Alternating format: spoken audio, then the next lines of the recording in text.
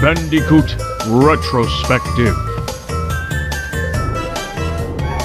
Press start to begin. The year is 1994, and a very interesting trend is going on in the video game industry at the moment. Many movie studios are now creating their own video game divisions. We saw the rise of companies like Disney Interactive Studios, Warner Bros. Interactive, and the studio that is of interest today, Universal Interactive Studios. Being a new studio, they were excited to get small-time, no-name video game companies to create games based off of their properties. While at the Consumer Electronics Show, almost like it was destiny, they had a booth next to who would soon become their business partners for their most successful venture in gaming. This little-known, no-name company searching for publishers showing off their game Way of the Warrior was none other than Naughty Dog. Universal Interactive Studios gave Naughty Dog an offer they couldn't refuse. They offered them a space on their lot and free reign to create 4 games for them to publish. With that, Naughty Dog founders Andy Gavin and Jason Rubin were off on a cross-country trip, moving from Boston to LA. They didn't waste any time though. On their road trip, they were doing research, going to a bunch of arcades, seeing what types of games were the most popular right now, to give them inspiration for what to make themselves. Though at first thinking of making a beat-em-up game based off of Final Fight, all of that changed when they started imagining Donkey Kong Country, but in the 3rd dimension. Noting that they'd be staring at the character's back the whole time, they gave this project the very well-known title, Sonic's Ass Game. They brought this idea to Mark Cerny, one of the leading programmers not just at Universal Interactive Studios, but in all of the video game industry, having his hand in developing Sonic the Hedgehog 2 and creating the Sega Technical Institute. Mark Cerny loved the idea of the Sonic's Ass Game and decided to run with it. No pun intended. They decided to develop it for the new PlayStation console because they did not have their own mascot yet and knew that they could snag that spot. They signed on with Sony, paid $30,000 for a PlayStation development kit, and got right to work. When picking what characters should play the leading role in this game, they wanted to pick a real animal that no one has ever heard of. They were stuck between using a Bandicoot, a Wombat, or a Potoroo. As you may have predicted, they decided to go with the Wombat. Thus, Willy the Wombat was born. They ended up scrapping this name for 2 reasons. First of all, they thought the name sounded way too dorky, but also, Hudson Soft already developed a game called Willy Wombat in Japan, so that would have been a complete nightmare. That's when they decided on the character we all know and love, Crash Bandicoot, named after what he does to the many boxes in the game. Now that there was a hero, they needed a villain. While eating lunch one day, Gavin and Rubin were talking about the villain being an evil scientist with a giant head. They wanted to make an actually dangerous and evil version of the Brain from Pinky and the Brain.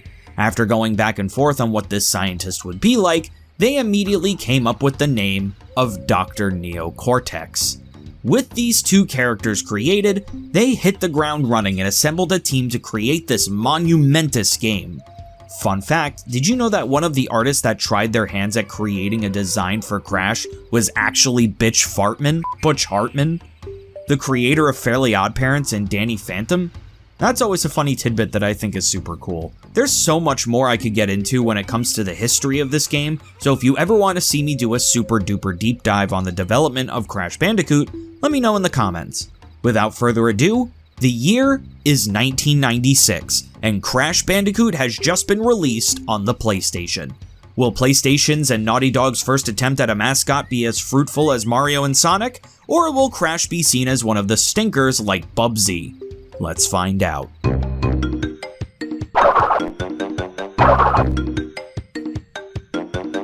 In the southeast of Australia, there is an island that had a laboratory on top of a giant tower. In this laboratory, there were 2 evil scientists that were planning world domination.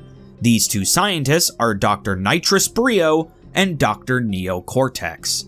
Their plan was to use Dr. Embryo's Evolvo Ray in order to mutate the wildlife of Australia into anthropomorphic beings, and then to use Cortex's Cortex Vortex in order to brainwash those animals to become a part of his army. That's when we get to the creation of what should have been his general. Crash Bandicoot just got done being put in the Evolvo Ray and was making his way towards the Cortex Vortex. Brio warns Cortex that the Cortex Vortex is highly unstable and isn't ready to brainwash Crash. Cortex decides to throw Crash in there anyway and, as you'd expect, the machine fails.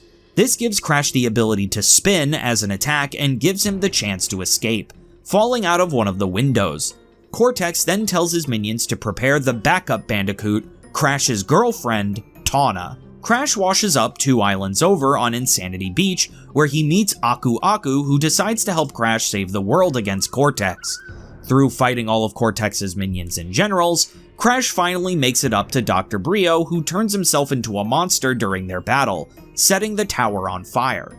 In a last-ditch effort, Cortex tries to take care of Crash himself and ends up falling to his doom. Crash meets up with Tawna and lives happily ever. We don't see her again for a long time. There is also a good ending that you get from collecting all of the gems, but this ending is completely non-canon. It goes on to say what happened to everyone after the events of the game. Papu Papu opens up a big and tall shop after selling Cortex's castle, Ripper Roo got intense therapy and went to college, Koala Kong became a Hollywood star a la Sylvester Stallone, Pinstripe started a sanitation company, Dr. Embryo went back to his original hobby of tending bar, and Cortex disappeared, never to be seen again. For a first go at the story, this game does an amazing job setting up its world and giving its characters, well, character. When it really comes down to it, the plot of this game is that an evil scientist wants to take over the world, kidnaps your girlfriend, and you have to go save her. It's all the little character moments in between that create this world.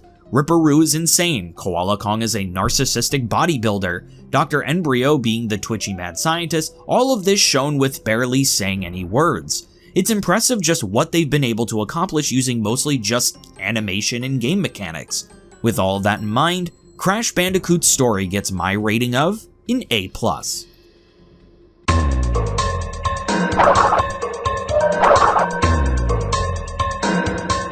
Crash Bandicoot is the most bare-bones basic a platformer can be. You run, you jump, and you attack. That's it. No frills, no pillows, no special moves, just bare, basic, unmistakable, undeniable, irrefutable, unjustifiable, egotistical power struggle at the expense of the American dream, the American dream, the American... What I'm trying to get at here is that there really isn't anything too special about the gameplay of this game. It's a game where you run, jump, and spin your way from point A to point B, and every so often there's a boss fight thrown in. The boss fights were pretty cool, but honestly, nothing too spectacular. A lot of the boss fights just rely on Crash waiting until he can attack. It's not very engaging. Hell, Koala Kong, you can just stand in one spot and spin for most of the fight, and that's literally the strategy for defeating Pinstripe. Now, does that mean I'm saying that the game is boring? Absolutely not. It does the bare basic platforming game very well. Levels are fun to go through and are designed very well. It is very strange the way you save in this game, however. In most other games, you save either automatically or when you hit a dedicated save point.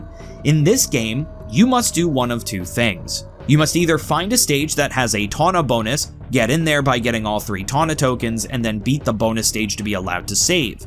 This is the most asinine way of saving I have ever heard.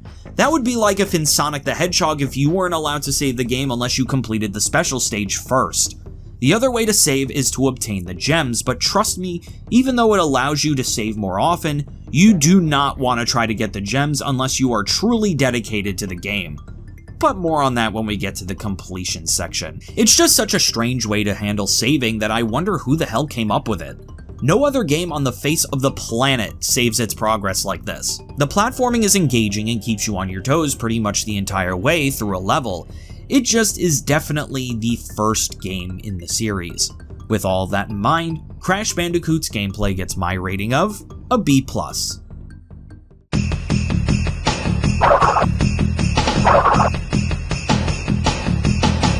When I think of the quintessential PS1 aesthetic, one of the games I think of is this one. Though the graphics of this game look primitive, do not mistake that for me saying that this game looks bad. For 1996, you know, the same year that Super Mario 64 came out, this game looks pretty stellar.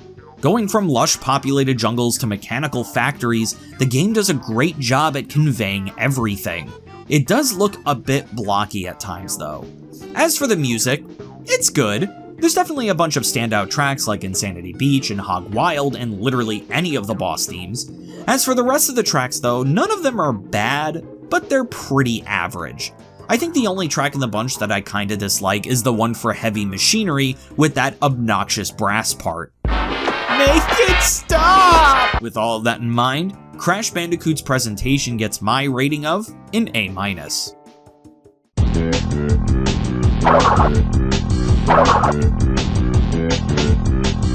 Oh my god. Completing this game is brutal. To complete Crash Bandicoot, you must complete all 32 levels in the game to be awarded 56%. This is honestly the easiest part of completing Crash Bandicoot. Getting through every level is all just a matter of perseverance. As long as you keep trying, you'll eventually get through all of the levels no problem. To get the next 3%, you must collect the 2 keys to unlock the 2 secret levels in the game. The way you get the keys is that in 2 stages in the game, Sunset Vista and Jaws of Darkness, you must collect all 3 Cortex emblems in order to get to the Cortex bonus. Getting to the end of the Cortex bonus awards you the key to unlock Whole Hog and Fumbling in the Dark. The last completion requirement you need to get the final 41% is to collect every gem in the game. This is where the real challenge comes in. In order to collect a gem in this game, you must break all of the boxes in a stage and do it without dying a single time. In the beginning, this isn't so bad. As long as you're careful, you can get through it just fine. It's when you get to the 3rd island in particular where this starts to get brutal. You're all talking about how hard Slippery Climb is? Fucking please! Fumbling in the Dark took me literally hours to get the gem in. It is insane how difficult this gem is to get. As hard as it is to get all of the gems, I have to point out that once you do get the gem, it is legitimately satisfying to accomplish. I honestly felt very proud of myself whenever I finally got them all. With that being said though, I do have a couple of major complaints when it comes to getting the gems. First of all, there are what I'm dubbing asshole crates. These are crates that are literally just off screen that you are expected to just know are there. Fumbling in the Dark is especially guilty of this, having 4 boxes behind the starting point in this hallway that has nothing but a pit in the middle. That's cruel. There is no indication that any of this is here unless you just happen to stumble upon the secret. Even in Road to Nowhere, there's these hidden boxes as well. What's the hint that these exist? The only reason I knew they were there in my first run is because I've played this game before. This leads me to my other complaint: the way missing boxes are handled. There is no worse feeling than finally getting to the end of a stage without dying, only to learn that you are missing a single box. There is no indication beforehand that you are missing anything, which makes this game very non-completionist friendly. There's also a lot of instances where backtracking is necessary, and there is almost no indication that you aren't able to get the gem due to a colored gem path, until you find the colored gem, which just makes it more frustrating when you get to the end of the stage just to see it has a gem path, making all of your efforts to get here without dying all for nothing until you get that colored gem. There are a lot of quality of life changes this game could make that would make it more completionist friendly, and I hope that in the future they take those steps. Do I recommend completing this game? It's hard to say. Though completing it is a Herculean task and will cause a lot of frustration, it does genuinely feel satisfying every time you finally obtain a gem. It feels like you accomplished something. I'd say if you're looking for a challenge in your Crash Bandicoot game, it wouldn't hurt to complete the game just once, just for the experience.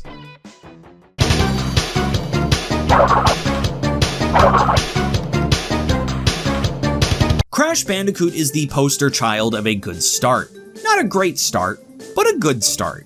With a story and characters that are conveyed surprisingly well for the era, gameplay that is simple yet effective, presentation that, though blocky, is completely serviceable, and a frustrating yet rewarding completion requirement, with all of that in mind, Crash Bandicoot gets my overall rating of an A-. Not the best start in the world, but still a start. The year is 1997, and Crash Bandicoot 2 Cortex Strikes Back was just released on the PlayStation. Just 1 month after the release of the first Crash game, Naughty Dog began development on its sequel. Isn't that insane? They had no idea how successful Crash was going to be, truly. They were so confident in their product that they immediately worked on a sequel. They already knew what some of the rough patches of the first game were, and over its 13-month development, Naughty Dog set off to create an improved Crash Bandicoot game. For one thing, co-creator of Crash Bandicoot Andy Gavin created an entirely new engine for this title called the Game-Oriented Object Lisp 2 engine, also known as Ghoul 2. This engine was a vast improvement over the engine used for the first game, being able to run 3 times faster, handle 10 times as many animation frames, and have 3 times as many polygons on screen. Crash 2, for what it is a technical marvel when it comes to the gaming industry at the time, and it's crazy to me that they made all of these technical improvements to the game in just over a year. Will these improvements be enough to make this game a great sequel, or will Crash Bandicoot just be a one-hit wonder? Let's find out.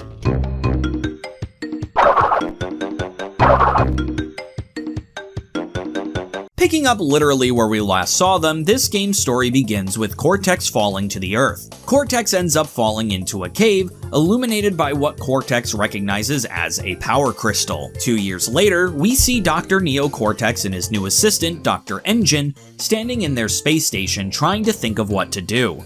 Cortex has created a giant Cortex vortex that not only needs the power of the Master Crystal, but also the 25 slave crystals that are still on Earth. Unfortunately, the scientist doesn't have any more minions on Earth anymore, since Crash beat them all in the first game, and Cortex has no access to the Evolvo Ray. Cortex then gets the brilliant idea that if they don't have any friends left on the surface, they must find an enemy. Back on Insanity Island, we see Crash and his little sister Coco, with whom I have no idea where she came from, but don't worry about it, she's replacing Tawna. Coco's laptop dies and she sends Crash to go find a new battery. Crash goes off, but then suddenly gets transported to Cortex's warp room. Cortex comes over hologram and tells Crash that there are world-ending circumstances happening at this very moment. Very soon the planets will align, and Dr. Embryo is going to use this opportunity to harness so much energy that he is going to destroy the entire planet. The only way to prevent this is to collect all 25 power crystals in order to have the power to stop him. With his quest, Crash is off to get the crystals. Along the way, Crash also happens to find gems when he breaks all of the boxes in a stage. This gets the attention of Dr. Embryo. Brio tells Crash that Cortex is actually the evil one, and he wants to stop Cortex just as much as Crash does, as revenge for taking credit for all of his scientific breakthroughs. Brio instructs Crash to collect all of the gems in order to power a laser beam to destroy Cortex's spaceship once and for all. That's right, we're stuck in a 3-way war between Cortex, Brio, and Crash himself, who honestly just wants to go home. As Crash continues to gather the crystals and gems, Coco hacks into the hologram program and, in the nick of time, tells Crash what Cortex is really planning, confirming what Brio was telling Crash previously. Crash ends up defeating Engine and Cortex and then uses the 42 gems to help Brio shoot a laser at Cortex's space station, destroying the giant Cortex vortex once and for all. I absolutely love this story. The game's story went from a basic video game story with a damsel in distress and an evil scientist to stop, and became a multi-layered story of opposing evil scientist factions, deception, and fleshing out of amazing characters to boot. Good God, the story here is done perfectly, and I couldn't have asked for a more perfect sequel story. Just like Kirby's Adventure far accentuated Kirby's Dream Land in terms of story, Crash 2 far exceeds Crash 1. With all of that in mind, Crash 2's story gets my rating of an A+.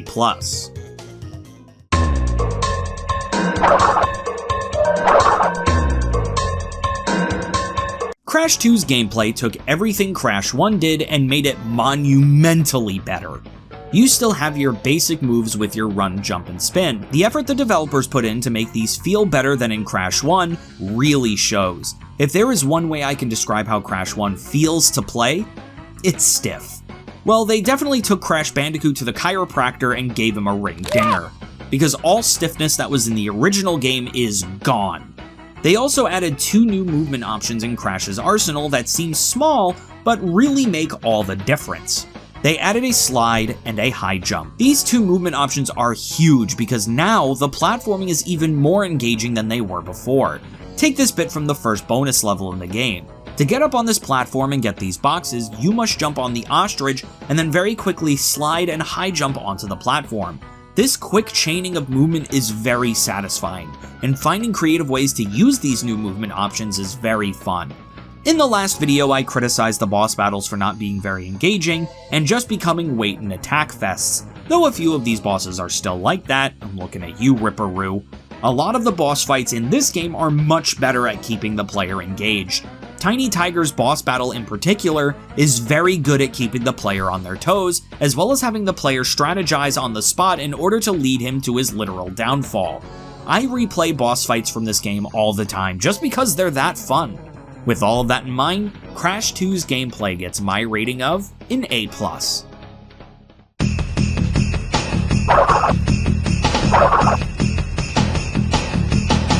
This is the definition of a polished sequel. The one criticism I had with Crash Bandicoot's aesthetic was that it looked simple and blocky. Well, they must have taken a sander to Crash because boy howdy did they smooth the hell out of everything in this game. Crash looks better, Cortex looks better, the environments are more varied and look amazing. They also added probably the funniest inclusion in a Crash game, the death animations. In the last game, whenever you died, it cut to this unskippable cutscene that was just Crash spinning and dying in a black background. Boring and honestly pretty annoying after a while. In this game though, certain enemies or ways of dying will have unique animations for the many gruesome ways Crash can die. When conceptualizing Crash, it was pretty clear that the idea was to make a video game equivalent to Looney Tunes, and just this one inclusion cemented that. As for the music, oh man, what an upgrade. Whereas the first game had a few bangers, mostly the boss themes, this game is completely full of them. Almost every single song in this game is great, and I go back to listen to this soundtrack constantly. The biggest standout tracks definitely being Tiny Tiger's theme, Turtle Woods, and Cortex's theme. If only it were attached to a better boss fight. I also love that with Cortex's theme in this game, they kept the leitmotif of his boss theme from the first game. I love little touches like that. With all of that in mind, Crash Bandicoot 2 Cortex Strikes Back's presentation gets my rating of an A+.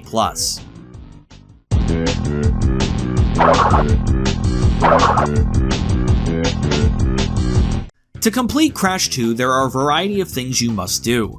The most simple task is to collect all 25 power crystals in every stage and beat the game. Doing this will award you with a whopping 50%. This is obviously the easiest task considering you need to do this in order to finish the game, and it's not like the crystals are exactly well hidden.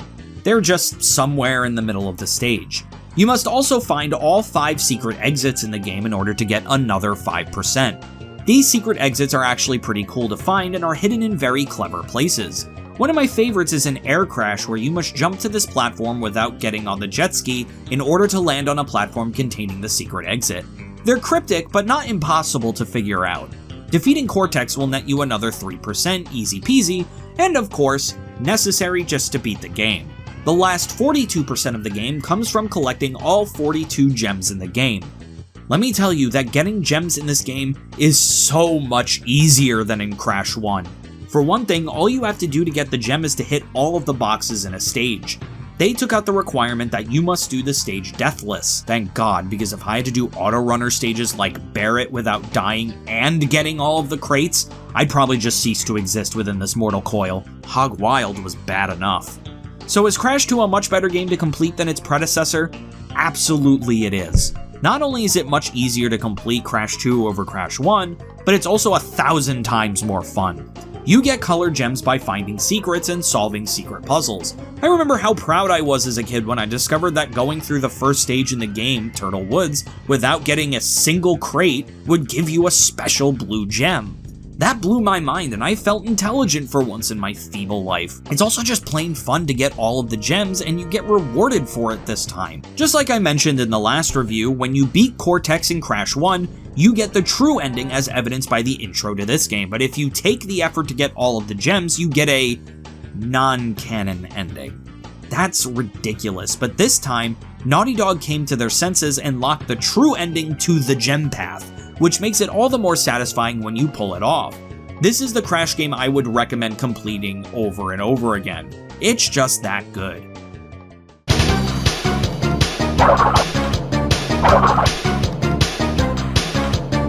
Crash Bandicoot 2 Cortex Strikes Back is the perfect sequel.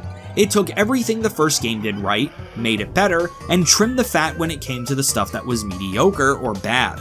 With a story that is miles better and more unique than the original, gameplay that has been perfected, presentation that still looks and sounds good to this day, and an actual fun completion, with all of that in mind, Crash Bandicoot 2 Cortex Strikes Back gets my overall rating of an A+. Not only was this the first video game I've ever played in my life, it's still one of the best. The year is 1998 and Crash Bandicoot 3 Warped has now been released on the PlayStation. Naughty Dog was on fire at this point in time. Not only did development of this game start just months after the release of Crash 2, but they also created 3 entirely new game engines just for this game. They created these game engines to make entirely new types of levels that Crash hasn't seen before, such as the jet ski levels, the motorcycle levels, and the airplane levels. They combined these new gameplay styles with the old 3D platformer type style to stay true to Crash's roots, while introducing a change that would make Crash still feel fresh even in his third installment. Will adding so much to the Crash Bandicoot formula work, or will it just become too much? Let's find out.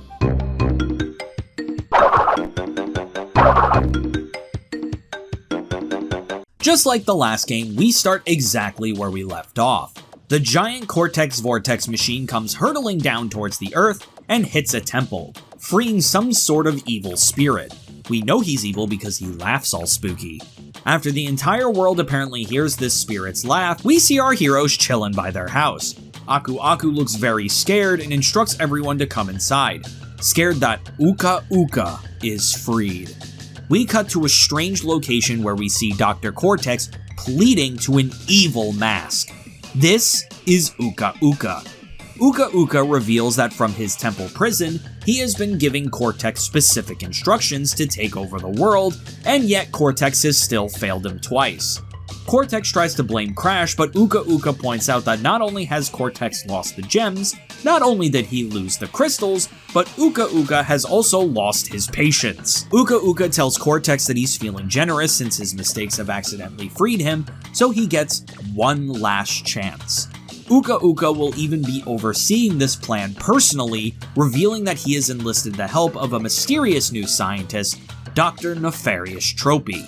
Back with our heroes, Aku Aku reveals that for eons he has been at war with his evil twin brother, Uka Uka, and that Aku Aku was even the one to seal him away. Aku Aku calls Crash, Coco, and Polar to action, saying that Uka Uka must be stopped at all costs. They are taken to the Time Twister machine where Cortex, Uka Uka, and their underlings are going through different periods of time to collect the crystals from those time periods. Throughout the story, we get taunted within the Time Twister portals by all of our villains, including the bosses like Tiny and Dingodile. After collecting all of the crystals, Uka Uka reveals his master plan was to let Crash collect the crystals, that way he can hand-deliver it to them when they do their final confrontation. This doesn't really go well, but they fear not since the gems are still out there. Once Crash collects all of the gems and relics, they fight one last time and Cortex and Uka Uka are defeated as the Time Twister machine, without Dr. Entropy's constant care, collapses in on itself, creating a giant time warp. This sends Cortex, Uka Uka, and Dr. Entropy to the Cretaceous era and transforms the scientists into babies, forever fighting over the mask in order to take over the world, never to be seen again.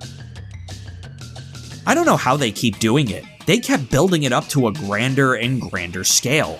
Crash 1 was just in Australia, Crash 2 was all over the world, and now Crash 3 is all over time. Not only that, but the inclusion of Uka Uka as the big bad main antagonist that scares even Cortex was such a brilliant way to raise the stakes. It's also cool to hear the perspectives of all of the boss characters too. I always praise this series for brilliantly giving these bosses so much character, but this one takes the cake. Every time one of these warp cutscenes started, I was excited to see what these foes were going to say to me next. It even gave me one of my favorite quotes in gaming. Tiny was a good fellow. He hated everyone and everything, but a good heart nonetheless. Crash 3 really hit the home run in the story development for this one. With all of that in mind, Crash Bandicoot Warped story gets my rating of an A+.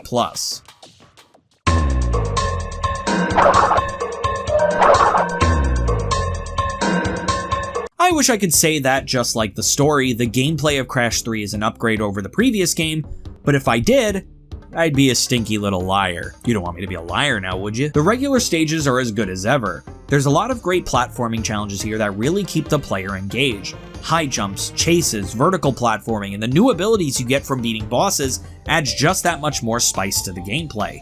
Where most of my problems come from with Crash 3's gameplay is in two major factors. The first gripe I have with the game is the gimmicks, and just how many of them there are. We have underwater stages, endless runner stages, motorcycle stages, jet ski stages, airplane stages. There are so many different types of gameplay, it's actually kind of impressive. My problem is that it feels like the game is mostly gimmicks and doesn't have enough of the core gameplay that made Crash great in the first place. I especially dreaded the motorcycle stages because they control like ass and they require you to get first place in order to get the crystals, which is harder than it sounds because of the shitty control. Underwater stages were another one I dreaded, just being terribly slow and the biggest offender to the next gripe I have with Crash 3's gameplay. The collision in this game is weird. There were so many times that I would get stuck on the walls, or my favorite one, jump up to do a hanging section and Crash would just not grab on, even if he clearly touched the ceiling. I'll probably talk about this more in the completion section, but I lost so many relic runs because of the wonky wall detection, especially in the underwater stages. I got stuck on the wall all the time here. Did I have a terrible time playing Crash 3? Absolutely not. But the gameplay definitely is not an improvement or even on par with Crash 2. With all of that in mind, Crash Bandicoot Warped's gameplay gets my rating of an A-.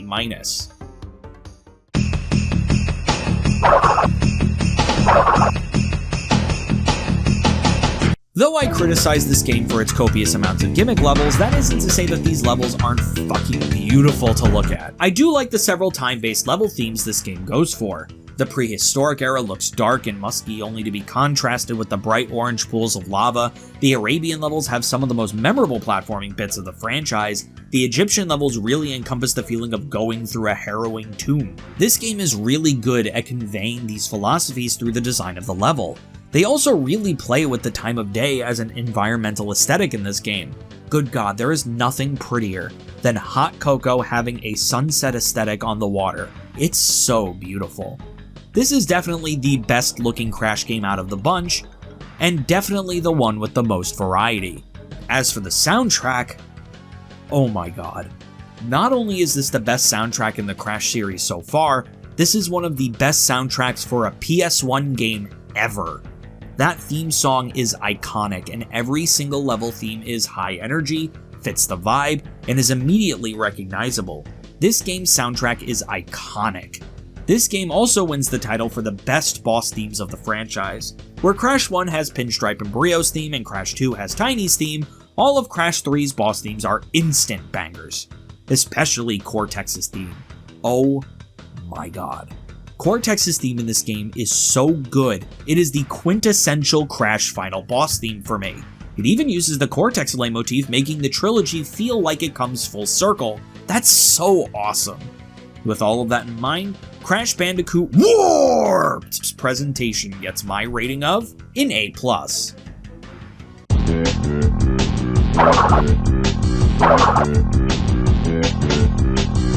To complete Crash 3, you must do the following. First, you must collect all 25 power crystals in the game to get your first 25%. As usual, this is pretty easy since just running through levels isn't that difficult, and if you miss a crystal, I honestly question your ability to see. You pretty much have to actively avoid the crystals in order for you to miss them. Next, you must get all 45 gems in the game, which you can do in a very similar way to Crash 2. They're usually at the end of death routes, gem paths, and you must break every box in a stage. Though not super difficult, there is a lot of backtracking, not just between stages, but within stages as well. Backtracking in these games are always kinda sucky since you have to be very careful, or else you will probably fall into a pit by accident. In the gimmick stages, like the jet ski or the motorcycle stages, it kinda grinds them down to a halt, making these stages less than fun. The gems have nothing on the new collectible in this game, which will forever haunt the completion of not just this game, but the franchise. You must get all 30 relics in the game. In order to obtain a relic, you must get the clock after re-entering a stage and beat the stage as quickly as possible. Depending on your time, you will be awarded a sapphire, gold, or platinum relic. In this game, in order to properly complete the game and get the 45th gem, you must get at least a gold relic in every stage. The times you are expected to get are so tight, even with the running shoes. Some of them get pretty frustrating, and it will definitely take you multiple times per stage to get the right time. You must also gain access to the 2 secret stages in the game, Hot Cocoa and Aegipus Rex. Though these stages are fun to play, getting to them is absurd because both stage entrances can only be found on accident. To get to Hot Cocoa, you must go to Road Crash, and on the left side of the track, you'll find a road sign with an alien on it. Crash into it and you'll be teleported to the stage. As for Aegipus Rex, this one is just downright unfair. In the stage Dynamite, go onto the yellow gem path and get killed by this specific pterodactyl. Instead of just dying, you'll be transported to the stage. Why would I ever do that? There is no tell that this enemy is different from all of the others, so in what world, other than by complete accident or by looking it up, would I ever find this? The only completion reward you really get is access to the good ending of the game. I just wish they changed up the Cortex fight just a little bit instead of just having you fight Cortex a second time. I don't think I could really recommend completing this game to the average player. The relics, along with the weird geometry problems this game has sometimes, really makes the completion experience feel more like a chore than anything else.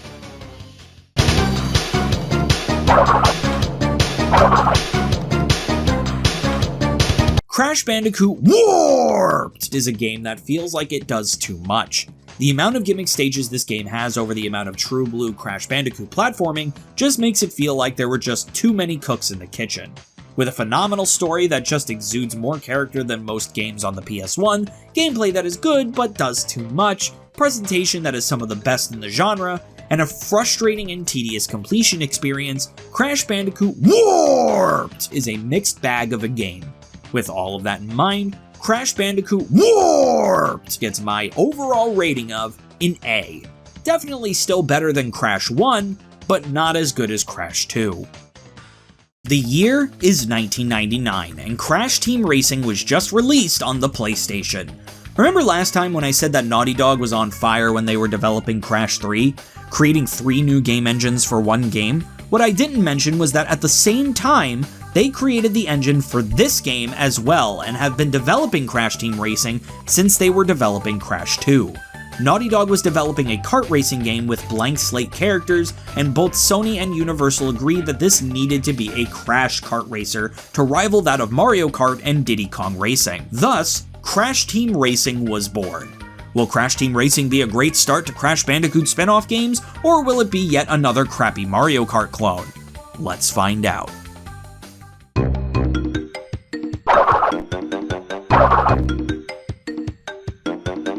The story to Crash Team Racing is pretty darn simple. An alien from the planet Gasmoxia named Nitrous Oxide comes to Earth in order to challenge its fastest racer.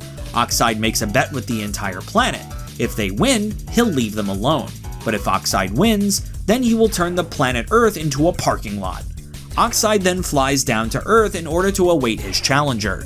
The player must choose a character and win every race and beat all of the boss characters to get the keys required to challenge Oxide. Not only that, but you must collect all of Oxide's relics as well in order to challenge him for the final time and drive him away from Earth forever. Though the story for this game is simple, it does a lot of things I like. Having an outside threat like Oxide come in and threaten the entire planet does something really interesting. Every single character is technically on the same side. It's interesting to see that Crash, Cortex, Aku Aku, Uka Uka, and every other character, though they are competing against each other, all have the ultimate goal of saving the planet from Oxide. It's just a cool dynamic to see that no matter if I play as Crash or Cortex, I'm saving the world either way. That's super interesting for a spin-off game to do, and I hope to see more stories like this in the Crash series. With all of that in mind, I give Crash Team Racing's story my rating of an A+.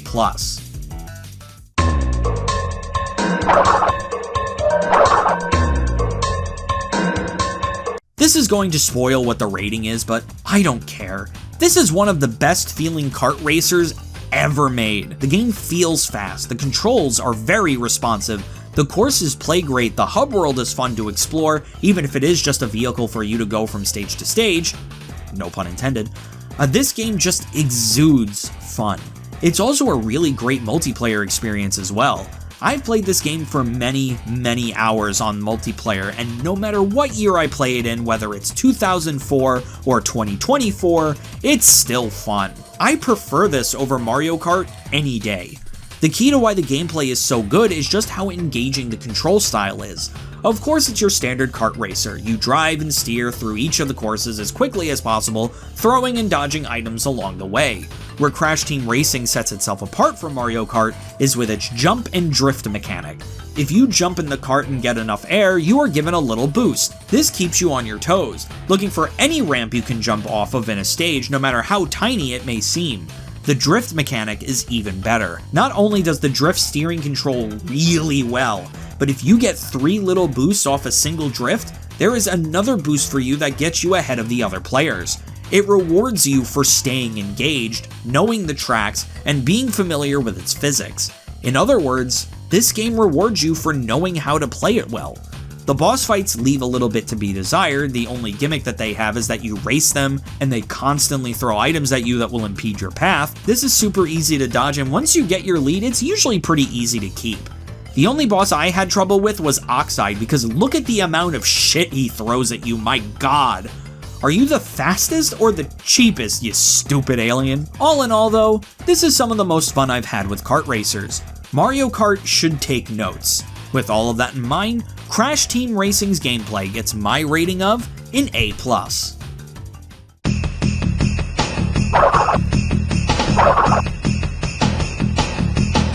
This is one of the best looking kart racers of its time, hands down. People praise Mario Kart 64 and Diddy Kong Racing on the Nintendo 64 so much, but Jesus Christ, the amount of amazing looking tracks in Crash Team Racing is bar none. You go from tropical beaches to evil laboratories to a blimp in the air to a proper racetrack. It's so cool. For a racing game released in 1999, this game looks amazing. There are no 2 tracks that feel the same, and this makes it so that every track in the game feels unique and has an identity of its own. I just really like the variety of tracks here. It's just plain fun. As for the music, Naughty Dog puts out another banger game with another banger soundtrack again. I do have to say I can't hum as many tracks here as I could for Crash 1, 2, and 3, but goddamn, these are amazing tracks to race to. Soundtracks, that is.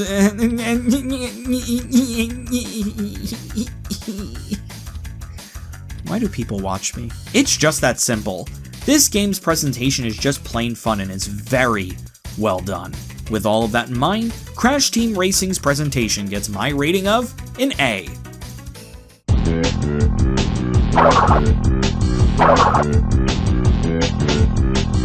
To complete Crash Team Racing, you must get all 16 trophies in the game.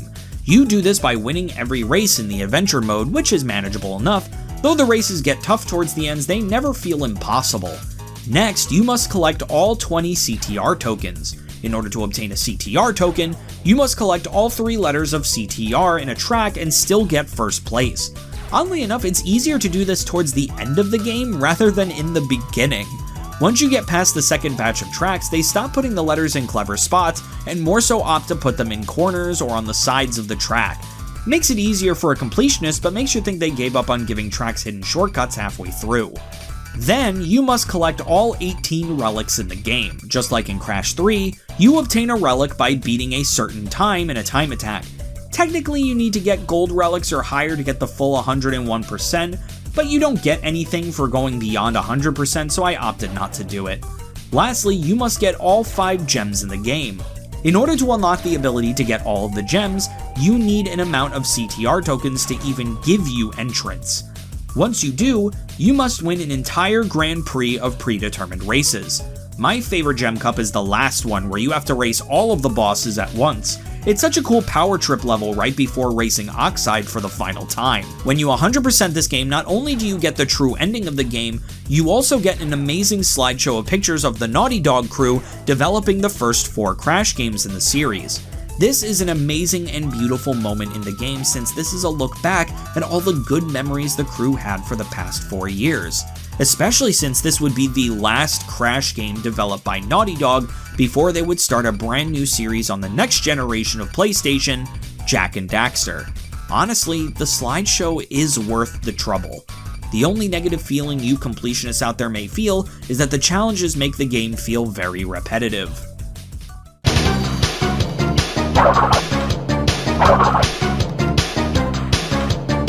Crash Team Racing is one of the best kart racing games I've ever played. To this day, I think the only kart racer that comes close to how fun Crash Team Racing is Mario Kart 8 Deluxe.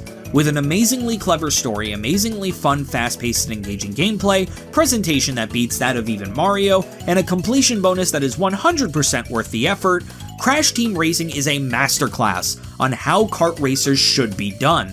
With all of that in mind, Crash Team Racing gets my overall rating of an A+. What an absolute masterpiece. The year is 2000 and Crash Bash was just released for the PlayStation. With Naughty Dog's deal with Universal Interactive Studios being over with the release of Crash Team Racing, they decided to go their separate ways. Naughty Dog became an official subsidiary of Sony Computer Entertainment and would go on to develop Jak and Daxter, the precursor legacy for the PlayStation 2. Meanwhile, Mark Cerny of Universal went on to create his own subsidiary of Universal Interactive Studios, Cerny Games, and teamed up with Eurocom Entertainment Software to create a whole new Crash game of their own. This is how Crash Bash was born. Will Crash's first game without Naughty Dog suffer from the loss, or will Crash continue to go strong? Let's find out.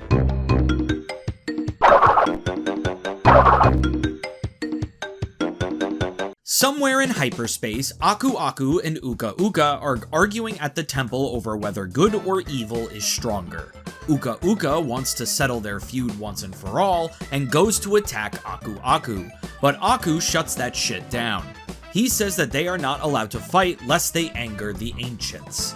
They then decide to have a contest of champions to determine their fate. Aku Aku summons Crash and Coco, and Uka Uka summons Cortex, Brio, Tiny, Dingodile, Koala Kong, and newcomer Rillaru. Aku Aku points out that this isn't a fair competition, and Uka Uka gives over Tiny and Dingodile to fight for the good side. With that, the games begin. Depending on who you play as, depends on who you get guiding you and what ending you get. If you play as Cortex, Brio, Koala Kong, or Rillaru, you will be guided the whole game by Uka Uka. When you beat the final boss, you will get the evil ending. Uka Uka reveals that his plan all along was to use this competition to distract Aku Aku while his operatives secretly collected the power crystals. With this, Aku Aku warns Crash and Coco that the world as they know it is about to end and they should run for their lives. Jesus Christ, dark much? On the flip side, if you play as Crash, Coco, Tiny, or Dingodile, you will have Aku Aku for a guide. In the good ending, Aku Aku reveals that he knew Uka Uka's plan to obtain the crystals and got them himself. He locks away the crystals out of Uka Uka's reach and banishes him for tampering with the crystals. All in all, the story of this game is pretty much what one would expect for a spin-off title, which is a little disappointing coming right off the heels of Crash Team Racing. It also feels like a downgrade because all of the characters in the game other than the masks feel pretty nothing. They don't emote, they don't really do anything other than stand there. Even when Uka Uka is threatening Cortex and Brio, these two characters barely feel like they're comprehending what's going on. Coming after games that were known for expressing personality through animation, Crash Bash leaves a lot to be desired. With all of that in mind, Crash Bash's story gets my rating of a C-.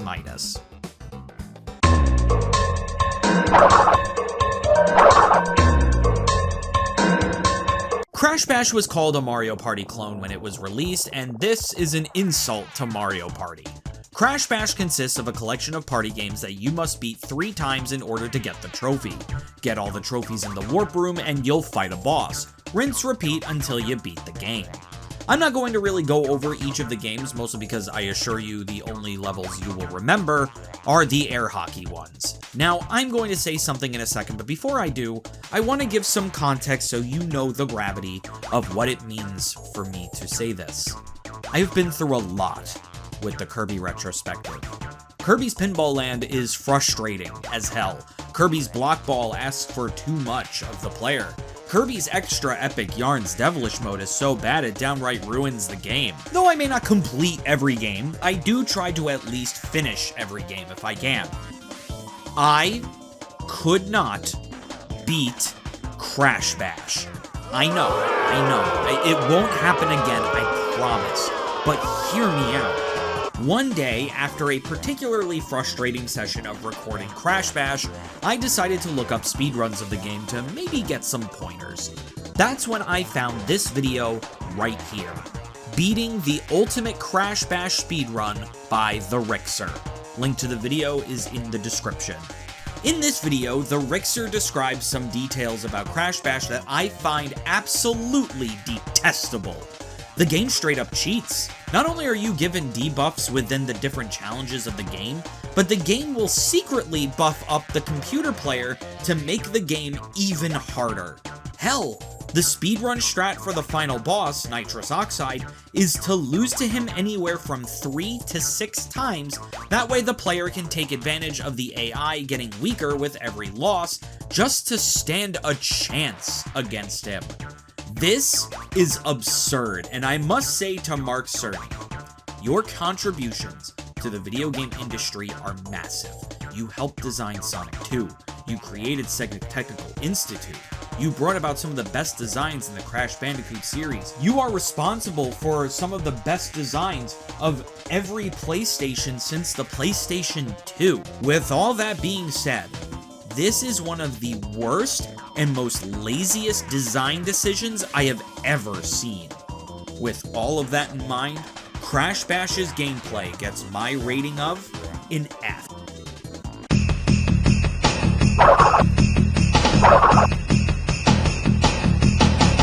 This game just looks bad. Remember the lush environments we used to be able to explore throughout this franchise? How about we trade it for box? Every single stage in this game is stuck within almost the same size box, aside from the ones where you push players out of the arena. I understand it's a party game, but where's the variety? They're either repeats of previous games or just boring beige-colored blech. Also, the character models are the worst these characters have ever looked. Where's the animation? Where's the character? Where's everything the Crash series is known for? The soul of Crash has been sucked out of this game in favor of a Crash Bandicoot that goes, where are all the voices? The character moments? Why does Uka Uka sound like a discount Shao Kahn? It's just worse in the visual department on all accounts. The music is bland and derivative. The main theme of this game sounds like Crash Bash is copying off of Crash 3's homework, but trying not to make it obvious. I mean, like, listen to it.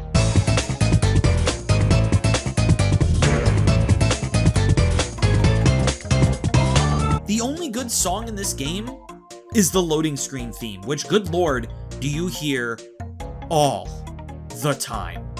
It's honestly kinda maddening after a while. With all of that in mind, Crash Bash's presentation gets my rating of a D.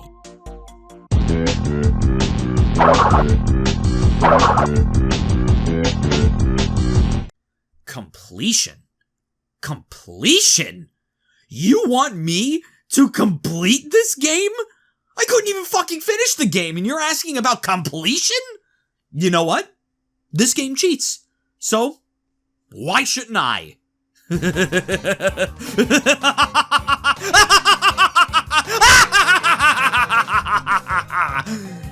There. I completed it. Do I recommend it? No way, it's way too easy.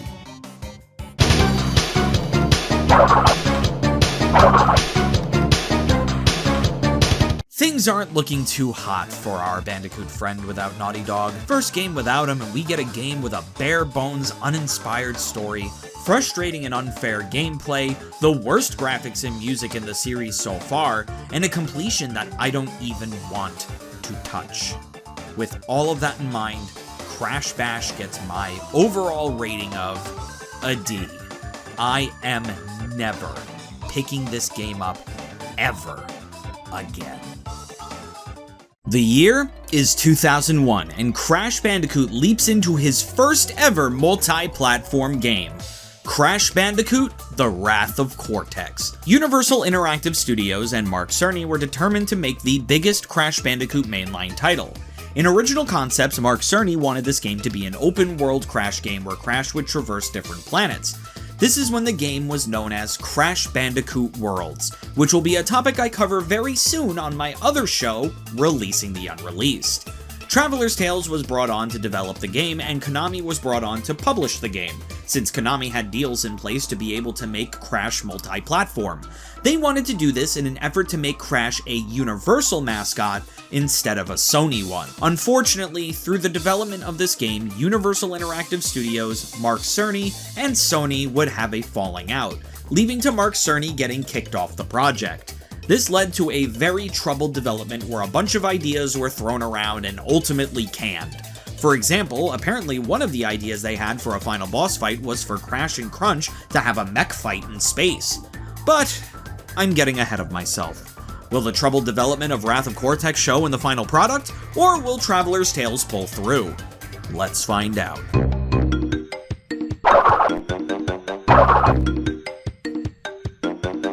All of the villains have gathered for a villainy meeting within Cortex's lab, only for Uka Uka to start hurling insults at them all. The spread of evil is at an all-time low, and it's all because of Crash Bandicoot. They try to think of a way to defeat Crash & Co. when Engine brings up Cortex's secret project, which for some reason, Cortex wanted to keep secret from Uka Uka. Cortex tells the group of his plans to use a group called the Elementals to aid them.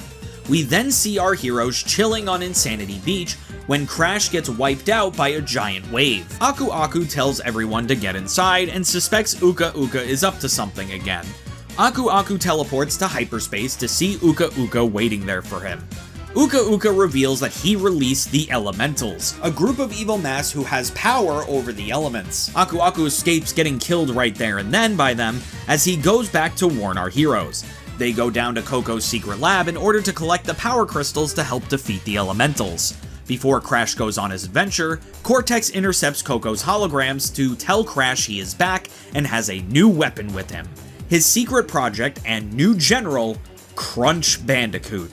Having to stop Crunch Bandicoot and the Elementals, Crash and Coco set off on their quest. After defeating all of the Elementals and Crunch, Crash has a final showdown with Cortex, Crunch, and the Elementals.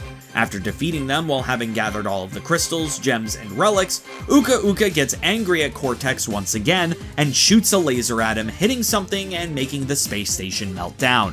Crunch ends up being free from Cortex's mind control, guess he couldn't make a good Cortex Vortex again, and our heroes escape and take Crunch along with them, saving the world from our villains and gaining a new friend in Crunch. This story had so much potential. Literally all of the interesting elements are there. Introducing new masks is a great way to expand upon that side of the universe, and Crunch isn't a terrible idea. Evil doppelgangers were all the rage in the early 2000s, just look at Shadow the Hedgehog. The problems arise from the writing itself. All Crunch talks about is how he wants to beat up Crash right now, and Cortex stopping him for some reason. Also, the Elementals have nothing to them other than their star-studded voices. Remember how in the Crash 3 review I said I look forward to all of the Warp Portal cutscenes because they were written great and added a lot of personality to these characters? They tried to do that this time, but it didn't really work. It is not uncommon for a mask to show up, say like 4 words, and then leave. Like, what's the point of that? Like watch this! Hope you brought your sunscreen, cause you're gonna burn! What did that add? Also, Crunch's redemption was so quick and so unearned. Not to bring up stuff that could have been, but one of the original endings to this game would have shown Crunch, free from his mind control, saving Crash in the end. That would have made much more sense as to why they were happy to take him in. Also, this game makes Cortex look like a bitch. He is just reluctantly following whatever Uka Uka wants. I don't really know why it's called Wrath of Cortex when he really isn't all that mad in this game. It should have been called Wrath of Uka Uka. The story isn't the worst in the world, but it definitely feels like a first draft. With all of that in mind, Crash Bandicoot Wrath of Cortex's story gets my rating of a C.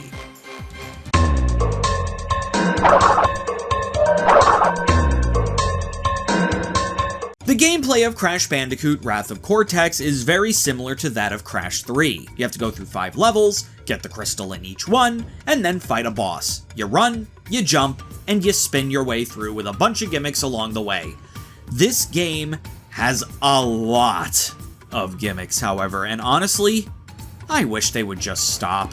This game has platforming, swimming, snowboarding, scootering, helicoptering, airplaning, minecarting, mech riding, and the worst addition of them all, the Atmosphere. Or as I call it, the hamster ball.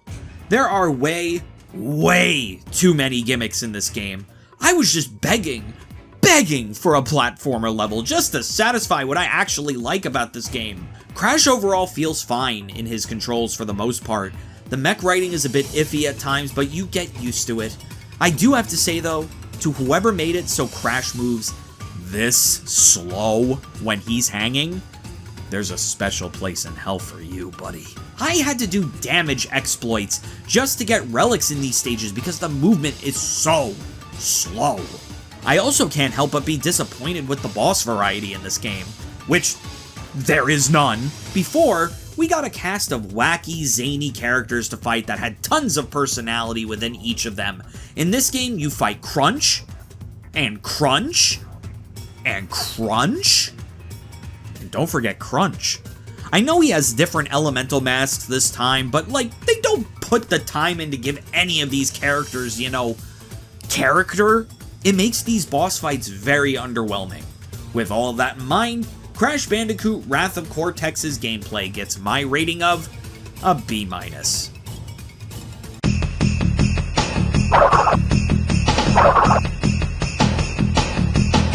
So moving from the PlayStation to PlayStation 2, you would expect me to say the presentation is quite the upgrade, and you'd be right. Wrath of Cortex looks a teeny bit better than Crash Bash, but that's like comparing shit next to shit with sprinkles on it. I can't even take credit for that analogy. That's fully just an angry video game nerd thing. As compared to the previous titles, it's weird for me to say the look and aesthetic of Wrath of Cortex is actually inferior. All of the characters look off. All of the characters look like they're made of clay, and Cortex's face looks like they tried to make it wider, but forgot to lock the aspect ratio. Also, the environments you traverse don't really have that much cohesion to them at all. Every other Crash game had a sort of theming to them. Crash 1 and 2 did woods to mechanical lab. Crash 3 had all different points in time. Wrath of Cortex has some woods, some factories, some medieval castles, but they're scattered all over the place and for no story reason whatsoever. It makes the level design seem incoherent. The music from this game is also absolutely nothing to write home about. No music in this game stands out at all. Off the top of my head, there is not a single track I can recall. Not even any of the boss themes. Also, one last thing before I give this game a rating. I cannot describe to you just how much I hate this noise that plays during all of the loading screens. You hear it so much and for so long each time that it just grates my ears and it makes me angry. With all of that in mind, Crash Bandicoot Wrath of Cortex's presentation gets my rating of a C-.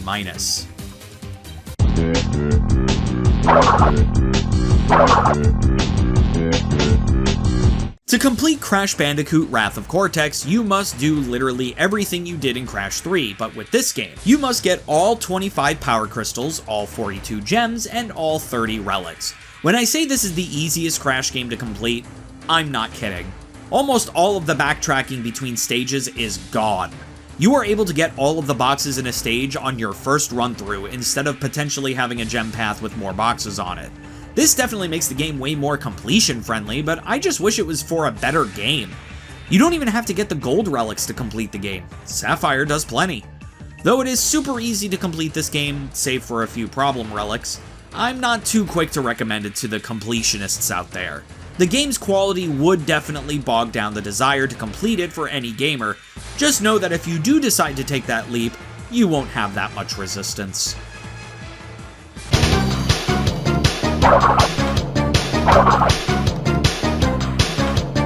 Crash Bandicoot is in sort of a rough patch, isn't he?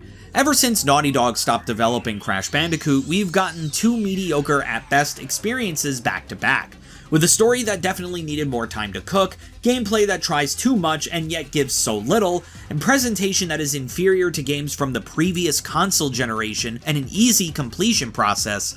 Crash Bandicoot Wrath of Cortex is the mid-Crash game so far. With all of that in mind, Crash Bandicoot Wrath of Cortex gets my overall rating of a C. Hopefully this trend of mediocre Crash ends soon. The year is 2002, and we are now seeing the release of the first ever handheld Crash Bandicoot game, Crash Bandicoot The Huge Adventure, also known as Crash Bandicoot XS, on the Game Boy Advance. This game spawned from a deal between Universal Interactive Studios and Konami, stating that Konami would have publishing rights to Crash Bandicoot games in order to end Crash's Sony exclusivity. Universal wanted to make clear that Crash was theirs. One of these games included in the deal was to produce a game for the Game Boy Color, which quickly turned into the Game Boy Advance when that came out. At that time, a small-time studio pitched their Game Boy Advance programming technology to Universal in order to be taken on by them. This small-time company was Vicarious Visions, who showed them a prototype for what played like a handheld Crash game. This was how Vicarious Visions was put on to develop the first ever handheld Crash game. Will Crash Bandicoot find success on the Game Boy Advance, or will Crash have a rough transition to 2D? Let's find out.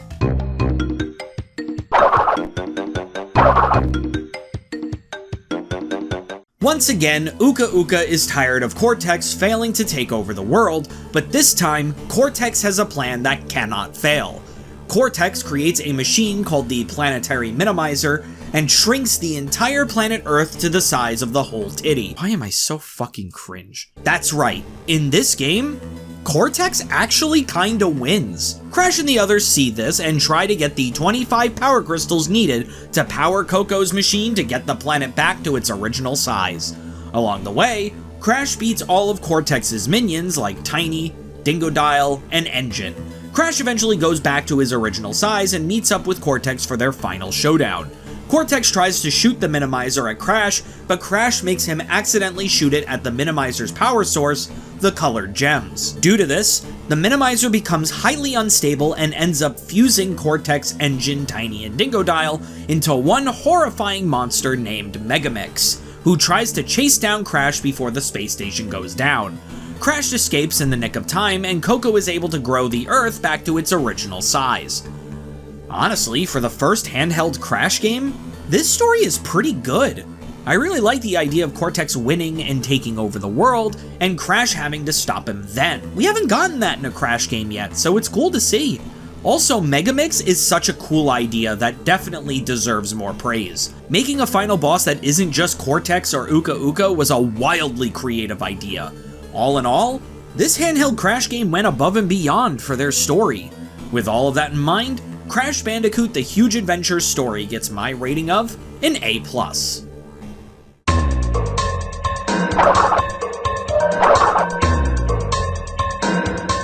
Crash Bandicoot The Huge Adventure is literally just a 2D Crash game. You run, jump, spin, and get special abilities along the way. You'd think taking away a dimension of gameplay that Crash was born in would take away from the gameplay experience, but no, it's just as fun. Crash translates surprisingly well to 2D. Not only that, but this game does something that I really appreciate. It remembers that Crash Bandicoot is a platformer. Though there are still gimmick stages like the underwater stages and the helicopter pack stages, they are much shorter and there aren't as many. There are more platforming stages than gimmick stages. I think that contributes greatly to how fun this game is. This game has a lot of that original Crash 2 flair, even without that third dimension. It's simple, yet really fun, and the controls are just as responsive as you'd expect. Even the boss fights aren't that bad. Nothing uniquely spectacular, but serviceable boss fights. With all of that in mind, Crash Bandicoot The Huge Adventures gameplay gets my rating of an A+.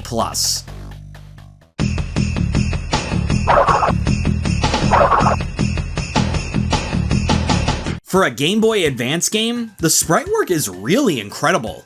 Going full circle, they ended up taking the Donkey Kong Country route when it came to the characters and enemies in this game, and turned the 3D models from Crash 3 into 2D sprites. It translates really well to the Game Boy Advance. Like, shockingly well. Interestingly enough, there isn't a single song in this game that's original. A lot of the music in this game sounds like MIDI versions of songs from Crash 2 and 3. Honestly, this kinda gives off the vibe of this game being more like a fan game rather than from the official property, but the results weren't ear-grating. I'm just wishing I could be hearing the originals. One weird observation that I had while playing this game has to do with the boss themes. The 3 bosses that appear in this game are Tiny, Dingodile, and Engine, and all of their themes are present from Crash 3. What's weird about it is that they're all swapped around. Tiny has Dingodile's theme, Dingodile has Engine's theme, and Engine has Tiny's theme. I have no idea why they did this. Was it a mistake? Was it slight foreshadowing for Megamix? Who the hell knows? Either way, the presentation of this game is pretty good, all things considered. With all of that in mind, Crash Bandicoot The Huge Adventures presentation gets my rating of an A.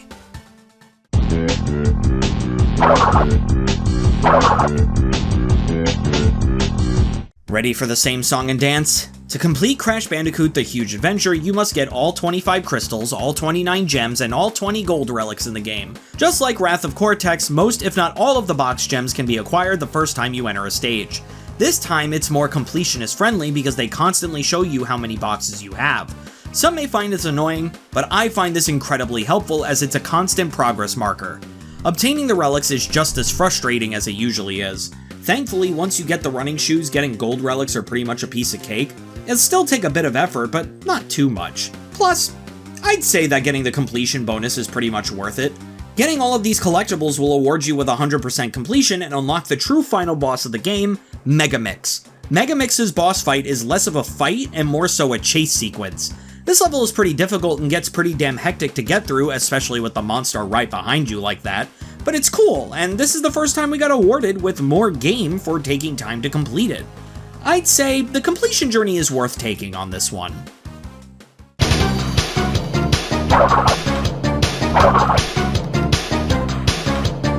Crash Bandicoot The Huge Adventure turned out a lot better than I would have expected. With a story that's really cool and does a lot of interesting things with the Crash formula, gameplay that remembers why Crash was so great, impressive presentation for the Game Boy Advance, and a completion journey that gives you more than any Crash game before it, Vicarious Visions really did a stellar job creating a game that's not only good, but as good as the original trilogy. With all of that in mind, Crash Bandicoot The Huge Adventure gets my overall rating of an A+. Who knew the first ever handheld Crash game would be so good? The year is 2003, and the confusingly named Crash Bandicoot 2 N-Tranced was just released on the Game Boy Advance. I burp because I'm gross. Keeping up on that Crash Bandicoot pace, Vicarious Visions was put on to develop a sequel to The Huge Adventure and release it just 1 year after the first. Will Vicarious Visions strike it good a second time, or will the handheld Crash game train crash and burn? Let's find out.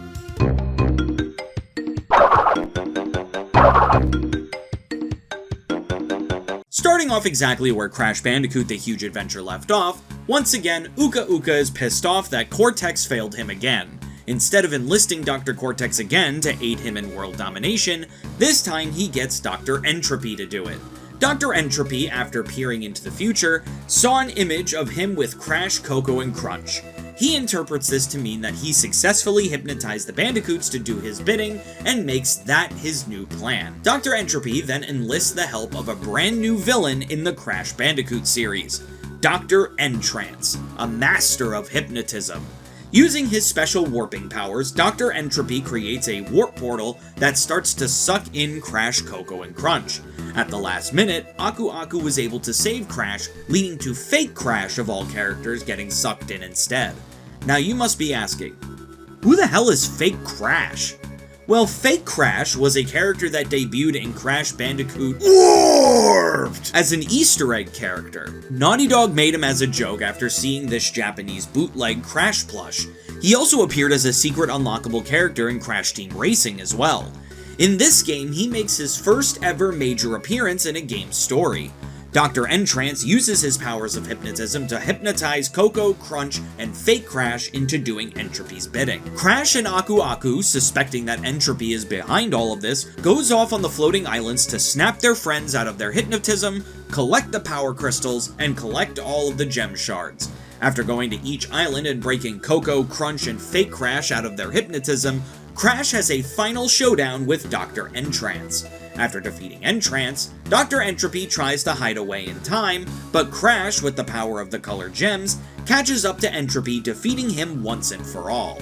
After his defeat, the Bandicoots force Entropy to take a picture with them, revealing to Entropy and us that this is what Dr. Entropy saw in the future at the beginning of the game. Uka Uka then swears revenge, promising to bring a brand new adversary for next time. This story does a lot of really cool things that I really appreciate. I say it a lot, but I really don't expect a lot when it comes to the plot of these handheld games, and that especially goes for the handheld Crash games. It's actually really cool that Dr. Entropy takes the main villain status away from Cortex for this game. That's right, Dr. Cortex isn't really in this game at all. It allows us to see how Dr. Entropy works as a villain as compared to Dr. Cortex. Dr. Entropy works on a more, no pun intended, nefarious level than Cortex. Entropy is more focused on his brains, whereas Cortex is more focused on his brawn. This game also introduced Fake Crash into the main story, which is something I was absolutely not expecting at all. It's such a funny idea that honestly worked to the story's advantage. Another thing I really appreciate that this game does is after you free Coco and Crunch from their hypnotism, the game will then have levels where you play as those characters. I think that's a cool synchronicity between story and gameplay that this game employs, instead of just having Crash be the only playable character through these levels. I didn't expect much, but once again, the handheld game's story exceeds expectations. With all of that in mind, Crash Bandicoot 2 N-Tranced Story gets my rating of an A+.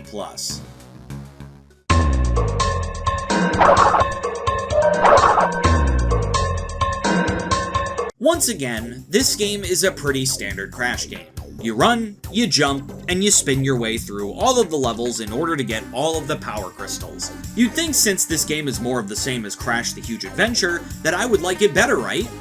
Well, unfortunately, this game is definitely not as much fun as the Huge Adventure. For one thing, levels in this game are much longer than in Huge Adventure, which wouldn't be so bad if it didn't incorporate the element that I'm starting to despise in these Crash games. Remember how I complimented Crash the Huge Adventure for remembering that the best parts of the Crash games were, you know, the platforming? Well, they forgot again and added a whole bunch of gimmicks. There's jet ski stages where you're trying to avoid sharks, there's space, there's magic carpets, helicopter packs, and the return of the absolute worst addition to the Crash Bandicoot franchise ever, the Atmosphere. Good God, why? Why did they do this? They had such a good thing going with the last game and they just tainted it with more crap. Listen, I might be harsh on the gimmick levels of each Crash game, but they keep consistently being far inferior to the quality and fun of the platforming that I can't help but dread every time they pop up. The magic carpet segments are some of the worst controlling and most frustrating aspects of this game, and it's not close. I can't really pinpoint it, but the level design of this game is much more frustrating than in the first game too. It almost feels like they went the Japanese Super Mario Bros. 2 approach with this game, being focused on making a harder game than Huge Adventure than making a fun sequel. One last bit of criticism I have is that even though I really like the gameplay and story synchronicity of Coco and Crunch becoming playable in some levels after you free them of their hypnotism, I wish they offered a more unique experience to differentiate them from Crash. This is where a small amount of gimmicks would be welcome. I honestly think this game would have been better if Crash strictly had the platforming levels that you would see in Crash the Huge Adventure, and then allocate a small amount of gimmick levels to Coco and Crunch. That way they don't feel purely aesthetic like they do here. I know I had a lot of criticisms here, but the game does function. It's just a fair bit more frustrating than its predecessor. I know I keep comparing it to the Huge Adventure, but I just want to illustrate how much of a downgrade this game is from it to illustrate why this game feels the way it does. With all of that in mind, Crash Bandicoot 2 N-Tranced gameplay gets my rating of a B-.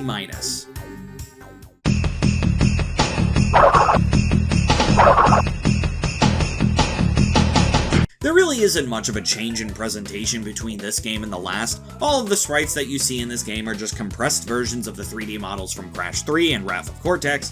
As for the set pieces, they are all taken from Crash 3.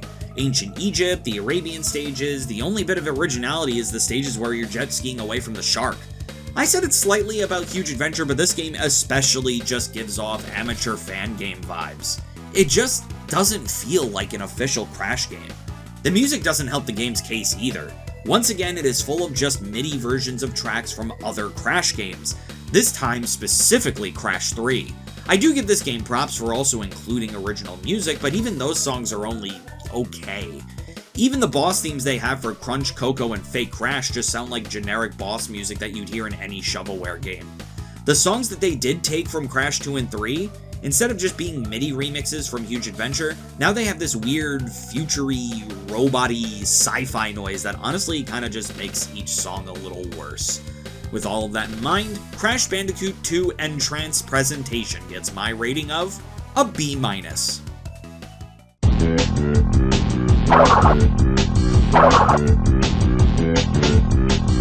Crash Bandicoot N-Tranced is one of those games where I feel completion of the game is different than getting 100%. In order to complete Crash Bandicoot N-Tranced, you must get all of the power crystals, all of the gems, all of the relics, and all of the gem shards. Getting all of these items will allow you access to the final 3 levels in the game, and the final boss, Dr. Entropy himself. Doing all of this will not net you 100% on the save screen, however. Getting 100% requires you not just to get the relics, not just to get the gold relics, but for the first time ever, for you to obtain the platinum relics in the game.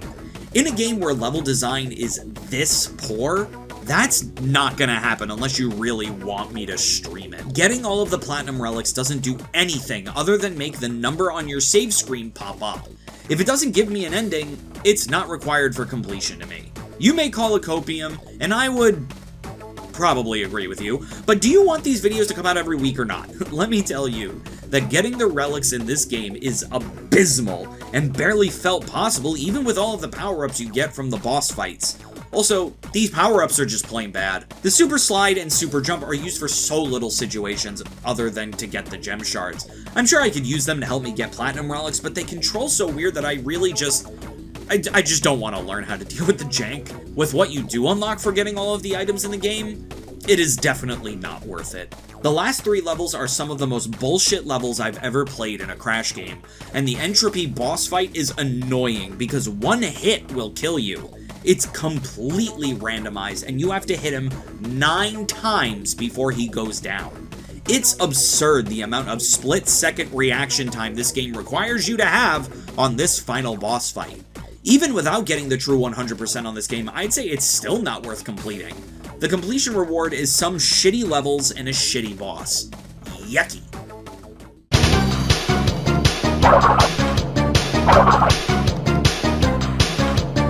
Is it strange to say that this game doesn't feel like an official Crash game?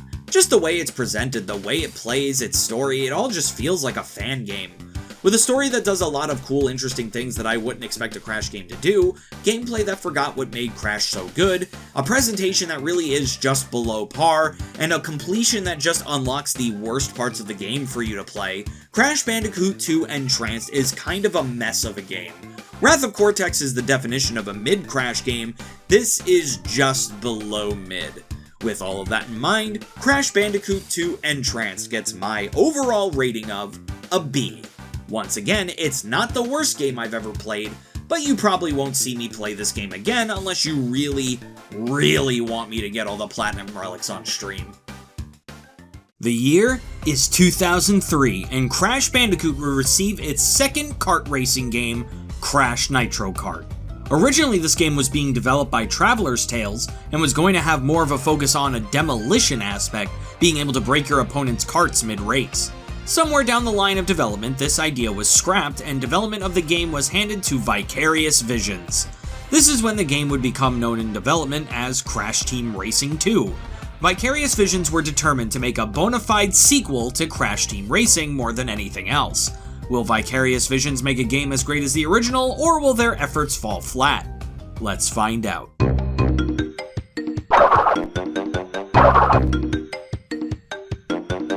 Crash, Coco, Crunch, and Aku Aku are all chilling at their home when all of a sudden, they seem to get abducted by a strange light.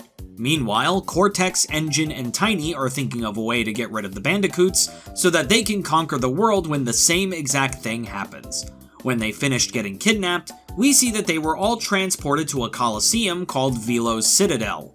This is where they meet with Emperor Velo the 27th, the most accomplished racer in all of the galaxy. Having heard of their racing prowess from nitrous oxide, he decided to hold a racing tournament to see who is the best racer in the galaxy. Whoever wins gets to rule Velo's empire. This is when you get the choice to pick between Team Bandicoot, which consists of Crash, Coco, and Crunch, or Team Evil, consisting of Cortex, Engine, and Tiny. It doesn't really matter which team you play as, all it does is change some of the character interactions with the other racers, and change the ending that you get. Either way, the racers you choose must go through 4 different planets and defeat the champion of each planet. On the very Earth-like Terra, you must face Krunk. On the ice-cold Baron, you must defeat Nash. On the desert-filled toxic wasteland of Phenomena, we fight the mime duo of Norm and Big Norm. And finally, on the technologically advanced Techni, we fight the obsessively compulsive Geary. After defeating every champion and getting all of the keys in the game, your team will be challenged by the most accomplished racer in the entire galaxy, Emperor Velo himself. When either team beats Emperor Velo, it is revealed that the big imposing body that he has is nothing more than a robot suit. Emperor Velo is nothing more than a tiny little pathetic gremlin who thirsts for power. This is where the endings vary. If Team Bandicoot wins, Crash grabs Velo's scepter to assume his role as Emperor of the Galaxy. Crash envisions it, but realizes very quickly that he would just be sitting. A lot. Crash decides that being the ruler of the galaxy is boring as hell, and just gives the scepter back to Velo, and Crunch demands that Velo bring them back home, where they just chill on the beach. If Team Evil defeats Velo, the same twist with Velo's robot suit happens, with it exploding and revealing the real Emperor Velo. Cortex then steals the scepter away from the sniveling Velo. Cortex tries to lift the scepter in order to teleport them back to Earth and use their newfound power, but the scepter ends up breaking and teleporting them back to what Engine thinks is Earth. When the inhabitants show themselves, it becomes very apparent that they were teleported to Terra instead. Tiny then fixes the scepter and lifts it above his head, causing the people of Terra to start bowing to their new overlord, Emperor Tiny Tiger, leaving Cortex to scream to the heavens. I am super into this story. Not only are the animations and dialogue genuinely funny, but I love seeing these character interactions. I absolutely love seeing all of the stuff with Team Evil. Cortex being sick of all this shit and seeing this whole situation as a nuisance is incredible. For a racing title, the relationship between gameplay and story are really good. Velo is actually a very intimidating villain, and the build-up to actually racing him is awesome. Even all of the new boss characters are really entertaining. I'm very particular to Norm personally. They just seem like stand-up guys. As a sequel to Crash Team Racing, I would say this is the logical next step. The first game had an alien come to Earth to challenge them to a race. This game had the Earthlings come to the alien planets to race. Perfect symmetry. With all of that in mind, Crash Nitro Kart's story gets my rating of an A+.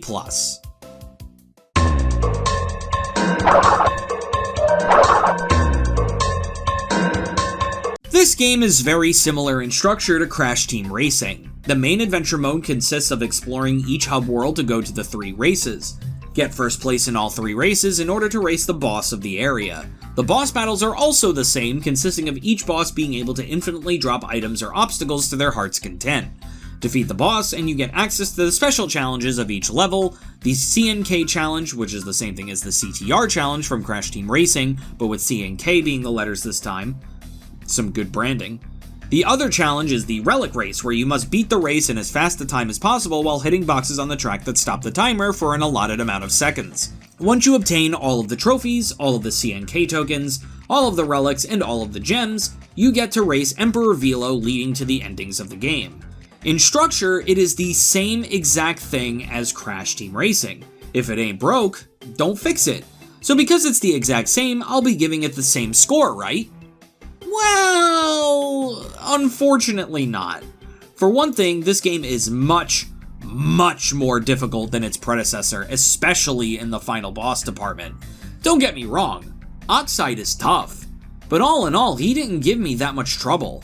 Velo, on the other hand, feels downright unfair, and, correct me if I'm wrong, I think this final boss takes design notes from Crash Bash.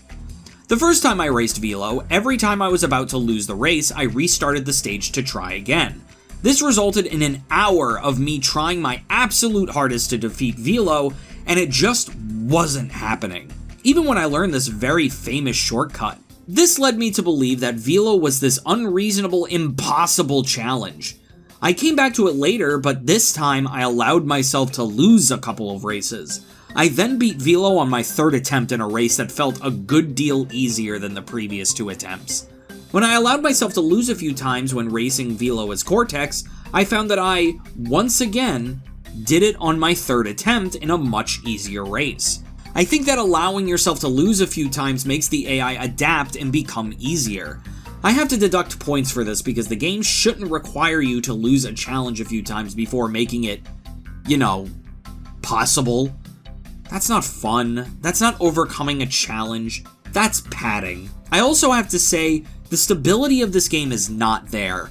Weirdly enough, this game suffers from something that I have never encountered in the PS1 game. This game has slowdown, which leads to dropped inputs, and it also has glitches. Throughout the game, especially in some of the more graphics-intensive courses, there are times where it seems like the game forgets that I'm holding X to accelerate, and it'll just make me stop. At first I thought it was my controllers, so I bought a new controller for my PlayStation 2, but nope, that's just the game. This gets especially frustrating during some races when it becomes my main reason for losing. That has nothing on the glitches. Listen, I can forgive a glitch if it happens every once in a while, especially if it happens if I'm being real fucky with the game. More than a handful of times though, there are times where I just straight up fall through the track.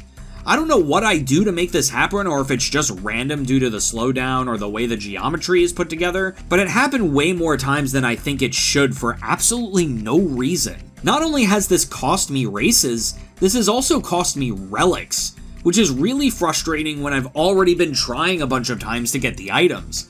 Is the gameplay of Crash Nitro Kart bad? No, not at all. It's just a downgrade from Crash Team Racing. With all of that in mind, Crash Nitro Kart's gameplay gets my rating of a B.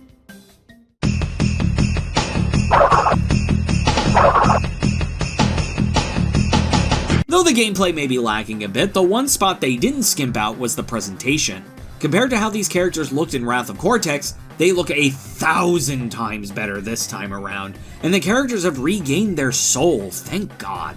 I especially love the interactions between Team Evil. It's really cool and funny to see Cortex, Engine, and Tiny interact like this.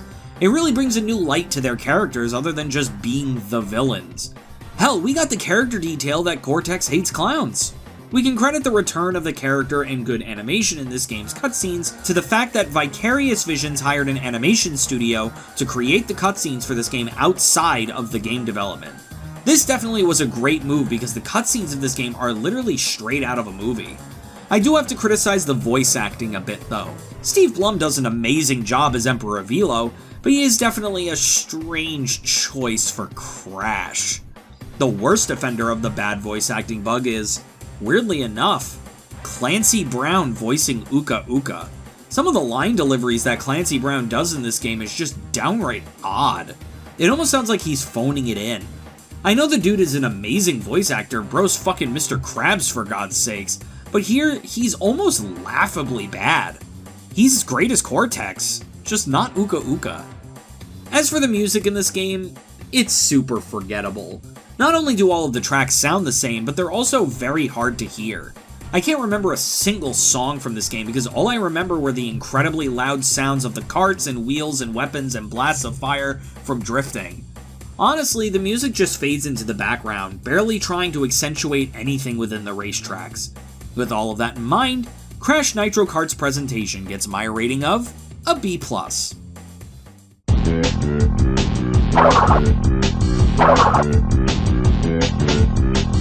To complete Crash Nitro Kart, you must do pretty much the same stuff you did with Crash Team Racing, but twice! As both Team Bandicoot and Team Evil, you must win all 12 trophies, get all 16 CNK tokens by winning the CNK challenges and doing all of the crystal challenges, obtaining all 13 relics, obtaining all 4 gems by winning the gem circuits, and defeating Emperor Velo in a race. Doing this will award you 100% in both save files and grant you the ability to play as Velo in the multiplayer, who has the best racing stats in the game.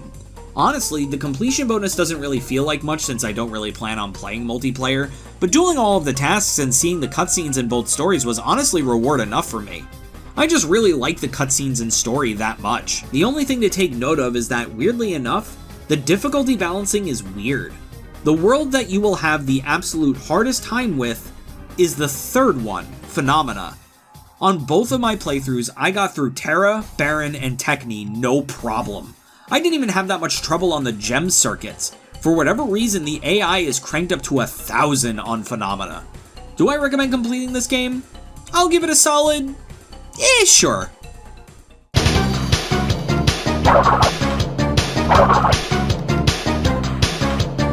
Though Crash Nitro Kart is not as good as Crash Team Racing, do not let that fool you into thinking that Crash Nitro Kart is a mediocre game.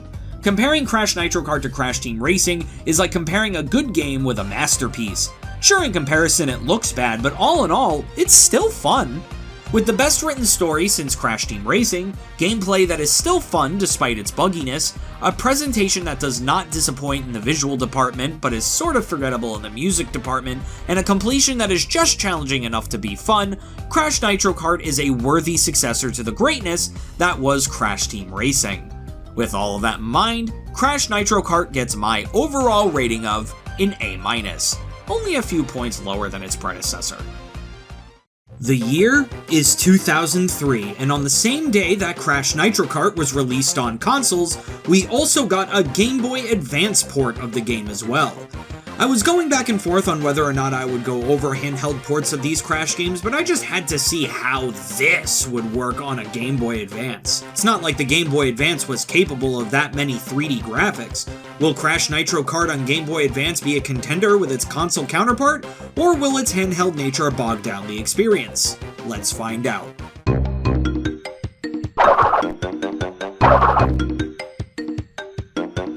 The story of Crash Nitro Kart on the GBA is the exact same as the console version, but in case you didn't see that video...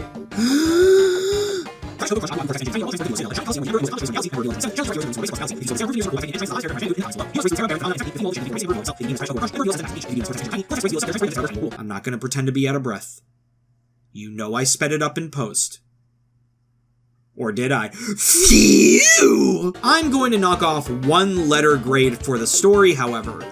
Not because the cutscenes are now just PowerPoint presentations. I don't expect there to be fully 3D cutscenes on a Game Boy Advance. They did water it down a bit though, especially in the boss character department. For example, Geary in the console version is a robot who has an obsessive compulsion to clean every speck of dust around. In this game, he's just a robot.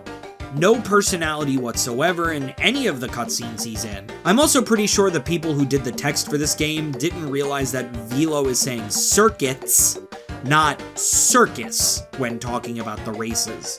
With all of that in mind, Crash Nitro Kart on the GBA's story gets my rating of an A.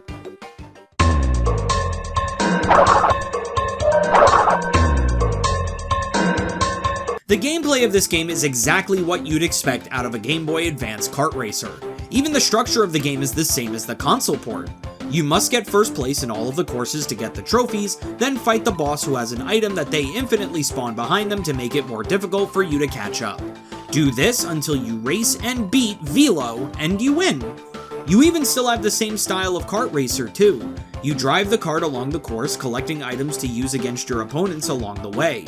Being a handheld game on the Game Boy Advance, however, you can definitely tell they had to cut a lot of corners and cope with a lot of difficulties. For one thing, the control is fine for the most part, but drifting is a nightmare. Every time you go to drift in this game, you damn well near turn 90 degrees on a dime. Due to this, I didn't use the drift really much at all, and not only was I able to get all of the trophies like this, I was able to get all of the relics like this with little to no resistance from the game. It's almost as if the devs knew the controls were a little worse and loosened up the times a bit to compensate. That leads me into the difficulty of this game. This game is way too easy. Being a Game Boy Advance game, they couldn't really do true 3D with dynamic tracks and ramps and what have you like they did with the console port. Instead, they flattened all of the courses out into Super Mario Kart-esque stages and just did that for the whole game. It makes the courses too easy and makes getting through the game feel more like a list of chores than it does overcoming any sort of challenge. It's funny, the console version overshot, and the handheld version undershot. Lastly, and I'll go over this more when I get to the presentation portion since it concerns that too, sometimes it's really hard to tell what's a part of the track and what's not. I've driven into walls and corners a good amount of times because I legit couldn't tell which way the course was trying to get me to go. All in all, it wasn't a terrible experience, just sort of felt like going through the motions. With all of that in mind, Crash Nitro Kart on the GBA's gameplay gets my rating of a B-.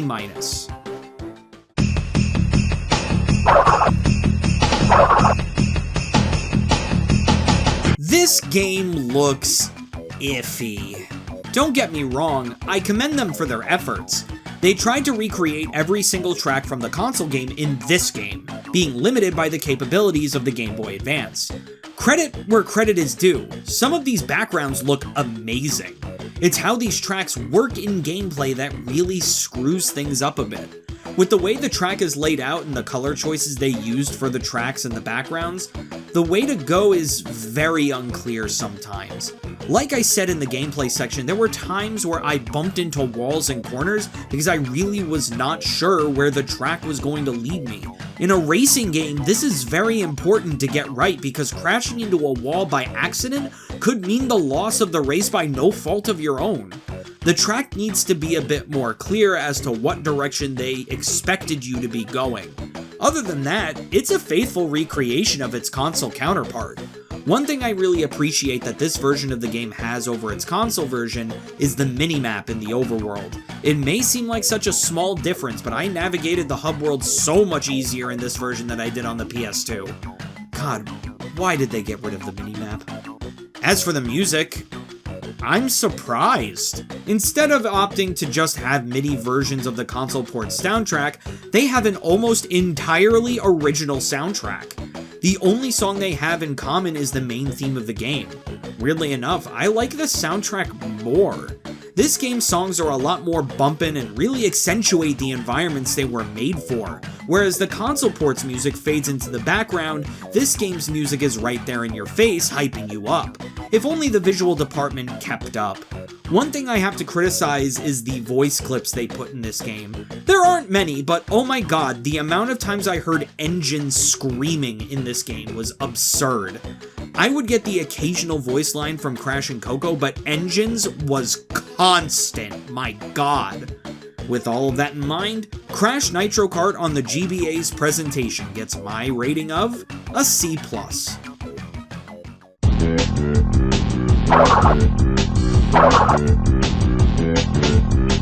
To complete Crash Nitro Kart on the GBA, you pretty much have to do everything you did in the console port. Obtain all 12 trophies, all 16 CNK tokens, all 13 relics, and all 4 gems, then defeat Velo in a final race. Like I said, this game is not hard in the slightest. I actually got everything in the game without much of a problem at all. There are two major differences that make this completion experience different than its console port. The first bogs it down a lot. Just like Crash Bandicoot 2 N-Tranced, they made it necessary for you to get platinum relics in order to truly get 100%. This goes for both stories of the game. I completely opted out of this because why would I put myself through the torture? I got the relics, that's enough. The other difference, which I highly appreciated and made this game a lot more completionist friendly, was how they handled the gems. In the console port, to get the gems, you must get first place in a Grand Prix style gauntlet, where you must do as well as you can for 4 races in a row while the AI's difficulty is cranked up to phenomena. This game does a similar approach, but this time, you only have to do 1 lap in each stage. What's interesting is that, technically, this makes getting the gems a teeny bit harder, since you don't have as much time to catch up to the other racers. But if you lose the gem circuit, you don't have to sit through 12 laps of racing again, just 4. I honestly like this method a lot more, and it makes getting the gems feel more quick and fair, while also being a little bit more of a challenge than the normal races. That being said though, completing this game will feel like completing a list of chores to do before racing Velo. But just know that if you decide to do so, it won't take you very long.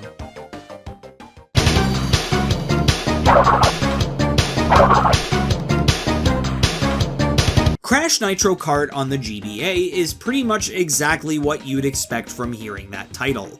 With a diet version of the story, flattened and easy gameplay with slightly worse controls, a messy visual style with a surprisingly banging soundtrack, and a completion that is easy but not very rewarding, Crash Nitro Kart for the GBA is just a watered-down version of the console release.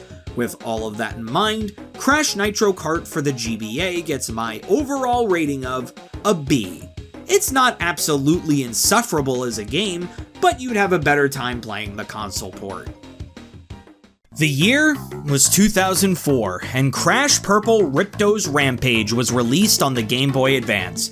After the development of Crash Nitro Kart concluded, Vivendi Universal wanted Vicarious Visions to develop the next handheld Crash game. They came up with the idea of mashing together the protagonists of 2 of Universal's biggest gaming successes.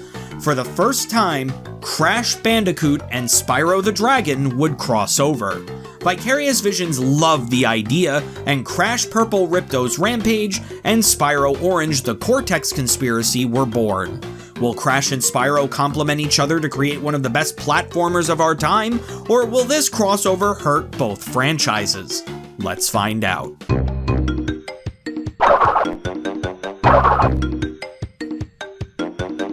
Somehow, someway, Cortex meets up with Ripto in his lab. They come up with a plan to try and get rid of their adversaries and take over their respective worlds. To do this, they plan on pitting Crash Bandicoot and Spyro the Dragon against each other by making them think that they are each other's enemy. To accomplish this, Ripto sends Riptox with Spyro masks to attack Crash, and Riptox with Crash masks to attack Spyro. Eventually, Spyro and Crash do meet up and fight each other. When Coco, Aku Aku, Hunter, and the Professor meet up and talk about their goals, they realize very quickly that they were tricked and team up to fight against their enemies. This happens at the end of World 1. Crash and Spyro then proceed to defeat Tiny and Ripto while collecting the power crystals and the gems. Cortex gets so desperate, he even sends his niece, Nina Cortex, to go stop Crash, and oh my god, what did they do to her?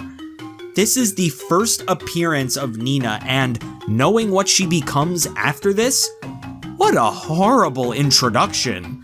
Crash and Spyro defeat Nina, put trackers on Cortex, and then defeat Ripto and Cortex once and for all. After one final goodbye, Crash and Spyro go back to their respective worlds. Good God. It's almost impressive just how horrible and thrown together this story is. For one thing, you bring together 2 of the biggest 3D platforming icons, and you do this? You don't explain how the two worlds collide. You try to pit Crash and Spyro together by putting masks on Riptocs?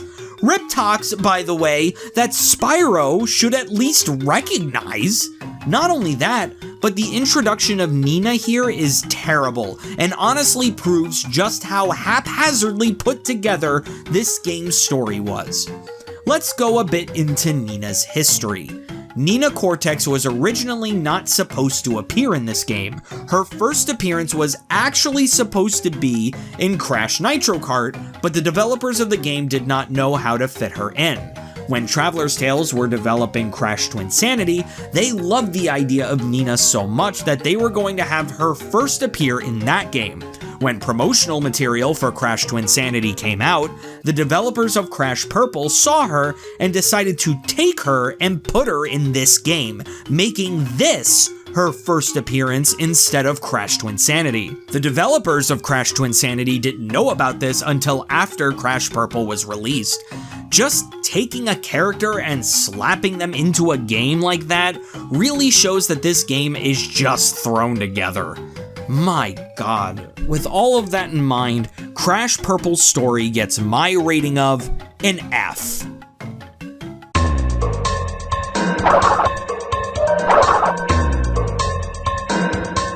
So there are two sides to Crash Purple's gameplay. First, there are the hub worlds, which within themselves play like your typical Crash Bandicoot game. You run, you jump, you spin, and you collect Wumpa Fruit. When you collect enough Wumpa Fruit, you will be allowed to enter the warp pads that are scattered throughout all of the worlds. Within these warp pads are mini-games that you must beat in order to collect the power crystals and gems in this game. There's falling games where the point is to get as many boxes as possible, get them all, and you get a gem. There's bear levels where you run in an auto-scroller and have to get as many boxes as possible. Finishing the stage gets you a crystal, and getting all the boxes gets you a gem. Crate Crush has you getting through a very short level, breaking as many crates as you can in a very small amount of time. Break all the crates and get to the end to get a gem. The Sheep levels has Crash shooting missiles at sheep on multiple lanes. Do it perfectly and you will obtain a power crystal.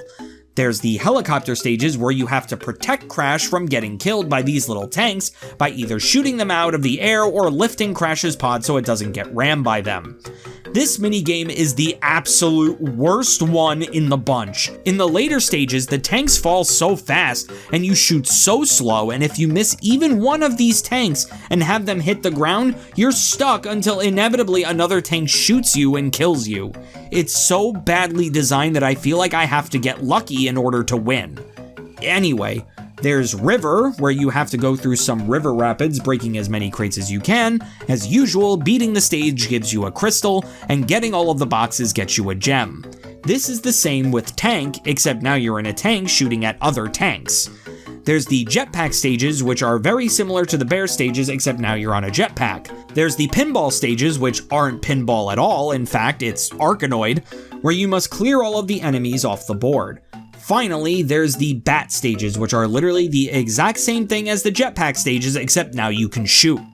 Collecting all of the crystals in a world will allow you access to the boss stages in the game.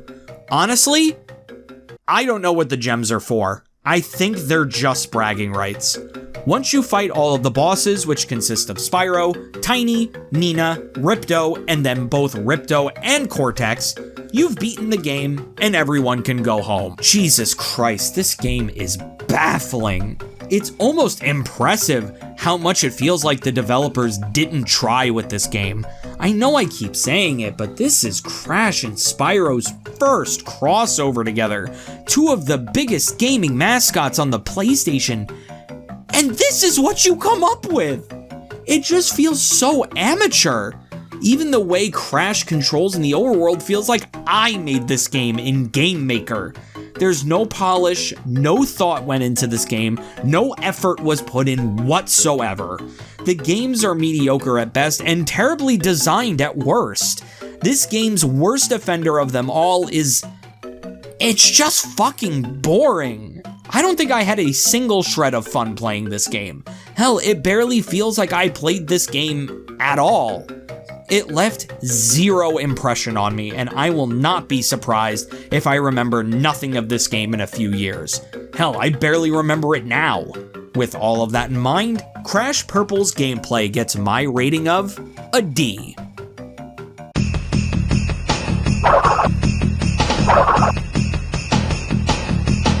This game looks bad. They used the same pre-rendered 3D models for this game like they did in the last two adventures, but somehow they look worse? Kinda crunchier? I don't really know how to describe it. It's almost like they compressed the sprite multiple times, and it's turning more and more into a pixelated mess. As for the cutscenes, you can tell they just stole models from other games. Crash and the Gang's models coming from Crash Nitro Kart, and Spyro's coming from A Hero's Tale. Like, this game just looks thrown together and cheaply made. Everything about this game just screams amateur. Like a one-person team made this game in their mom's basement. Even the backgrounds are just generic nighttime sky, daytime sky, space. It's just so generic and boring. As for the music, this is the most tinky soundtrack I've ever heard. It just tinks the entire way through. Even at its worst, the songs in Huge Adventure and N-Tranced still sounded fine. Hell, Nitro Kart and the GBA has a banger soundtrack. This game though, this is the most tin can sounding MIDI soundtrack I've ever heard. It's just so bad. With all of that in mind, Crash Purple's presentation gets my rating of an F.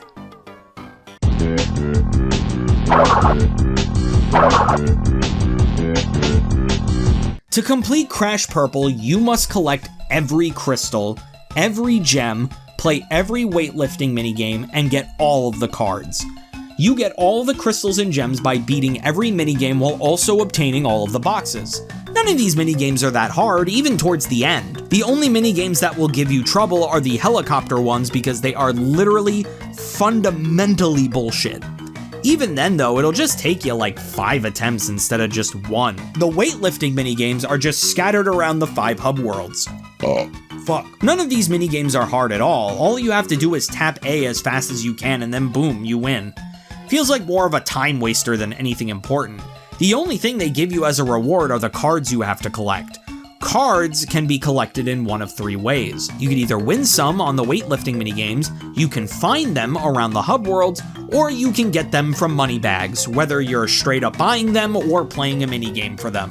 The only thing I hate is that you cannot truly 100% this game until you also 100% Spyro Orange as well.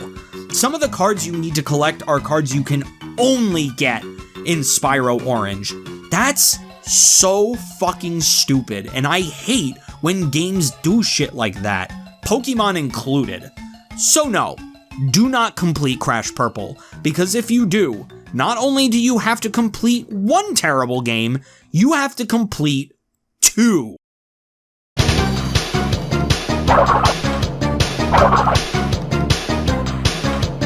Good God, how did they screw this up that bad?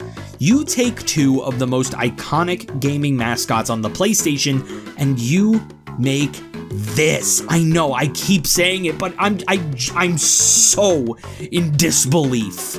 You just throw a bunch of minigames, reused assets, a shitty story that explains nothing, crappy game physics, a tinky soundtrack, compressed sprites of compressed sprites, and a completion that requires both versions of the game to play. Crash Purple is pretty terrible, and you know that this is never entering my Game Boy Advance slot ever again.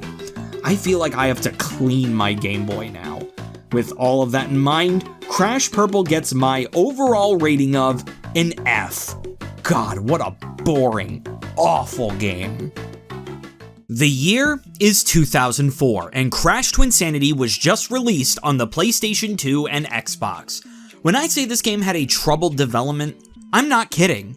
As you learned from my other series Releasing the Unreleased, which if you haven't watched that, I'll be putting a link to the playlist in the little eye in the top right corner there, this game started its life as Crash Bandicoot Evolution.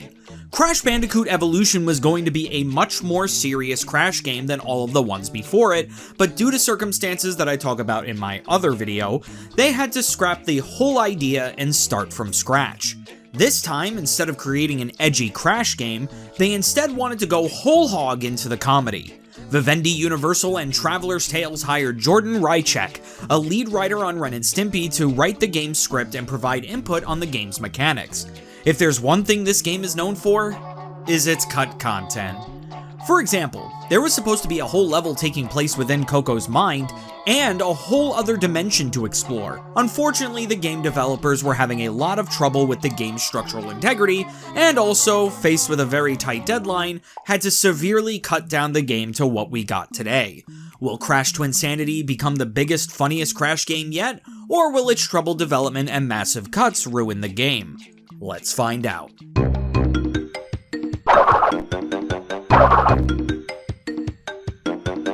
You'll need to bear with me because this story is very fractured and has many things that just appear and then disappear, so I'll try to make this as coherent as possible. 3 years after the events of Wrath of Cortex, Cortex goes back to Insanity Island to once again confront Crash. Cortex uses his stun gun to paralyze Coco and kidnap her. He then disguises himself as Coco to lure Crash into the woods. When he gets Crash right where he wants him, Cortex rips off the disguise to reveal he lured him here to have a celebration with his enemies from all the previous games. You know, like a birthday party, except the exact opposite. Cortex then tries to take Crash out, with Engine appearing in a giant Bandicoot mech suit appropriately named Mecha Bandicoot. When Crash defeats Mecha Bandicoot, Engine gets so frustrated with losing that he breaks the ground below him, dropping down into a cavern. Crash and Cortex also fall down there and end up fighting their way all the way through the cavern until they find a power crystal. Cortex nabs it, but Crash also grabs onto it, unwittingly helping each other get out of the caverns. When they get back to the surface, they are encountered by 2 mysterious foes known as the Evil Twins. They seem to have some beef with Cortex, removing his brain and causing all sorts of problems for him. After a random run-in with Papu Papu, his tribesfolk, and a giant tiki, Cortex decides to take Crash to his iceberg lair in order to try and find out what's going on further. Of course, this is a video game, so it can't be easy and they have to go the back way. Along the way, Cortex and Crash end up encountering Uka Uka, freeing him from his icy prison. After fighting him, Uka Uka goes to escape, but Aku Aku stops him. Aku Aku tells his brother that the Evil Twins are planning on taking over their world. Seeing this as a challenge, the Aku Uka brothers reunite and go off to defeat the Evil Twins. When Crash and Cortex finally get into the lab, the Evil Twins appear wearing Aku Aku and Uka Uka like Halloween masks. The Evil Twins then say their plan to merge the dimensions so that they can take over, and also mention their plentiful riches, which gets Cortex interested to defeat them. After the Evil Twins leave, Aku Aku and Uka Uka debate on giving up Cortex as tribute. Cortex, afraid for his life, makes a deal with the brain-dead Crash to make their alliance official. Going up to Cortex's dimension-hopping device, they deduce that Cortex needs more power crystals in order to get them there. They decide to go steal it from Engine's ship, and along the way, the villains hear of the treasures that the Evil Twins are holding onto and want to stop Crash and Cortex from getting to the 10th dimension so that they can have the riches to themselves. Once Crash defeats Engine, Entropy, and Embryo, they finally have enough crystals to travel dimensions. When they try to activate the machine, Coco suddenly appears and destroys Cortex's machine as well as his nutsack. The machine ends up zapping Coco, freezing her in place again, where she will stay for the rest of the story. She can even kill you. Cortex says that he'll need help fixing the machine now that Coco has broken it, so they go to Madame Amberly's Academy of Evil to get Cortex's niece, Nina Cortex, to help them. After breaking her out and defeating Madame Amberly herself for some reason, they return to the lab. On their way back, Cortex remembers who the Evil Twins are. They were his first animal experiments. When he was going to Madame Amberly's, he was trying to create the first prototype of the Evolvo Ray, when he ended up zapping his 2 pet birds, Victor and Maurice. They seem to have ended up in the 10th dimension, where they then became the Evil Twins. Back at the lab, Nina fonzes the machine, allowing them to travel to the 10th dimension. Once there, they encounter an evil version of Crash who kidnaps Nina. Crash and Cortex then have to get her back. Once they do, they finally enter the evil twins' lair. They end up finding the riches, but the other evil scientists seem to have beaten them there. Cortex tells them that they don't think the Guardian would like it if they stole his gems, revealing a cameo from Spyro. Now that's a crossover I can get behind. After that, our heroes finally fight and defeat the evil twins once and for all. After getting their evil base destroyed, the evil twins seek shelter inside of a random house. Inside, they are met with evil Crash, who ends up eating them. Well, that's one heck of an ending. God, the story of this game conflicts me so bad. On the one hand, this story is not coherent in the slightest. 1 second the evil twins are using a device called the vice versa reverse array to do something, and the next they're trying to merge dimensions, the next they're just trying to kill Cortex. The evil twins' motives are very unclear. Even the other villains' roles are kinda confusing. They want to stop Crash and Cortex from going to the 10th dimension so that they can obtain the riches, but how did they plan on getting there without them?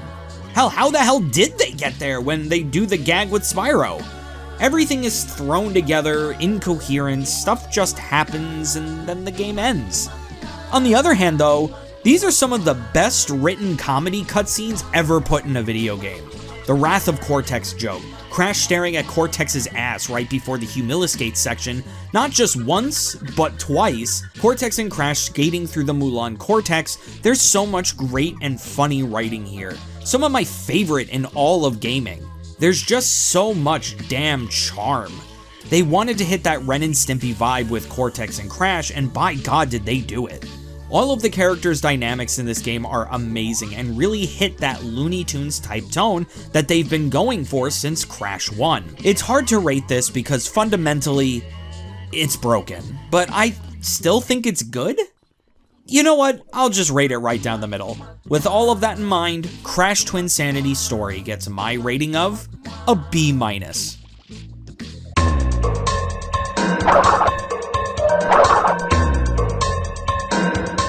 On the surface, this is your run-of-the-mill Crash game. You run, you jump, and you spin. But gone is the level-to-level warp rooms of Crash 2 through Wrath of Cortex. Now we have an entire open world to explore as Crash Bandicoot. There are 4 major environments for Crash to explore: the tropical beaches of Insanity Island, the cold peaks of the Iceberg Lab, the dark and spooky Academy of Evil, and the twisted Twinsanity Island. Honestly, the structure of this game is really solid. To make the game feel like a Crash game instead of having the level-to-levels that we've seen in the previous titles, instead there are separated levels all seamlessly connected within the worlds. For example, Twinsanity Island is the overall world, but within Twinsanity Island there's Rock Slide Rumble, Bandicoot Pursuit, and Ant Agony. It's honestly a great meshing of old and new that we haven't really seen in a Crash game before. It makes the game feel bigger and more coherent. This game also offers multiple playstyles and even multiple playable characters this time around.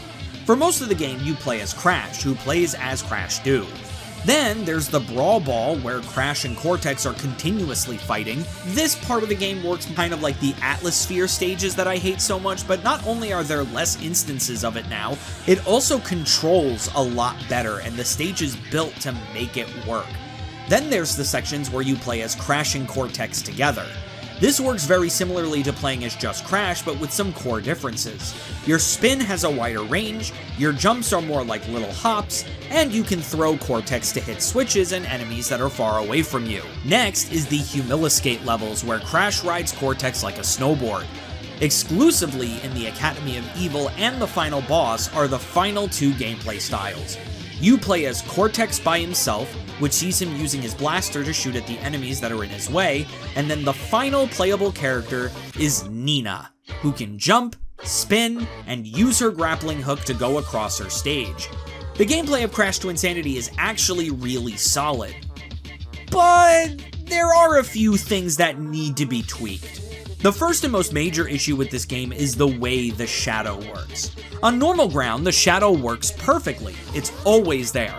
If you're jumping above anything else, however, including boxes, even steel boxes, the shadow disappears. It is surprisingly difficult to tell where you are in space without it, so it leads to a lot of depth perception issues. You don't realize just how important that shadow is until it's gone. This becomes especially frustrating in the engine level, where you virtually have to go the whole level without the shadow. This gets especially frustrating because even though there are a good amount of checkpoints within this game, once you game over, it sends you so far back. I even tried manually saving my progress to try and manually make a checkpoint that way, but no, it doesn't work at all. I honestly don't even know what it's for. It doesn't even save your collectibles. My other main complaint with this game is honestly rich, considering my criticisms of other Crash games, but here we go. In the past, I've criticized Crash games for having too many gimmick stages, and I just wanted there to be more of the Crash platforming that we know and love. Now, I'm calling for more of the alternate play styles. I think what it is that the Cortex sections and the Nina sections are still platformer based at heart and don't feel like completely different play styles. That I would love to see more of these small twists on the Crash formula. Unfortunately, we only got one Nina stage and one Cortex stage in the entire game. Again, this is wholly born out of this game's troubled development, so I can't entirely blame it, but I can point out how it affects the finished product. With all of that in mind, Crash Twinsanity's gameplay gets my rating of a B+.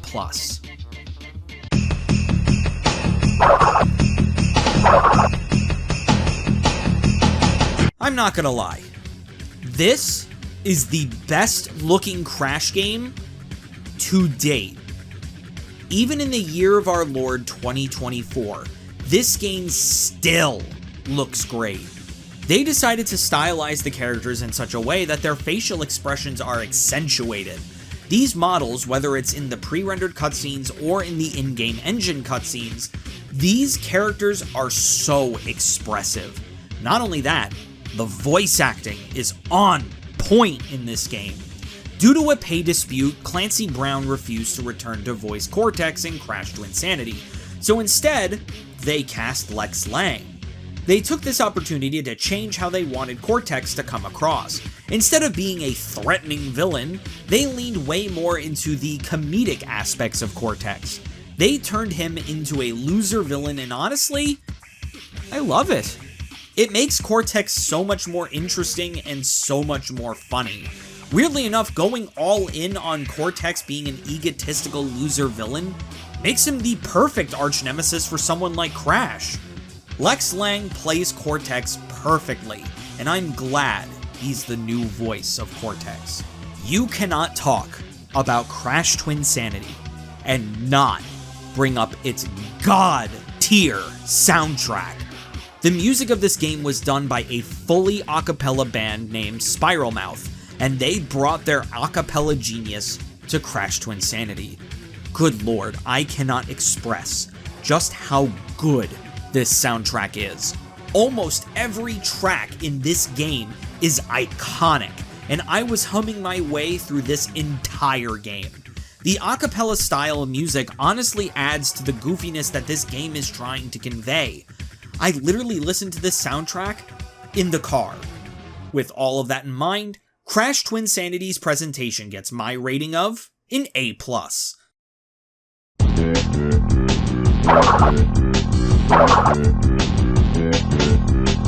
Completing Crash Twinsanity is honestly really simple. All you have to do is beat the game and then obtain all 5 gems in each level of the game. The way you get the gems is just explore. This game rewards you for exploring its environments and solving its puzzles. No relics, no bullshit challenges, just find the gems, and that's all you need to do for 100%. Now, some of these gems are pretty hard to get to, and you have to beat the stage for them to stay in your inventory. If you game over in the stage, that's it. You have to get all of the gems again. I will say though, the only stages I really had trouble with when collecting the gems was Engine Stage, because I kept game overing and there's no checkpoint within the level, the Humiliscate stages, because some of the gems are really hard to get to, and Twinsanity Island, where each gem is trapped behind a puzzle. I cheesed most of the puzzles though, so we good. For getting the gems, you get a bunch of concept art that you can look through to see just how much was taken out of this game, and this even includes some stuff from back when this game was Crash Bandicoot Evolution. If you didn't see my video on that cancelled game, I recommend you go watch it right after you're done with this video. What you get for getting all 100% in the game is a bonus cutscene. This cutscene shows Crash and Cortex going through couples therapy, doing a trust exercise. It isn't much, but it's funny, it's cute, and it's a nice reward. I would definitely recommend completing Crash Twinsanity. You won't regret it.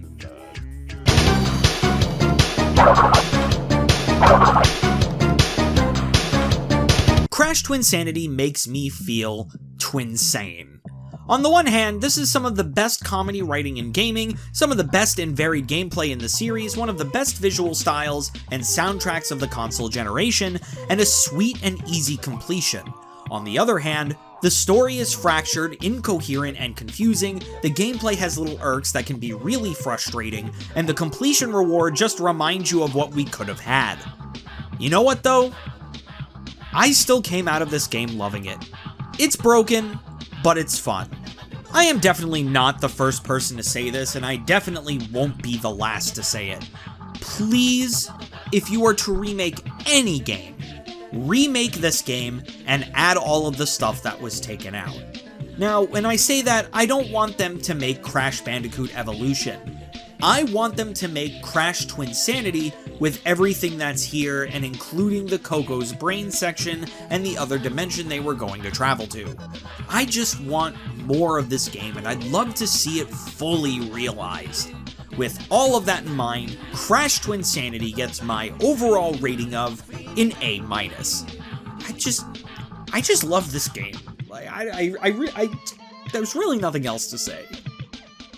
The year is 2005, and Crash Tag Team Racing was just released on the GameCube, PS2, Xbox, and PSP. This time, Vivendi Universal Games put the task on Radical Entertainment on the task to create the new Crash Racing game.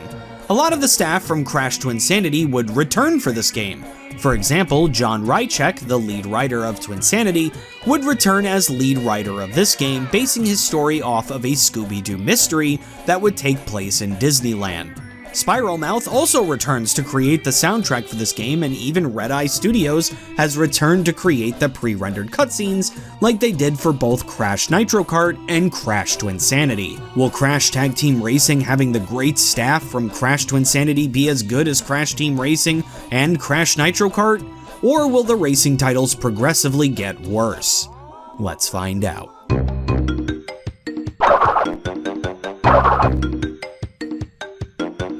Our story begins with a cyborg named Ebenezer Von Clutch. Von Clutch is the owner of a dangerous racing-themed amusement park called Motor World, but there is a huge problem.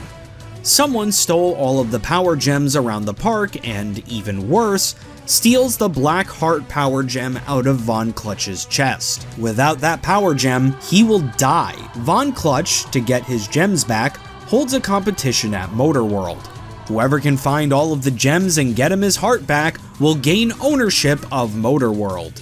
Being the rundown shitty amusement park it is, no one enters other than a racer named Pasadena Opossum. Lucky for Von Clutch, Crash, Coco, Crunch, Cortex, Engine, and Nina crash into Motor World. After being told about the competition, Cortex decides to enter so that he can use Motor World as a new evil lair. Hearing this, Crash, Coco, and Crunch decide to join the competition to stop Cortex from doing so. With the 6 of them competing alongside Pasadena Opossum, Von Clutch, and Willy Wumpa Cheeks, the race is on. After recovering some of the gems, everyone starts getting suspicious as to who could have stolen the gems in the first place. Coco noticed that the perpetrator has been leaving a trail of Wumpa Whip everywhere. This makes everyone suspicious of Crash because he drinks Wumpa Whip. Getting frustrated at how stupid everyone is, Willy Wumpa Cheeks outs himself that he was the one trying to kill Von Clutch, and then runs to Astroland to try and get away. When everyone finds Willy Wumpa Cheeks in Astroland, he is trying to get away on a rocket. Crash pulls a single lever, stopping the rocket from going anywhere. When they go to apprehend Willy Wumpa Cheeks, Cortex, Engine, and Nina appear in a ship, shoot Willy to smithereens, and go to shoot at the Bandicoots, ensuring their win. Crash ends up throwing a chicken into their engine, destroying their aircraft once and for all. Back at the park, they tell everyone that they've recovered all of the power gems, giving the Bandicoots ownership of the park.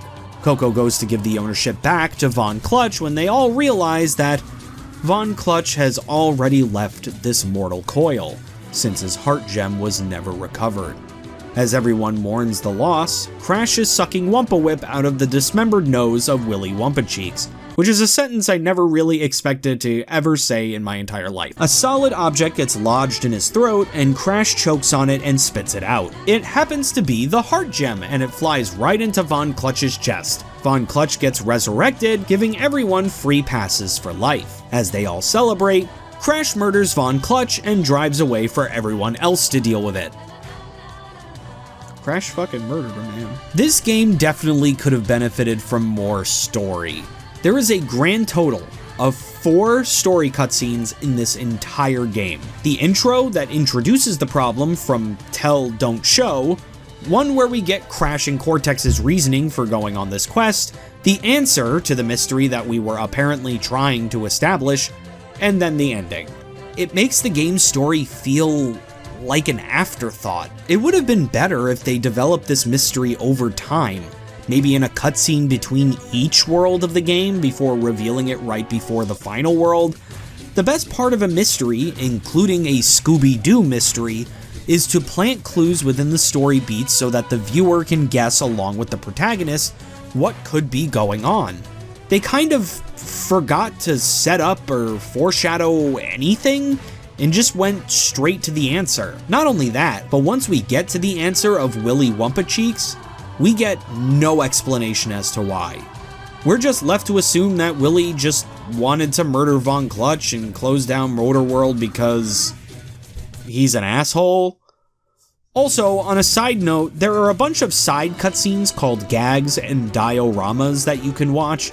These pertain nothing to the story and are really only there to be funny, I guess. All this does, along with the ending of the game, is show that Crash is such a jerk in this game.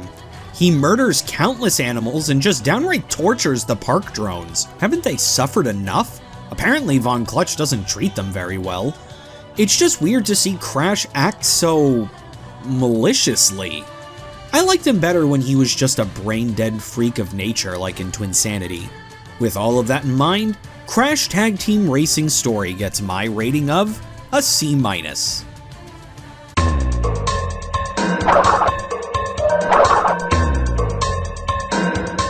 There are 2 sides to Crash Tag Team Racing's gameplay, the platforming side and the racing side. The first section I'll talk about is the section that the game seemed to care about the least, the racing.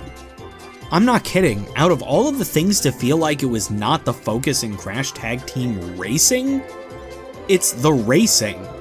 Within each of the 5 areas, there are 3 racing tracks. Within each race, there are 5 challenges. First, there are the races, which are self-explanatory. Get first place in the race. So let me explain how the racing mechanics in the game work, because it is completely different to Crash Team Racing or Crash Nitro Kart. So there's the usual stuff you'd expect. You steer your car through the track, collect items that you can then throw to your enemies. The new mechanic that makes this game unique and absolutely breaks the game is the clashing mechanic. When you press triangle and then hit another racer, your kart will combine with theirs, having that racer drive and you will be able to shoot the other racers. Shoot racers enough and you can destroy their karts, severely slowing them down. Why I say this breaks the game is because literally all you have to do to get first place in every race is to immediately clash with another racer, absolutely demolish everyone on the track, and then just win. The only time you will not win this way is if your partner betrays you at the last second and ejects you, but 9 out of 10 times, that won't happen. The next event is Crashinator, where you must go through a lap of the course hitting into as much of the designated objects as you possibly can. For most of the game, these courses are insanely easy to beat, but once you hit Astroland, the difficulty spikes up to 1,000, and they become the bane of your existence. Unless you're playing as Engine in his Tier 3 car, you are not beating these. Next is Rolling Thunder, where you have to destroy as many of the enemy's carts as you can in one lap. These missions are a cakewalk. There was not a single time where I had to retry these missions to get a gold. As long as you just keep shooting your gun with reckless abandon, you'll win. Next is Run and Gun, where you must shoot as many airborne targets as you can within a single lap. Just like with Crashinator, these are really easy for most of the game until you hit Astroland and it suddenly becomes near impossible to get golds in. Last and certainly least, the Fast Lap Challenge. This is essentially the relic levels of this game, except this time, there's no stopping the timer. Finish one lap of the course as quickly as you possibly can. Now this challenge is the worst one, because your ability to get a gold medal is not dependent on your skill that much at all. If you want my advice, do not attempt these until you unlock all of the Tier 3 cars. The reason I say this is not because the Tier 3 cars are the best cars. In fact, I'd suggest you use Crash's Tier 2 car for these challenges. No, I say that you should unlock all the Tier 3 cars because that'll unlock the insane speed setting in the menus. They do not balance the times depending on your speed setting. This setting will literally determine if you are able to get gold or not. Literally, there was one point where I was having a whole load of trouble with a fast lap, and the only thing I had to do to beat it was to pick the faster speed option. The difference between victory and failure should not be a menu option. The reason you want to get gold in all of these events is to get as much Wumpa Fruit as you can and, more importantly, obtain the power crystals. That brings me to the other half of this game, the overworlds. Every hub world in this game is a fully explorable world for Crash to explore. Not only do you enter the races here, you can play mini-games which can include battle arenas, skate parks for your cars, shooting galleries, and bowling alleys. Not only that, but there are park drones around that you can buy power crystals from or even alternate costumes for all of the characters. These hub worlds are also used for the side quests in this game. In the Midway, which is essentially the hub world for the hub worlds, every character is there waiting to give you a side quest. Usually it's either one of two things: find an item and bring it to them, or pay them in either Wumpa Fruit or crystals. Doing these side quests will unlock the Tier 2 and Tier 3 cars in the game that I mentioned earlier. When you collect enough power crystals, you can activate the jump pads within each world in order to get the next power gems to gain access to the next part of the amusement park. Everything about this world is just so middle of the road, and you're just doing things. I know I said the same thing about Crash Purple, and I am definitely not saying this game is as bad as Crash Purple. It's just boring.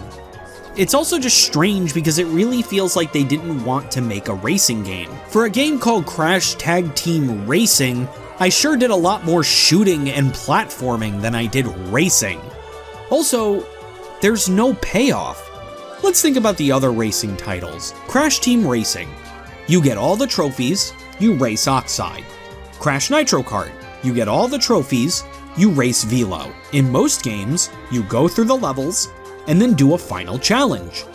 This game, you do all the races, get all of the gems, you pull a lever, and that's the game. This game has no final level, no final boss, no nothing. It just ends. It feels so anticlimactic. It honestly feels like a game that has had half of its content cut out of the game, but as far as I know, it's not at all.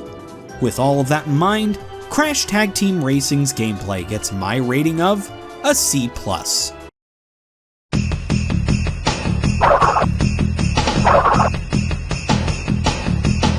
The visual style of this game looks pretty good. All of the characters look like slightly more polished versions of their Twinsanity looks, and all of the new characters have great character designs, except Willy Wumpa Cheeks, I hate him.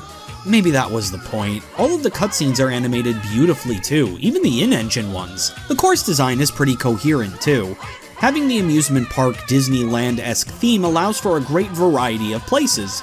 We get fairy tales, volcanoes, Egypt, space, but what's cool about it is that it's all tied together with in-game toothpicks and glue sticks and rope. They keep the aesthetic of a cheaply made, dangerous amusement park to really keep the theming of the game consistent. As for the music, why did they do this? Spiromouth returns from Crash Twinsanity to do the soundtrack again for this game.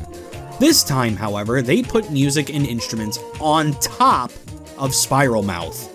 Putting the instruments there, to me, kinda defeats the purpose of getting Spiromouth for your soundtrack. Part of what made the Twinsanity soundtrack so unique and cool was that it was entirely a cappella and matched the goofy vibe they were going for. This time, it feels like they were scared to experiment with an entirely a cappella soundtrack again, so they just threw music on top of the good shit. The voice cast is pretty good too this time around. Everyone in the game has been recast except for Lex Lang as Cortex and Debbie Derryberry as Coco. We got voice acting greats like Jess Harnell as Crash and even Nolan North as Engine. They all do a pretty good job, all things considered. Even Danny Mann as Ebenezer Von Clutch was pretty good, even if the only joke Von Clutch has is that he's German. Though I wish some of the voice lines during the races were better. The amount of times I've heard Cortex and Engine say that they've pissed themselves. If they both pee this much, I think they should go take a trip to the doctor and get the whole wiggly-figgly in the anus hole. Anyway. With all of that in mind, Crash Tag Team Racing's presentation gets my rating of a B-.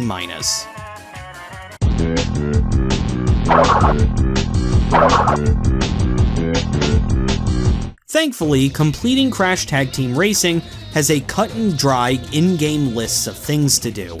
First, you must unlock all 5 track secrets. These are interactables that you can find in the overworld that will open up shortcuts within one of the race courses. Next, you must get all 34 dioramas in the game.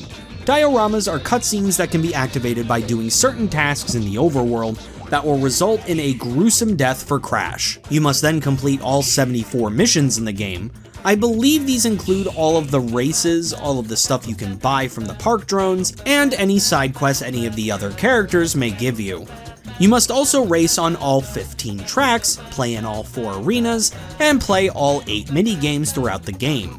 These are the aforementioned race courses, battle arenas, skate parks, shooting galleries, and bowling alleys. You must unlock all 24 vehicles in the game, which again, are done by beating the side quests given to you by the other characters. You must then unlock all 16 costumes, which can be bought from the park drones all around the map. You must complete all 5 chicken challenges. Somewhere in each world, except for the Midway, there is a chicken that you must talk to. Talking to the chicken will activate the Chicken Challenge, where you must collect every single chicken around the map in an allotted amount of time, and there are hundreds. Your time limit increases every time you collect a chicken, so at least there's that leeway. This is actually a really good way to familiarize yourself with every overworld in the game. Finally, you must collect all 142 power crystals in the game. To do this, you must get the gold medal in every race, Crashinator, Rolling Thunder, Run and Gun, Fast Lap, Battle Arena, Skate Park, Shooting Gallery, and Bowling Alley in the game. Getting the golds in every challenge is absolutely necessary for a completionist. You must also buy all of the power crystals from the park drones scattered around the park. There are also power crystals just scattered all over the map, usually after particularly tough platforming challenges. And finally, there is one last way to get the power crystals, and it is the most cryptic. You must go back into the race courses you open shortcuts for, take those shortcuts while grabbing the item box, and that will get you your last 5 power crystals. Literally nothing in the game tells you this, and the only reason I knew is because I looked it up. In fact, I looked up a lot of stuff for this game, because it feels like a lot of stuff that is required for 100% is stuff that you would just find on complete accident. So what do you get for collecting all this stuff? Spending countless hours finishing up your laundry list of random tasks. You get nothing. You don't get a new character, a new car, hell, you don't even get Wumpa Fruit or more power crystals. You get absolutely nothing. They couldn't even give you the courtesy of giving you a useless reward. So would I recommend completing this game? Absolutely not. The completion process is a complete waste of time with no benefits.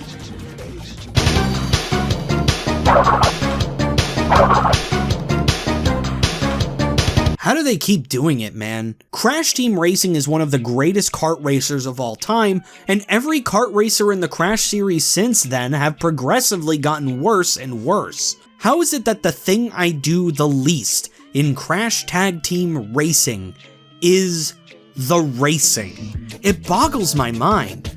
With a story that is barely there, gameplay that is broken and has a difficulty spike like you wouldn't believe, a presentation that looks great visually but misses the mark audibly, and an extensive completion process that gives you nothing in return, Crash Tag Team Racing is just so nothing. It is a nothing game. I know it seems that I've been saying that a lot, but some of these games are not good enough to be that fun, but also not bad enough to be bad. They're just there. With all of that in mind, Crash Tag Team Racing gets my overall rating of a C. Just enough to be called okay. The year is 2006, and Crash Boom Bang was just released on the Nintendo DS. This game is unique in that this is the first and only Crash game to be developed entirely in Japan. This game was developed by Dimps, a company known for such games as the Sonic Advance series, the Sonic Rush series, and... oh yeah, they did Sonic 4. Once again, the game was produced by Vivendi Universal, but this time they are under the name of Sierra Entertainment. That's right, that Sierra Entertainment. The same Sierra that developed games like King's Quest and Leisure Suit Larry. In 2004, Sierra Entertainment was attained by Vivendi Universal, and for a bit, they were developing games under that name, mostly on re-releases of Sierra's classic series. Crash Boom Bang, known in Japan as Crash Bandicoot Festival, was Crash Bandicoot's second go at a party game. Considering just how bad Crash Bash was, you can imagine I'm not too optimistic about this game. Will Crash Boom Bang finally give Crash Bandicoot the great party game he deserves? Or will this game prove that Crash Bandicoot party games are just a bad idea? Let's find out.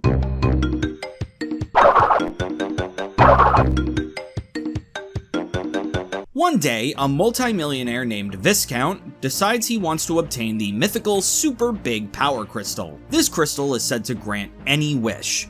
Viscount decides to hold a festival in order to trick the characters into getting the Super Big Power Crystal for him. Whoever finds it wins a cash prize of $100 million.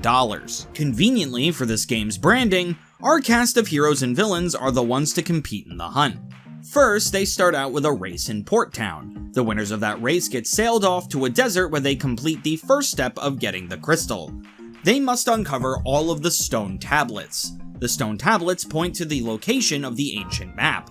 Unfortunately for Viscount, Cortex is also looking for the crystal, so it becomes a race to get the map pieces. Once they acquire the map, the last thing they must get is the final key located in the middle of the ocean. As they fly towards their next objective, we get a little bit of background on Viscount. A long time ago, an adventurer found the final key, but was not able to find the giant power crystal.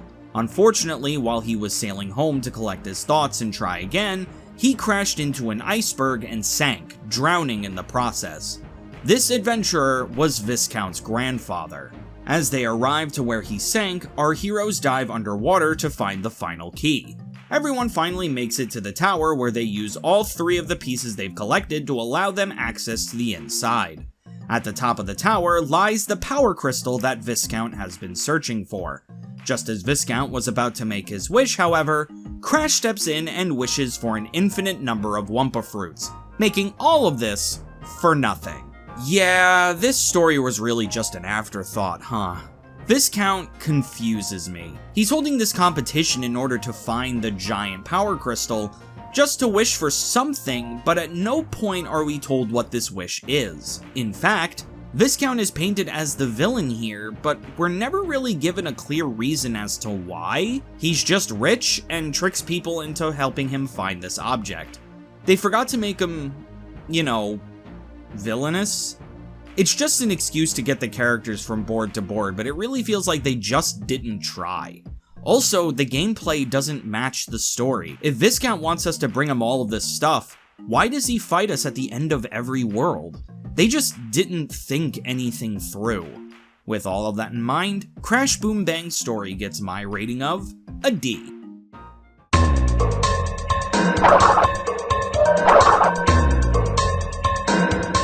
This game is a Mario Party clone, short and simple.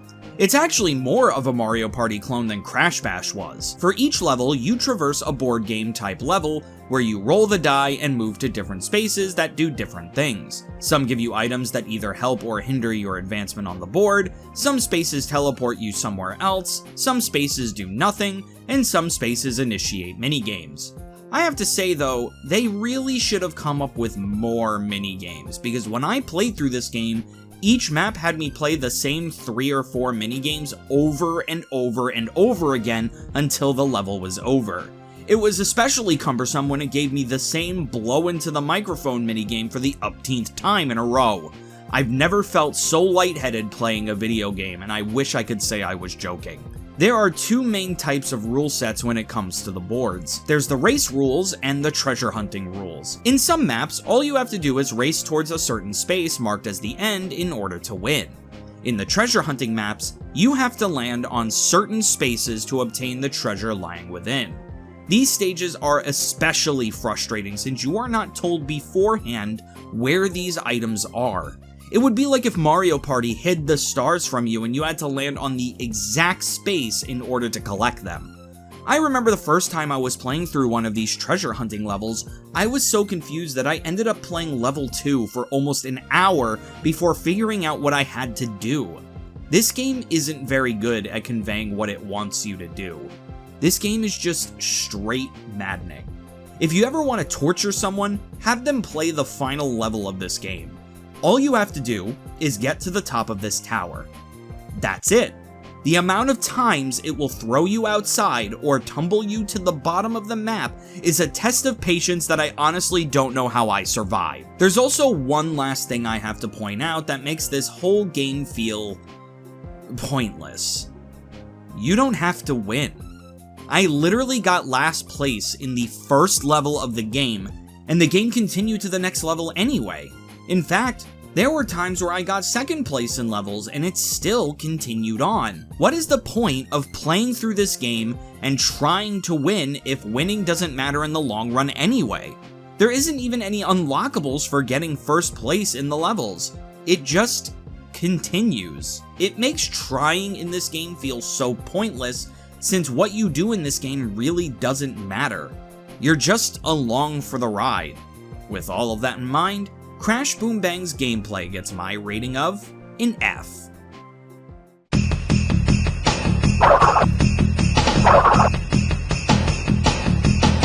Have you ever wanted to see the Mr. Sparkle version of Crash Bandicoot? That is the aesthetic of this game. All of the characters look really weird. Crash looks like he's about 80% face, someone told Aku Aku that someone kicked his puppy, and all of the girls are so anime. Some of the designs are fine, Cortex looks weird but serviceable, Pinstripe looks fine, and Fake Crash somehow looks less terrifying than Crash himself. Then there's the cursed designs. Purah and Polar, being anthropomorphic and anime-fied for some reason, really creeps me out. What the fuck is that, Tiny? This is the worst design of Tiny that I think I'll ever see in this retrospective. Yes, sir, it can't get worse than this. No way, no how. The only thing I could think of that could be worse is if he, like, I don't know, became Mike Tyson or something. What moron would do that, though? Other than the characters' designs, this game just looks plain ugly. I feel like they thought they were making a baby game because the colors are sickeningly saturated and bright. This game is just kind of an eyesore. As for the soundtrack, this is the most generic soundtrack I think I've ever heard for a DS game. This soundtrack literally sounds like your upteenth shovelware game soundtrack where it just tries to serve its purpose and nothing further. I can very much imagine this soundtrack being in place for a SpongeBob SquarePants game or a Drake and Josh game, more than I could imagine this being for a Crash game. It doesn't take any theming notes from the songs in the rest of the series, whether it be the tropical Australian tones from the originals, or the goofy acapella of Crash Twinsanity and Crash Tag Team Racing. It's just basic. With all of that in mind, Crash Boom Bang's presentation gets my rating of an F.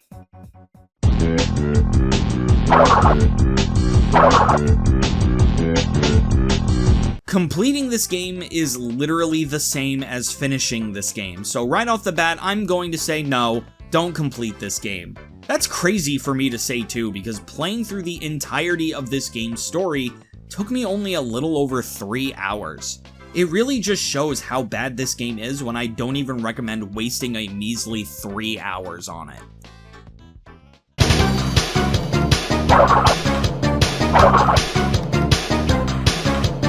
Crash Bandicoot and party games really just don't mix, do they? Between this game and Crash Bash, not only are they some of the worst Crash Bandicoot games in the series, they are some of the worst video games I've ever played. With a bare-bones story that has no true villain to speak of, gameplay that is confusing, physically taxing, and pointless, one of the worst, if not the worst presentation of any Crash Bandicoot game, yes, that includes Crash Purple, and a completion that is too short and basically non-existent, Crash Boom Bang may be the worst party game I've ever played. Worse than Sonic Shuffle, worse than Pac-Man Fever, and honestly, it might be worse than Crash Bash. With all of that in mind, Crash Boom Bang gets my overall rating of an F. Crash's career on the DS is looking bleak.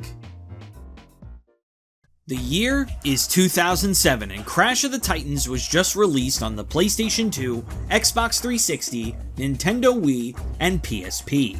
Being the first mainline Crash Bandicoot game developed by Radical Entertainment, you can definitely tell that Crash Bandicoot is undergoing some changes this time around. Yeah, this is the era of Crash Bandicoot people seem to not really like to talk about. This time around, Vivendi Universal and Radical Entertainment felt that Crash needed a bit of an update to appeal to modern gaming audiences. They wanted to bring back the difficulty that the classic Crash games had, but with a modern spin. No pun intended. Their solution for this was to put more of a focus on the combat. They also saw the appeal of Crash Bandicoot at this point with its humorous writing, so they tried their best to put the humor forward when it came to the writing in this game. Now, to address the giant elephant in the room, every single character, as well as the world of Crash Bandicoot itself, was entirely redesigned. Radical Entertainment and Vivendi Universal wanted to give Crash Bandicoot's design a more modern punk rock update. Will this new take on Crash Bandicoot breathe new life into the franchise, or will this new direction take away what made Crash feel like Crash? Let's find out.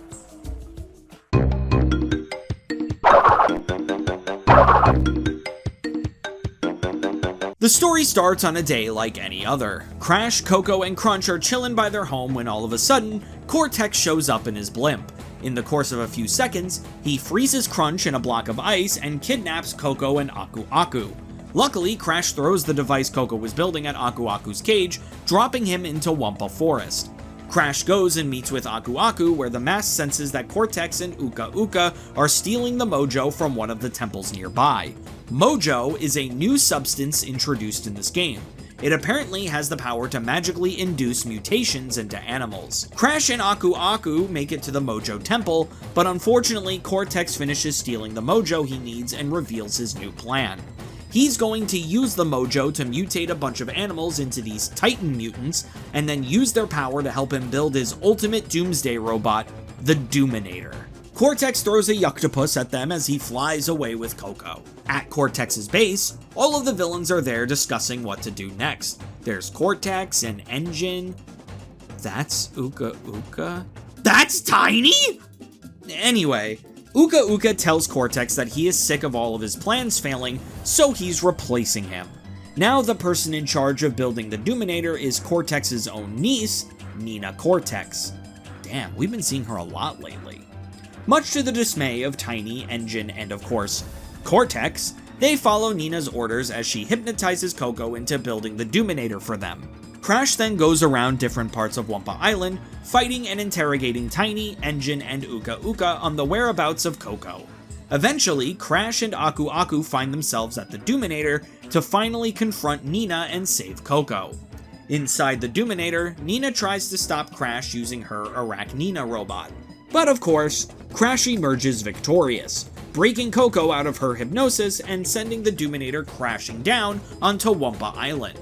The game ends with Cortex telling Nina he's proud of her and that he's gonna give her a spanking? Ew! Dude! What the fuck? And with the Bandicoots deciding to celebrate with pancakes, which causes Crash to finally say his first ever word since whoa.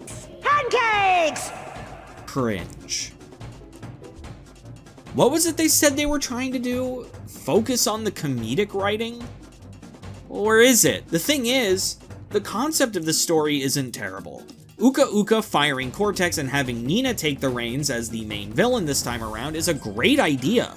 I even like the idea of having all of Cortex's henchmen staying loyal to Cortex regardless. That's some great characterization. It's just, the writing itself, the execution of the story is just, it's doo-doo. I know I throw this word around a lot, and usually I'm being ironic about it, but this time I really mean it when I say that this game's humor is just cringe. They're trying to channel early YouTube humor and just utterly failing at it. What made Crash Twinsanity feel so funny is that it perfectly channeled the tongue-in-cheek, slightly edgy humor that was popular in cartoons like Ren and Stimpy or Looney Tunes or Animaniacs. This works since this is the type of humor that Crash Bandicoot was made to emulate. This game's humor just feels so childish. Ha ha, Cortex is getting weirdly horny over his machine. Ha ha ha ha, Coco is making a machine that can create infinite butter. If there's one joke I'm really getting sick of in these modern Crash games, it's just making the characters be celebrity impressions. Characters that were once their own thing have been reduced to just impressions. Oh hey, Engine is Peter Lorre. Oh hey, Crunch is Mr. T. Oh hey, Tiny is Mike Tyson. This isn't funny, it just removes their already established characters to make a few jokes on the celebrities they're parodying, which, mind you, most kids playing this game at the time of release wouldn't understand. The story is so close to being good, but it plain isn't funny. With all of that in mind, Crash of the Titans story gets my rating of a D.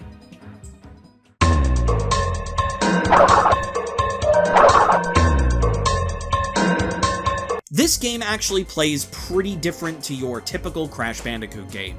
Sure, you still run and jump your way through levels, but instead of having the focus on the levels be the difficult platforming, now it is based more on the combat. Crash of the Titans is more so of a beat-em-up with platformer elements than it is an evolution of the platforming genre. Each stage will have sections where you must defeat a bunch of enemies in order to continue. There are two tiers of enemies. There are the smaller enemies who can be beaten the crap out of until they die, and then the second tier of enemies are the titular Titans. These are bigger enemies that, when Crash beats them up enough, get stunned and allow Crash to use the new mechanic of jacking. When Crash jacks a Titan, he puts Aku Aku over the monster's face and is able to control said monster.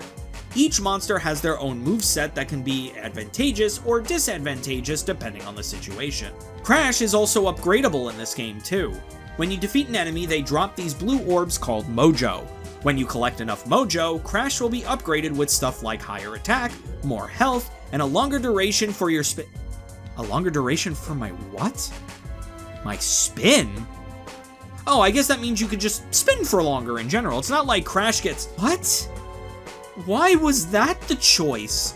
How do you take the iconic attack of a video game character and add a hindrance to it? Imagine if after too much running, Sonic got tired. Imagine if Mega Man had to pick up ammo for his pea shooter.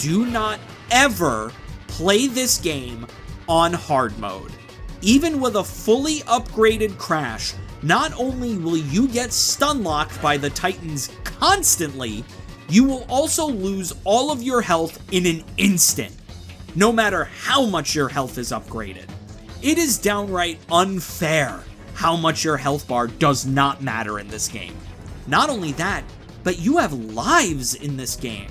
So if you game over, you have to start the level all over again, and these levels get long. Not only that, but you have to do the requirements you need to get to the Gold Tiki rank again. In order to get the Gold Tiki rank in a stage, you must complete the following 3 tasks. First, you must get the Combo King requirement. Every hit you land on an enemy without getting hit yourself within a time limit will be counted on your combo meter. Each level has a different Combo King requirement. Sometimes it's low, like 25, and sometimes it's as high as 75. Honestly, the best way to go about these is to find a part of the level where there are a lot of small enemies trying to attack you, group them together, and then spin through them all. Second, you must get the Minion Master requirement for each level. All you have to do is defeat a set amount of the tiny enemies in a stage. As long as you make an effort to defeat all of the enemies in a stage, you will pretty much always get this mission completed. The third requirement is to find and destroy all 3 spy bots in every stage. Once again, not that difficult, but some spy bots are in some pretty dumb spots. Do this for every level and you will win. Along the way, you will unlock certain costumes for Crash that he can wear. What the game never tells you is that these costumes have a purpose. If you wear the costume of a Titan in the game, every time you fight that Titan, you will stun it in 1 hit. That is an insanely useful thing to know that the game just outright refuses to tell you. If you do decide to go on this absolutely absurd endeavor, I will tell you 2 things that you must do if you want to make it bearable. For one thing, when you unlock the Battler costume, put it on and never take it off. Not only are they the most powerful and most annoying Titan you'll fight in the game, they are also very abundant in the final parts of the game. Putting this costume on will literally make the Uka Uka fight possible. The second thing you must do, and this one can be done pretty early on, so early on that I wish I knew about it sooner, is to use this exploit. In level 3 of this game, when you go to the Tiki Arena, you will see a lone Titan standing there. You are meant to jack this Titan so that you can do the challenge. If you instead slide on Aku Aku and slowly make your way inside of his model and jump in just the right way, you will see this happen. You will be infinitely hitting the Titan. Not only will this give you an insane amount of lives very quickly, you will also fully level up Crash in a matter of minutes. I was literally able to get over 1,000 lives this way in just about 15 minutes. Do this so that you can have the best Crash you can have and never worry about game overs ever again. You want to know the best part? Do you want to know what you get for 100%ing this game? Actually nothing. You get bragging rights. What a fucking nightmare of a completion game.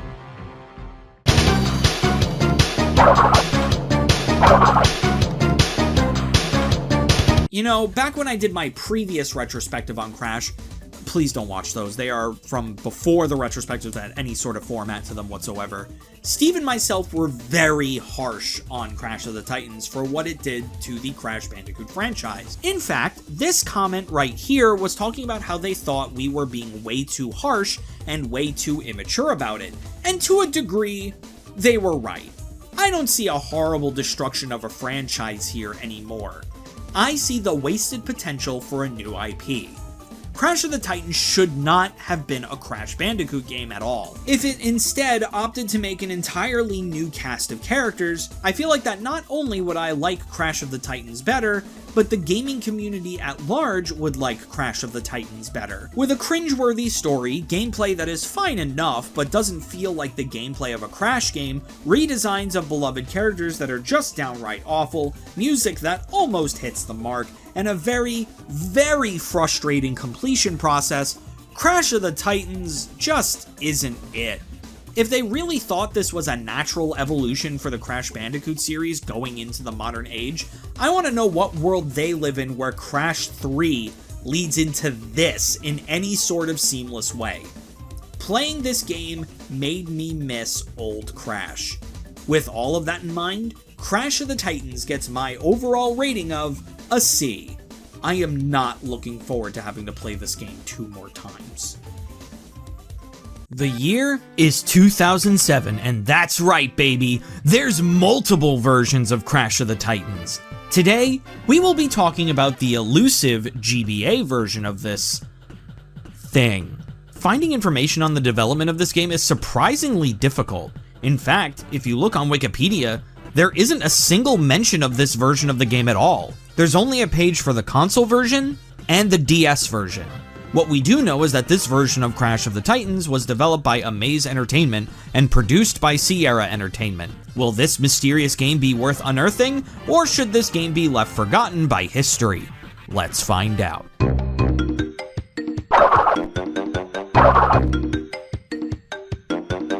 You'd think being a handheld version of Crash of the Titans that it would have the same story, but it's actually pretty different. The main story beats are there, but the execution is where things differ. One day on Wumpa Island, Crash was taking a nap. What is this, Kirby? Aku Aku appears and tells Crash that the power of the Tiki Masks is being disturbed and suspects Cortex and Uka Uka are up to their shit once again. Meanwhile, with the villains, Cortex reveals his plan to the rest of the villains, all the same ones from the console version. Uka Uka, Tiny, Engine, Dingodile? What the hell? This game has more villains? Neat. Cortex says that he will use the power of the Tiki Masks to power his Doominator machine to take over the world. Uka Uka sends Cortex out to destroy Crash so that they can ensure their victory. When he encounters Crash, he gets easily defeated. Cortex comes back to the base having failed his mission, and then gets immediately fired by Uka Uka as punishment. Uka Uka puts on Nina Cortex to be in charge of the Doominator's creation and forces a kidnapped Coco to do it. With Coco and Crunch kidnapped and the world at stake, Crash has his adventure set out before him. Crash collects the stolen Tiki Masks, defeats all of the bosses, saves Crunch, and defeats Nina in her twisted treehouse and saves Coco. Interestingly enough, defeating Nina is where the console version ended, but this game decides to do something interesting. After Nina and her spider bot are defeated, Uka Uka ends up firing her too, coming to the conclusion that all Cortexes are useless. So of course the greatest course of action is to rehire Cortex. Now that the family is back together, Cortex and Nina work together to launch the Doominator as is and try to take over the world together. Crash and Aku Aku appear in the nick of time and defeat those two once and for all, leaving them completely powerless. The game ends as the console version does, with the gang celebrating with some pancakes. This time, instead of Crash saying his first word, he says his first entire sentence. That's so much funnier. What world am I living in? All of the things that I had a problem with in the console version story is done way better here. I love that Nina and Cortex reconcile by the end of the game and decide to work together. It's a great scene of characterization between the two of them that remembers the fact that those two are literally family. Also, Tiny is written to be like Tiny. Instead of just being an unfunny Mike Tyson impression, he talks a bunch about how he's going to crush Crash and smash him into bits. That's the Tiny Tiger I know and love. Even though the writing is still not as funny as previous games, it doesn't go into the realm of cringe like the console version did. All in all, the story to this game is way, way better. With all of that in mind, Crash of the Titans on the GBA's story gets my rating of a B.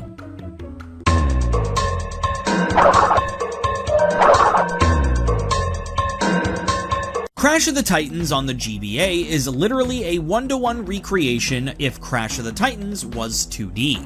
This game goes through a level-to-level structure with each island being a whole level with multiple parts. Through this level, you punch and kick enemies to your heart's desires, collecting Mojo and Wumpa Fruit in order to level yourself up and jacking Titans. Not once does it ever feel like any sort of Crash Bandicoot game. It is a Crash game only in name and characters, nothing else. This feels more like a movie tie-in game than anything else. You just meander through each stage, defeating enemies, collecting objects, and fighting bosses. It doesn't do anything significant, it doesn't put any interesting twists on the platforming formula. Hell, the spin isn't even in this game. It's just a game that exists, and that's all it's set out to be. It feels like it exists more as a time waster than as a game. The boss battles kinda suck ass too. The bosses in this game work the exact same way as the normal Titans do. The idea is that you are supposed to damage the bosses, jack them, and then defeat a bunch of enemies with them until you get defeated. But I just want to be done with the level, so I just ignore jacking the bosses because if you just defeat them, the boss fight ends. The only reason to jack the boss and defeat the extra enemies is to get more mojo, but at no point does leveling up make me feel stronger. Hell, I barely died in this game. Unlike the console port, which is insanely hard, this game goes too far in the opposite direction. It's insanely easy. It honestly feels like they did not put a lot of effort into this game. The perfect way to describe it is that it is an afterthought of a game. With all of that in mind, Crash of the Titans on the GBA's gameplay gets my rating of a C+.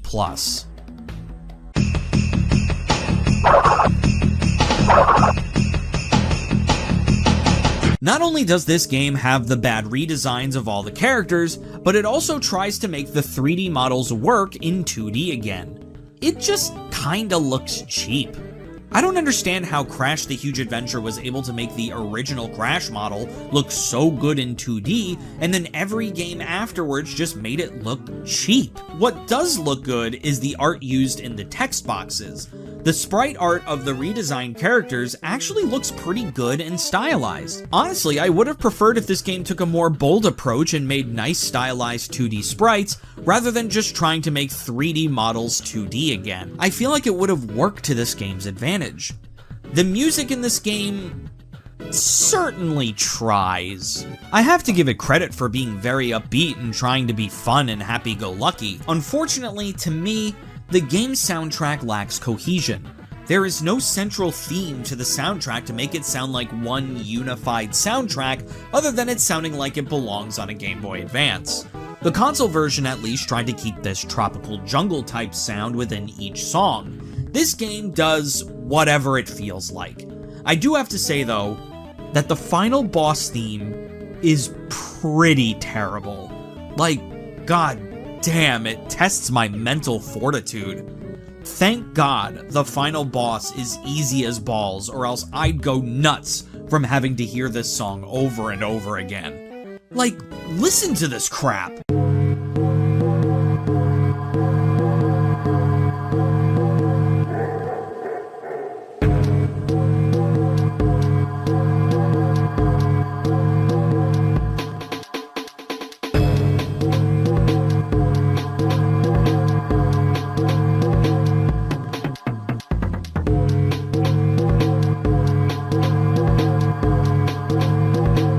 That's Resident Evil Director's Cut Mansion basement theme levels of bad. Okay, maybe it's not that bad, but it still sucks. With all of that in mind, Crash of the Titans for the GBA's presentation gets my rating of a B-.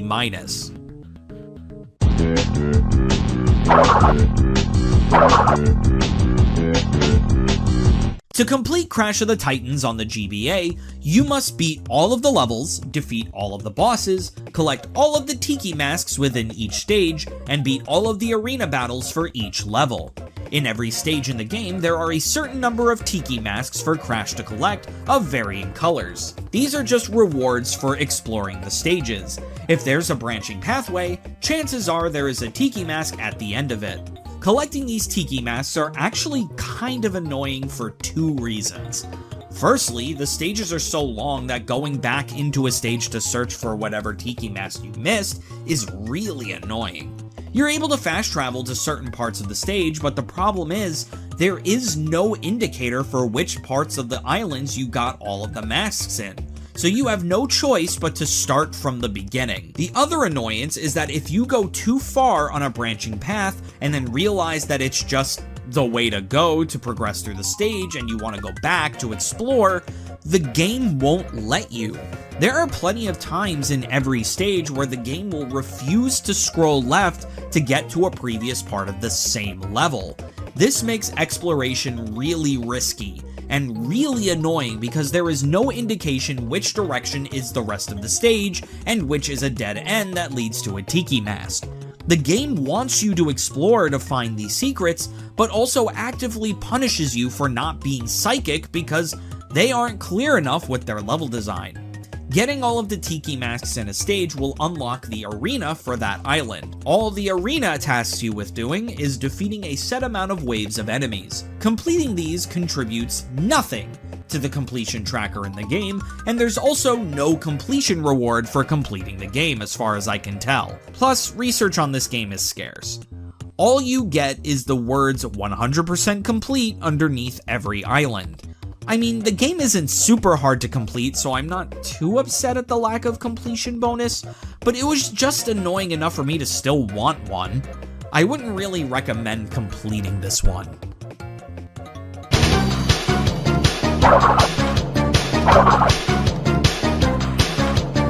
Crash of the Titans for the GBA is such a strange game.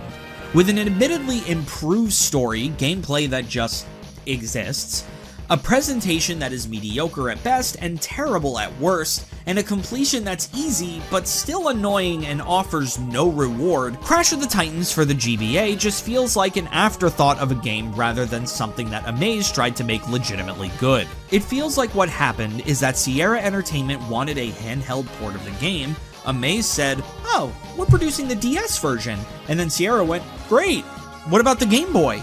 And then Amaze said, "What about the Game Boy?" and then shit this out. As far as handheld Crash games go, it's no Crash Purple, but it's also no huge adventure either. With all of that in mind, Crash of the Titans for the GBA gets my overall rating of a B-. Just a painfully mediocre handheld game.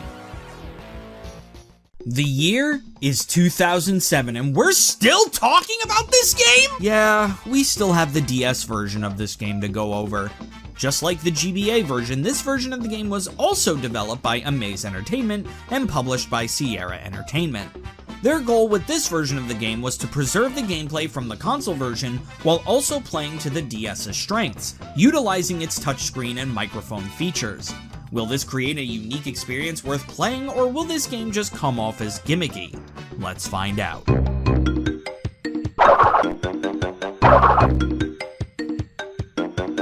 Not only does this version of the game also have a different story than the console version of the game, it also has a different story than the Game Boy Advance version of this game.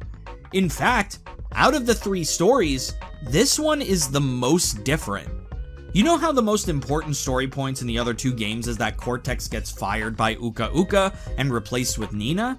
Not only does that not happen in this game, Uka Uka isn't even in this game at all. The story starts out the same. Crash Bandicoot is chilling on Wumpa Island when Cortex suddenly appears and starts using the power of the Tiki Mask to inject mojo into animals to transform them into mutants that he then uses to help him carry out his evil schemes. Crash saves Aku Aku from getting kidnapped by Cortex and, with the help of Coco, go off on their quest to get the Tiki Masks back and save the Wumpa Islands. So what are Cortex's plans this time? To create the Doominator machine to destroy the Bandicoots once and for all?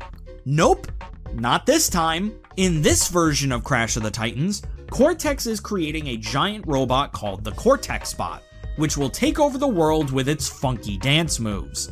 While Crash is going off collecting the power crystals and gems, we also get to see Nina's perspective. That's right, we actually get to play as Nina this time. I'll get more into that when I talk about the gameplay, but this was crazy to me. Nina is tasked with mutating the tiny animals on the Wumpa Islands using her Mutato Ray Gun 3000. After shooting her first batch of animals, she realizes that she is just acting as a mere henchperson to Cortex and thinks that this is stupid. She plans on overthrowing Cortex as evil genius and plans on betraying him. After Crash defeats all of the bosses and collects all of the crystals, he goes to enter the Cortex bot to defeat Cortex once and for all. Interestingly enough, Nina meets Crash at the front door and agrees to team up with Crash in order to stop her uncle. Enemy of my enemy is my friend type shit. After going through the Cortex bot, they finally meet up with Cortex. Cortex, knowing that he can't take the two of them on at one time, pretends to give up. Now, how you played the game will determine what happens next, and it gets kinda weird. If you just go through the game collecting all of the crystals, when Crash goes to hold Cortex in place so Nina can shoot him, she'll go to shoot Crash, but Crash will deflect it, turning Nina into a baby. Crash then fights Cortex in his giant crab bot, defeating him and destroying the Cortex bot once and for all. Crash returns to Wumpa Island and tells Coco all about his adventures, as Cortex returns to his evil lair with Nina, complimenting how evil she's been. Now, if you collect all of the crystals and all of the gems in the game, when Crash, Cortex, and Nina have their standoff, instead of Nina getting turned into a baby, Crash will actually turn into a baby, causing the Cortexes to succeed. Unluckily for Neo, Nina decided to actually betray him and ends up defeating Cortex on her own. The game ends with Crash and the Bandicoots defeated, Cortex and the Cortex bot being done away with, and Nina taking control of the villains, ready to enact her evil plan. That's right, completing this game gives you the bad ending. Weird choice, but okay. When it comes to Crash Bandicoot stories, this one is alright. It's definitely not as cringy with its humor like the console version of this game is, but I mean, Cortex's plan is to rule the world with a dancing robot. If that isn't a desperate plea for the audience to laugh, I don't know what is. As far as Cortex plans go, this one is definitely the lamest. I'll give this game props though, all of the other characters in the game seem pretty in character. Hell, Tiny, just like the GBA version, isn't Mike Tyson anymore. That voice though, good lord, I'll get more into that later. The story of this game is better than the console version still, but not by much. With all of that in mind, Crash of the Titans on the DS's story gets my rating of a B.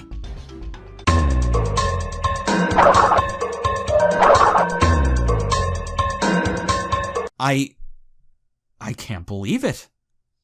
This version of Crash of the Titans, it plays like a Crash game. It plays like an old Crash game. To be completely real, it plays like the perfect mashup of Crash of the Titans type gameplay and classic Crash gameplay. Just like the two other versions before it, this game follows a level-to-level structure. In each level, you must collect the power crystal within each stage and complete certain tasks in order to collect the 4 gems in each stage.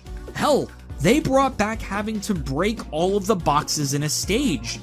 I never thought I'd miss it. Where the hybrid mechanic comes in is that you can still punch and jack your enemies in order to take control of them. I honestly think that the two playstyles mix really well.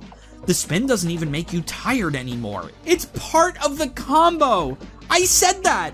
I said something along those lines in the first Crash of the Titans video. I didn't even play this game before writing that video. They took the thing I said and they did it. Oh my god. You're all gonna think I'm crazy, but this is the most fun I've had playing a Crash game in quite a while. Now, it's not like I have zero criticisms at all. For one thing, you cannot rack combos up on jacking enemies if you only use the button controls. You must use the touch controls. I know this is a DS game, but I feel like it would have been nice to give you the option to do so rather than force a playstyle onto you. Speaking of the touch controls, there are certain minigames that force you to use the touchscreen controls. Hell, even using the Roller Titan forces touch controls onto you. It wouldn't be so bad if the touchscreen controls were good. Especially on the Roller Titans, the touchscreen controls are pretty mediocre. They're not shitty, but they're not great either. This makes the Tiny Tiger boss hell, but luckily, Tiny is able to kill himself, so he can just get lucky. These are but minor nitpicks to a shockingly good game. Hell, even the Nina sections are fun too.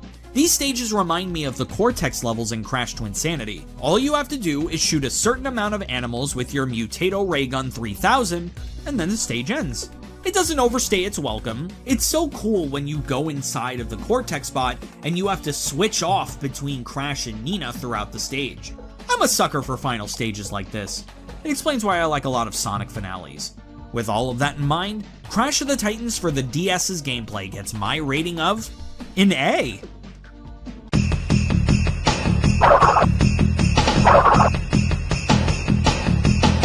Maybe I'm just biased because the only games I've played on the DS lately are Kirby games, but I didn't expect this game to be fully 3D. Not only is it a fully 3D game, but it looks really nice for a fully 3D game. Crappy redesigns aside, these models look really good for a DS game. It's honestly really impressive what this game was able to do as a third-party 3D platformer. The only model that looks iffy is, ironically, the only character whose redesign I praised. Nina's. Hers looks a little funky. Unfortunately, the same praise cannot be given to the voice acting. You can definitely tell that this game was not their main focus. The voice acting in this game is atrocious and seems very phoned in and rushed, almost like they only took one take of each character's lines. Hell, Amy Gross doesn't even return as Nina in this version. Nina is played by Debbie Derryberry here, the same voice as Coco. Also, Tiny's voice? Holy shit. They tried to mix the Mike Tyson voice with the old Tiny's personality, and wow, does it just turn into... Mr. Bandicoot! That sounds like something you'd hear when your actions have consequences. As for the music, it's alright. Crash Bandicoot's music really hasn't been hitting for me since Twinsanity. I always feel like a broken record when it comes to judging the music, but this soundtrack, once again, just sounds like a generic third-party platformer on the DS. I know that's what it is, but I'm saying that it's nothing really exceptional. I'm not listening to the soundtrack in my car like I am with Crash Twinsanity or the classic Trilogy. I'd just as much expect to hear the soundtrack in the Cory in the House DS game as well. Just music thrown in to fill the silence. With all of that in mind, Crash of the Titans for the DS's presentation gets my rating of a B-.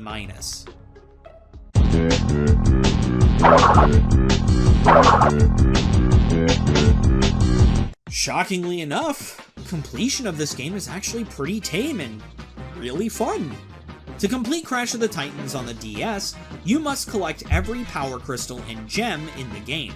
Power Crystals are pretty easy to get, all you have to do is find them. And just like most Crash games that have them, Power Crystals are pretty blatantly in your path. In each stage, you are able to get 4 gems, each gem being obtained by completing a certain task.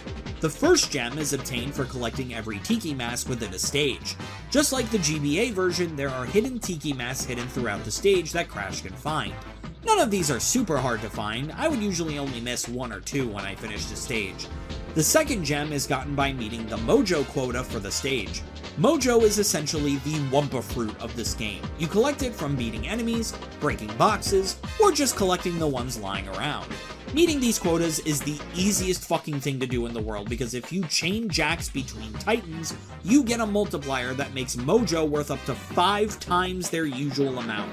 It is not hard to get Mojo in the thousands per level.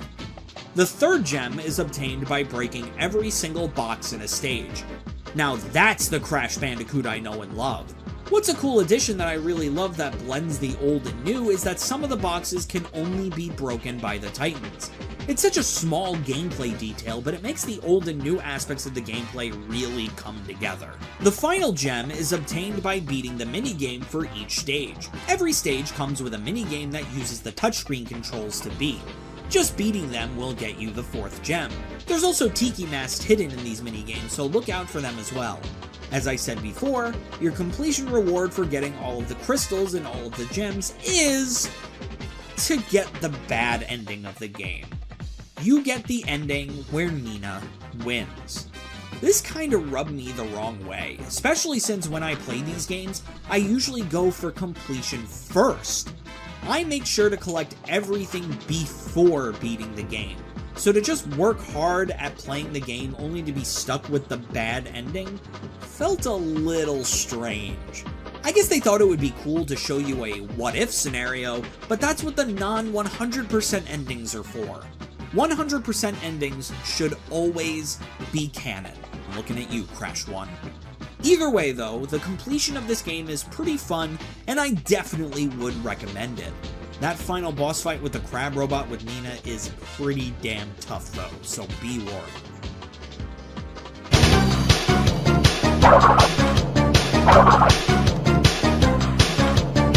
When Sierra Entertainment and Radical Entertainment went forward with creating Crash of the Titans on consoles, they set out to go back to their roots. Go back to what made Crash good and update it for the late 2000s audience. Weirdly enough, that goal was accomplished right here. This version of Crash of the Titans is the only version of the game that feels like a Crash game. With a story that's still kinda lame, gameplay that mixes old and new Crash seamlessly, a presentation that looks good visually but audibly leaves a lot to be desired, and a nice and fun completion, if you want to play any version of Crash of the Titans, this is the version to play. With all of that in mind, Crash of the Titans on the DS gets my overall rating of a B+. Honestly, this game was really fun, and I'd recommend it over any other version of this game. The year is 2010, and Crash Mind Over Mutant was just released on the PlayStation 2, Xbox 360, Nintendo Wii, and PSP. As Crash Bandicoot games usually go, this game entered its development directly after the release of Crash of the Titans.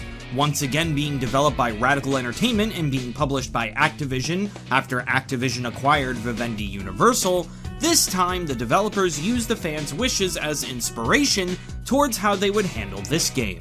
Firstly, instead of the level-to-level structure the last game adhered to, this time Crash explores an entire open world. Other things they did because of listening to their fans was add Coco as a playable character and have the triumphant return of Dr. Nitrous Brio as a main villain. Unfortunately, since I'm playing the PS2 version, I don't get to play as Coco, but I digress. This game was developed with the fans in mind, going as far as including fan art from a contest they held within the game, and each kid that got their art put in the game is actually in the credits. That's actually pretty neat. Will this game turn out better than its predecessor, or will this game be just as mediocre? Let's find out.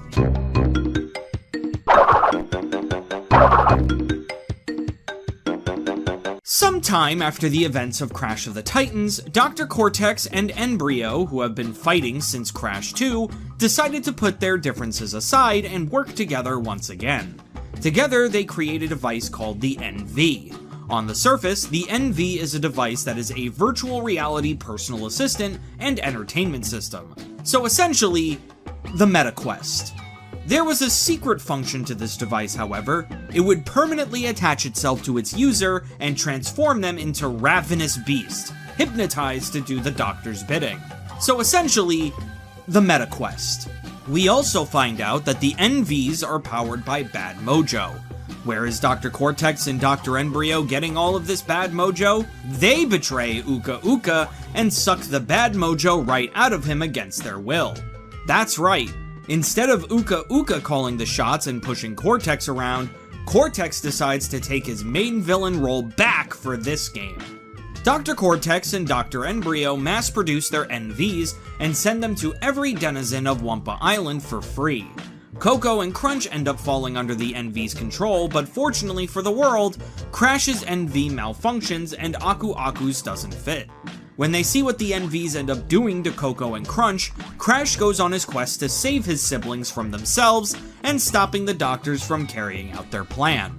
Crash explores all of Wumpa Island, confronting all of the characters that Cortex and Brio made their enemies along the way, like Engine, Nina, and Uka Uka, to find out where they are making the NVs and, ironically, saving Uka Uka from getting the mojo sucked out of him. Crash and Aku Aku save Coco and Crunch from their mind control, defeating Embryo along the way, and using the teleporter inside of the wrecked Doominator to go to Cortex's space base. Crash finally confronts Cortex to stop him once and for all. When they finally confront each other for the final time, Cortex uses Embryo's mutagen that he's been drinking the whole game to keep him in check to turn himself into a mutant monster. Crash battles him, ends up jacking him, and uses Cortex to activate the self-destruct sequence within the space base, defeating Cortex and the production of the NVs once and for all. Wow, what an upgrade! They somehow took the cringe writing of the original Crash of the Titans and actually made these characters funny again. I legitimately laughed at a lot of these cutscenes. Of course, the star character here when it comes to how funny they are is Dr. Embryo. They gave him the running gag that because Cortex took credit for everything Embryo did, he now feels the need to say that he invented everything. You'd think this character having the same gimmick for the whole game would be annoying, but no. They make it really funny and it creates a bunch of quotable moments. I invented Slinkies, stop playing with them, they're mine! Or my personal favorite, read your Bible, I wrote it. Every character is handled way better, I feel. They abandoned the lol random early 2000s YouTube humor in favor of humorous character writing. Sure, they still have Crunch being Mr. T the whole time, but at this point, this has been his character since Crash Tag Team Racing, so I think Mr. T Crunch is here to stay. I really look forward to seeing all of the cutscenes that this game had to offer to see what funny writing moments came next. I also really like the fact that Cortex becomes the main villain again. All too often in these games does Cortex get shoved to the side in order for Uka Uka to lead the charge. As much as I love pathetic, egocentric Cortex, I missed when he was actually a competent villain like he is here. With all of that in mind, Crash Bandicoot Mind Over Mutant's story gets my rating of an A.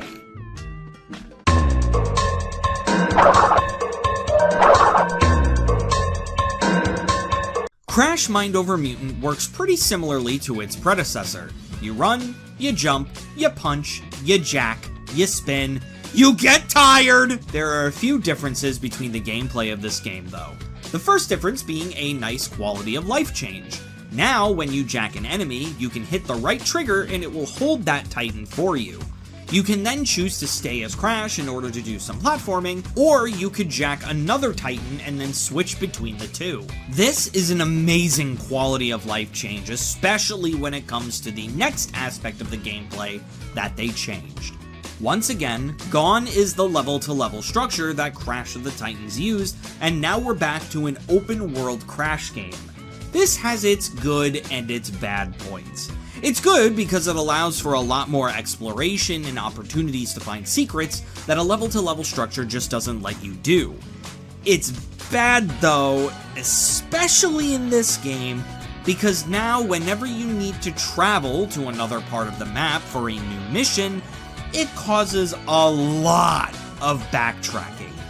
You will be traversing through the same parts of the game over and over and over again throughout this whole game, and it gets kinda old very quickly. This game really could have benefited from a fast travel system. The only sort of fast travel in the game you don't unlock until after you beat Uka Uka's level. Even then though, it only teleports you to 3 of the 6 areas of the game, so it barely counts. Just like before, you are able to collect Mojo in order to upgrade Crash. This will give you new combos as well as upgrades to your attacks. You can also upgrade all of the jackable enemies as well to make them more powerful. I'm not gonna lie, I only started to feel the upgrades later in the game. Hell, I didn't even feel the Titan upgrades at all. The difference in power between level 1 and level 5 feels almost non-existent when you're playing. These little tweaks makes the gameplay just a little bit better, but the constant backtracking really bogs it down for me. Not only that, but the geometry of the platforms is pretty shitty at times, especially while you're on the roller enemy. You will get stuck constantly, which gets really frustrating when you're going through the environment for your 3rd, 4th, 15th time. It just makes the game feel repetitive and boring. With all of that in mind, Crash Mind Over Mutant's gameplay gets my rating of a B.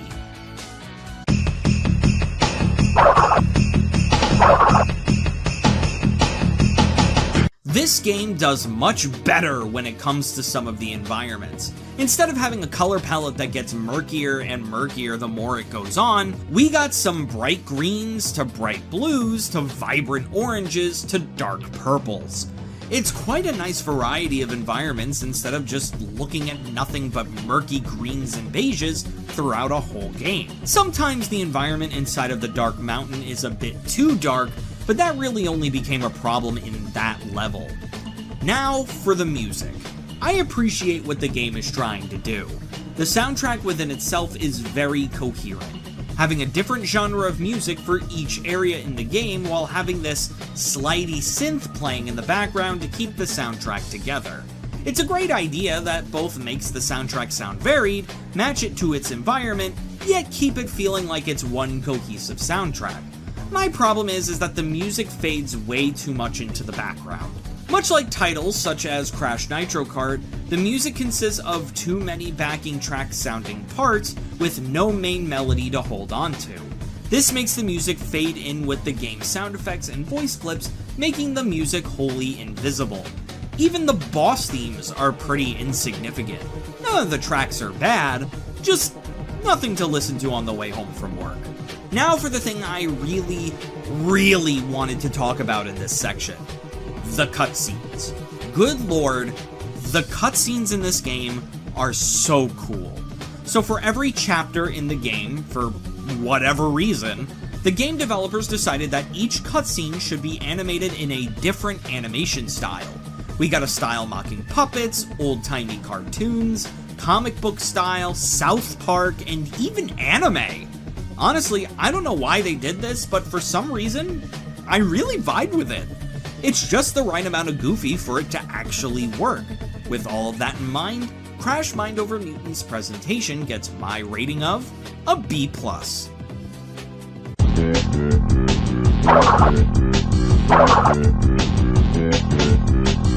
So with Crash of the Titans, the problem with completing that game on its hardest difficulty was just how hard they made the game. This game's completion is nowhere near as difficult. But boy howdy did they trade difficulty for just the sheer amount of shit you have to do! To complete Crash Mind Over Mutant, you must beat the game, fully upgrade Crash, fully upgrade every Titan in the game, collect every golden Wumpa Fruit in the game, collect every plushie in the game, and complete all of the side missions. To give you a scope of how long it took me to complete this game, it took me just a few days to beat Cortex. It then took me an additional couple of weeks to complete the game. Completion of this game makes the backtracking even worse, because you have to go to a bunch of places you've been to constantly to see what Crash plushies you missed, what area-specific plushies you missed, obtaining certain Titans to max levels. It's just all so absurd. None of it is hard either. It's all just time-consuming and tedious. Unfortunately, there's no mojo farming glitch in this game like in the last, so there's no max leveling in 10 minutes like before. The best grind spot in this entire game is right here in the Wasteland level. Once you unlock the teleporters in the mountain level after saving Uka Uka, what you must do is teleport to Wumpa Forest with one of the Ghost Titans. Use the Ghost Titan to slow down time and beat up these tiny enemies right here. On a good run, you can get at least 30 hits on each rat before they disappear. Keep doing this until you get a hit combo of over 100, bringing your mojo multiplier to times 20. Make sure you have the Titan you want to level up in your inventory, or you can even do it with Crash as well. Go to the Wasteland with your multiplier and just destroy cactuses until the level ups are complete. These side missions are just busy work for you to do, and for what? Some concept art that you could look at in your house? Real cool. You get no in-game reward for any of this, just some art to look at. It's really fascinating to me that back in the 2000s, we really all just accepted concept art as a good completion bonus, when nowadays, with the internet around and multiple databases archiving stuff like pre-release concept art and unused assets, it's not really a reward anymore. Anyway, don't complete this game. It's way too time-consuming and very boring if you do.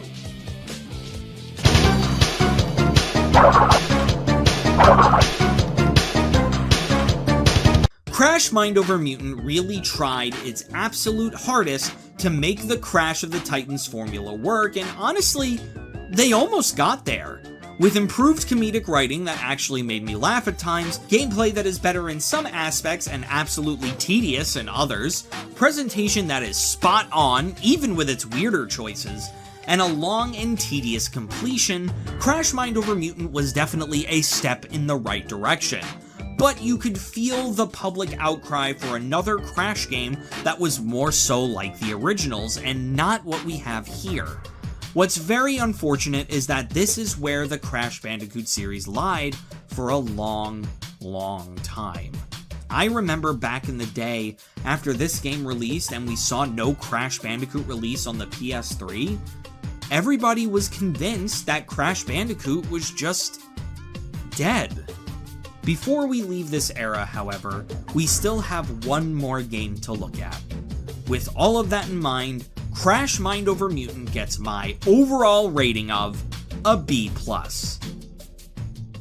The year is 2008, and just like Crash of the Titans, Crash Mind Over Mutant also had a handheld version that was different from its console counterpart.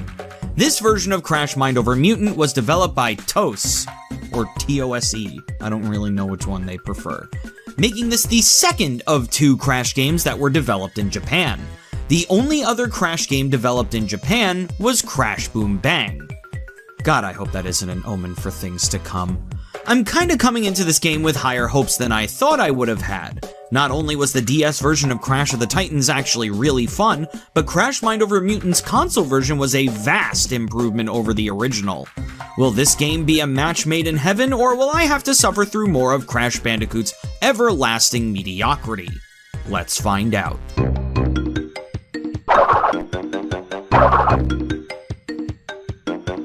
This game takes place right after the events of Crash of the Titans on the DS, as shown by the fact that the wreckage of the Cortex bot is here instead of the Doominator.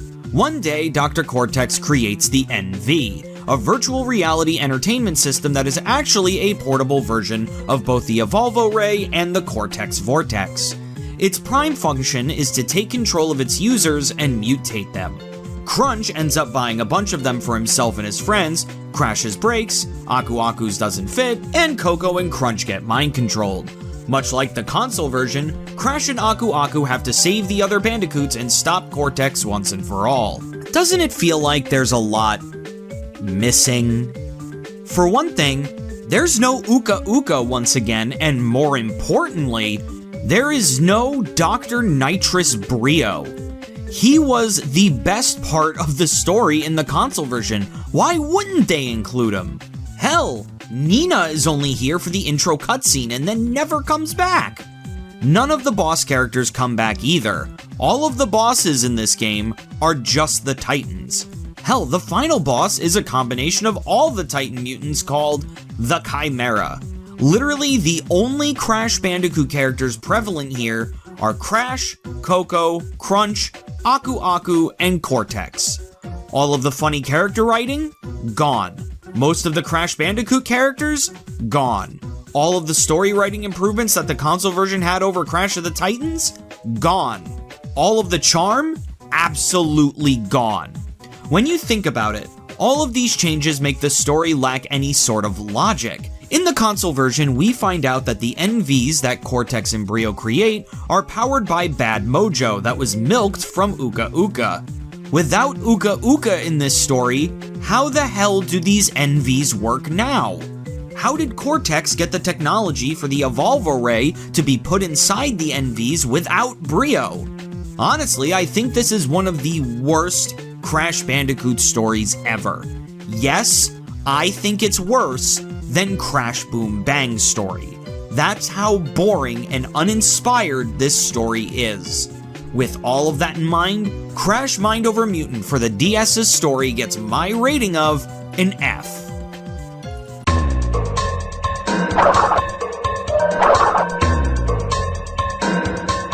What happened here? This can't be the game, can it? Crash of the Titans on the DS was the perfect fusion of old and newer Crash. None of that is here. Crash Mind Over Mutant on consoles was an open-world adventure that fleshed out the world of this new Crash Bandicoot and made it all feel connected for better or for worse. That's not here either. Even though story-wise this game is a sequel to the DS version of Crash of the Titans, gameplay-wise this is a sequel for Crash of the Titans on the Game Boy Advance. This was the worst decision they could have possibly done for this game.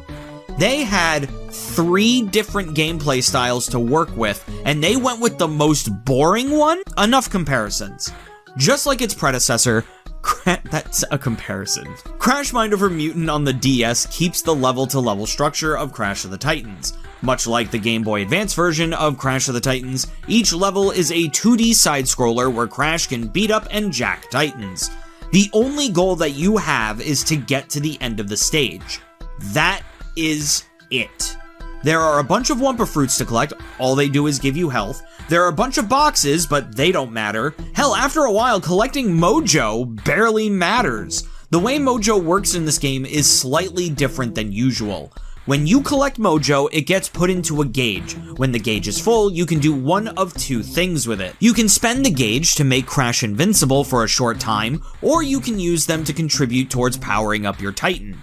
Give your Titan enough Mojo and they'll evolve into a much stronger version of their base self. That is just about as complex as the gameplay gets. There's nothing that gets you engaged in the levels. There's nothing to collect within each stage. You think this would just make the game easy peasy, very cool, done quickly, but by God, this game is so dull. I'm struggling to write anything about this game because the gameplay is so low effort and unremarkable due to the fact that there is no incentive to participate in anything within the stage. It makes you question why you should even bother. Hell, the boss fights aren't even boss fights. The boss fights in this game are just fighting the Titan enemies you've already fought and used, but now they have an expanded moveset. They're super easy too. All you have to do is go in there with the same Titan but powered up, and bam, you'll win in a matter of seconds. It's nothing. This game is nothing. This game is the most nothing game I think I've ever played, my God. I literally had to watch back at my gameplay to remember how this game even played. I forgot it as soon as I finished it. With all of that in mind, Crash Mind Over Mutant on the DS's gameplay gets my rating of a D.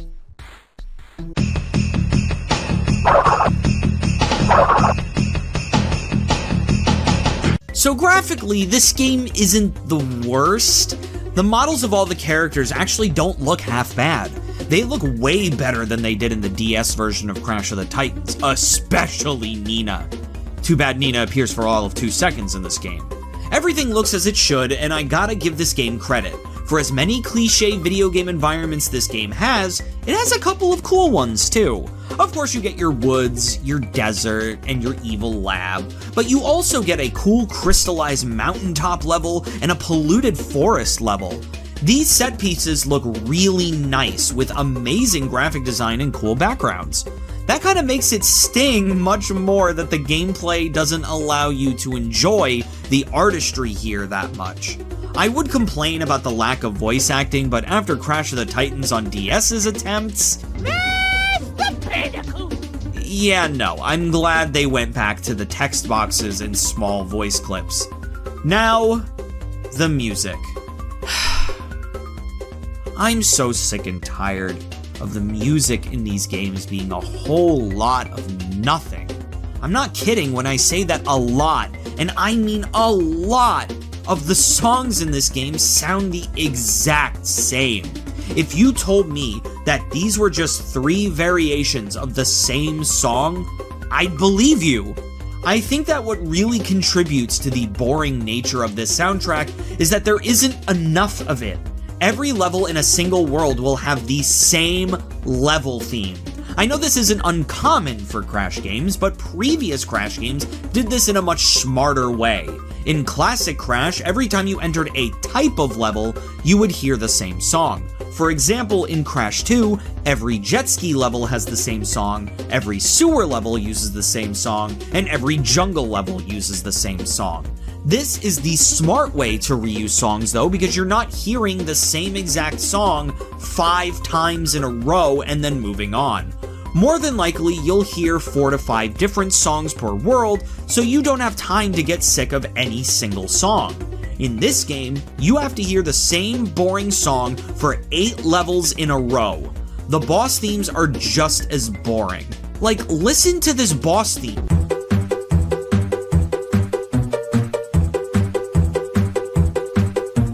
Does that sound like an epic boss theme to you? Compare that to this.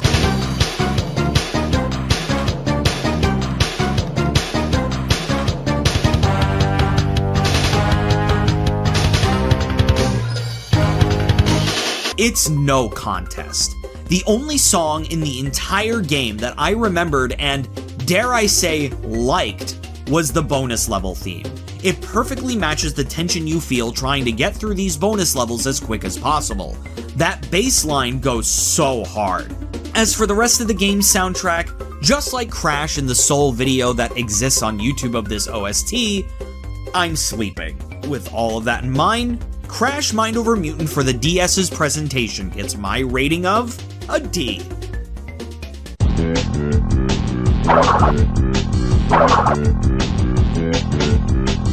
Surprisingly, for a boring, bare-bone game like this one, there is a completion requirement other than finishing the game. It's not much of one, but it's there. To complete Crash Mind Over Mutant for the DS, you must collect every scroll and every present in this game. That's right, not crystals, not gems, not mojo, not fruit, scrolls, and presents. Can you get any more stereotypical video game? Either way, each world has 1 scroll and 3 presents to collect. Due to the fact that there is limited research on this game and the game itself really doesn't make it clear, I'm not super sure what these items do, but here are my best guesses. The scrolls seem to create shortcuts throughout the world, making it so you can speed your way through towards the end. The presents seem to give you alternate costumes in very much the same vein as Crash of the Titans, giving you special abilities depending on which costumes you wear. At least the costumes tell you what they do this time. You get the scrolls and presents in the same exact way. In stages that have blue circles with stars on them, there is a secret entrance, much like the bonuses in the classic Crash games. This will lead Crash to an obstacle course that you must complete under a time limit. Some of these are actually pretty difficult, but fun to get through. This is where the most fun level design in the game is, and actually was the only times in this game that I can say I was fully engaged. So what do you get for collecting every scroll and every present? You get a whole bunch of nothing. The final reward that you get in this game is given to you when you finish the game. You get access to using the Chimera Titan and the Golden Crash costume. The Golden Crash costume is essentially supersonic but for Crash. You move twice as fast and you can spin infinitely. You get absolutely nothing for getting every item, however. Would I recommend completing this game? I mean, it's not difficult, but it's not particularly rewarding either. I guess if you're gonna put your time into this game, you may as well complete it to make it seem like less nothing than the game already is.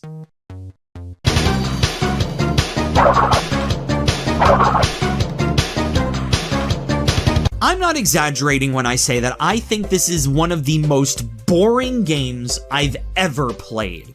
Playing through this game, the most difficult thing that I had to overcome was not falling asleep while playing through a single level. With a story that feels watered down and gets rid of all of the improvements that its console counterpart implemented, gameplay that is just a whole lot of nothing, presentation that's okay but is wasted on this snooze fest, and a completion that only gives a tiny bit more of a reason to interact with the design of this game, Crash Mind Over Mutant on the DS is just plain dull. I've played games of varying quality on this retrospective. Some truly great, some masterpieces, some terrible, some just okay. This one embodies nothing the most. Much like the Crash Bandicoot series after this release, this game really just is a whole bunch of nothing. With all of that in mind, Crash Mind Over Mutant on the DS gets my overall rating of a D. What a real disappointment. The year is 2017. Wait, what? The last game was 2008, right? How could we jump to 2017 in one of the most popular video game franchises of all time? I must be missing something, right? Unfortunately, I am not wrong. Crash Bandicoot went 9 years without any video game of his own. In fact, in those 9 years, Crash Bandicoot only had 2 notable appearances in video games. The Boulders level from Crash 1 was a playable minigame inside of Uncharted 4, which was definitely a cool thing to show how far Naughty Dog has come in 20 years. The other appearance of Crash was his appearance in Skylanders Imaginators, where Crash and Cortex would end up getting their own toys and an entire level pack dedicated to them. Let me know in the comments if you want me to go over it. Even then though, both of those appearances happened in 2016. Even if we count those, Crash Bandicoot was gone from the video game industry for 8 years. The PS3 came and went, and everyone just kinda assumed that Crash Bandicoot was finally dead. Until one fateful day in 2017, the Crash Bandicoot N-Sane Trilogy was born. Crash Bandicoot and Sane Trilogy would be published by Activision once again, but the developer we would get for this game would be quite the blast from the past. Crash Bandicoot and Sane Trilogy would be developed by Crash Bandicoot veteran Vicarious Visions, who have developed Crash the Huge Adventure, Crash N-Tranced, Crash Nitro Kart, Crash Purple. Not the greatest track record, but still interesting to see the studio come back to Crash after so long. Vicarious Visions set out to create a ground-up remake of Crash Bandicoot, Crash Bandicoot 2 Cortex Strikes Back, and Crash Bandicoot Warped! That's right, we're revisiting the classics once again. Because we're reviewing all 3 games again, I will be splitting this video up by game. So for today, we will be going over the remake of Crash's first ever adventure, Crash Bandicoot. Will the first third of Crash Bandicoot N-Sane Trilogy be more like the originals when it comes to quality, or will Vicarious Visions make yet another Crash Purple? Let's find out.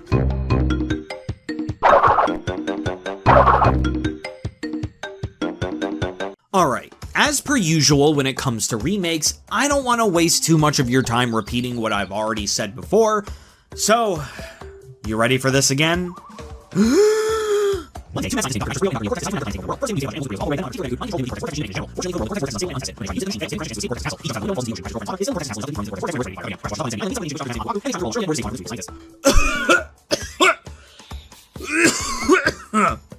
Oh man, it's been a while, I'm out of shape.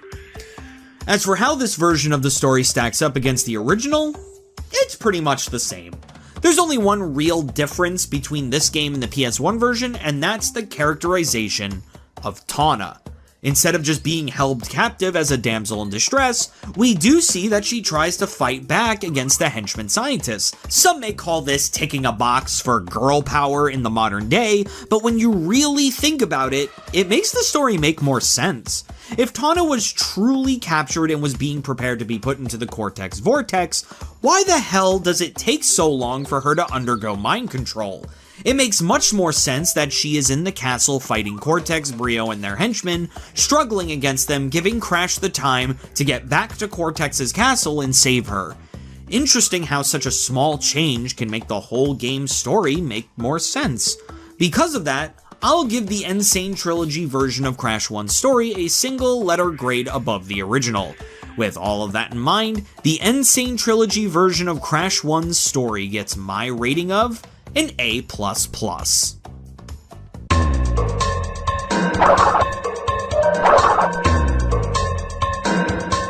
You have no idea how good it is going to feel to say this. The N-Sane Trilogy version of Crash 1 is your standard Crash fare. You run, you jump, you spin, and that's it.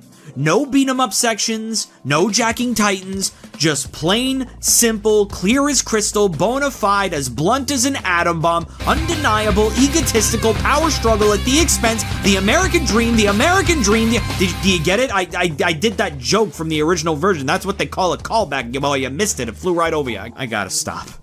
I'm out of breath. Whereas my main criticism with the original is just how stiff the entire game felt.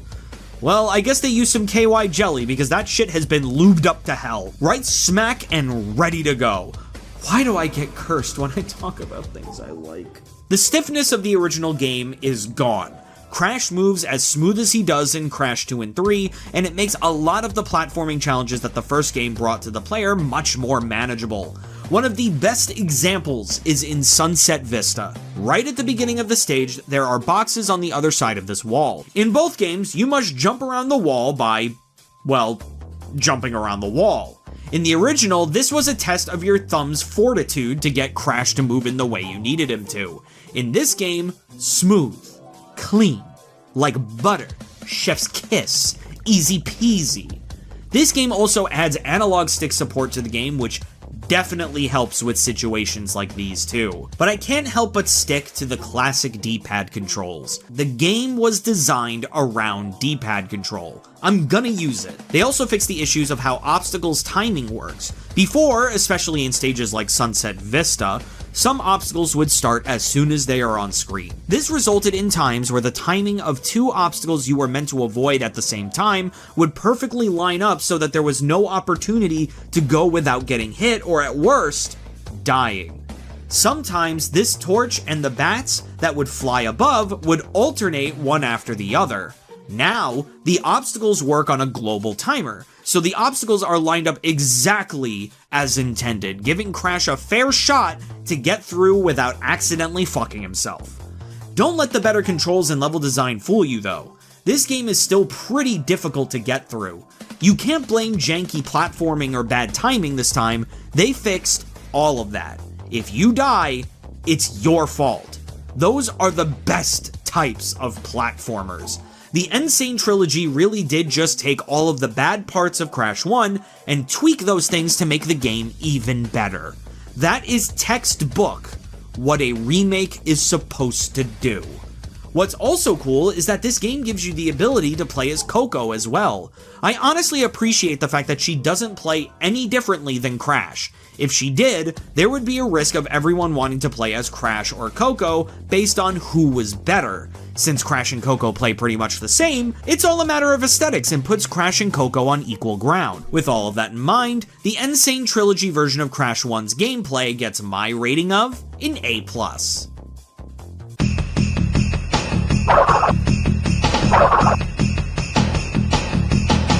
They fixed them.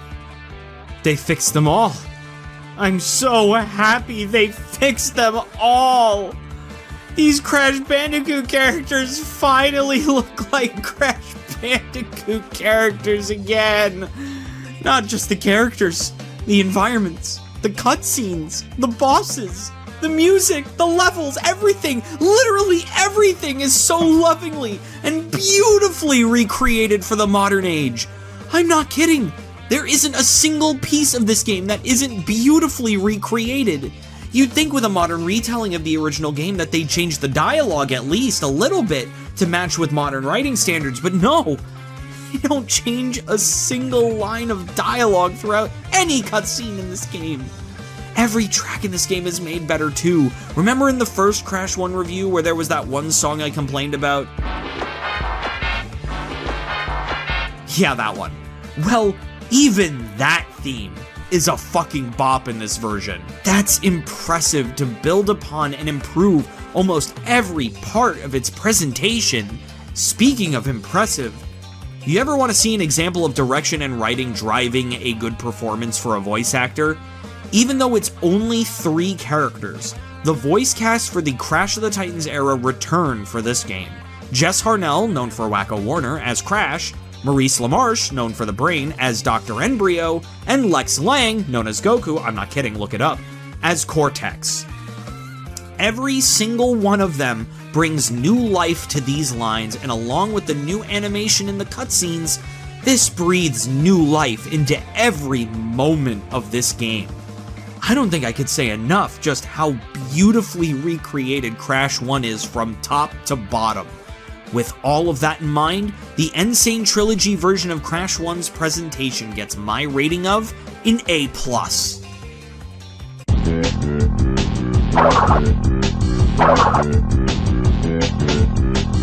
Now, I know what you're expecting, but honestly, right off the bat, I think completing this version of Crash 1 is way easier than completing the original. All of these videos saying that Crash 1 and N-Sane Trilogy is so hard to get the Platinum Trophy in, I don't really see it. To complete the N-Sane Trilogy version of Crash 1, you must beat all 27 levels in the game, get all 26 gems, both keys, beat all 6 bosses, and new to this version of this game, obtain all 26 gold relics in the game. Other than the relics, the completion requirement is the exact same. Where this game is much easier than the original is how you obtain your gems. In the original version, you had to break every box in a stage and get to the end of the stage without dying.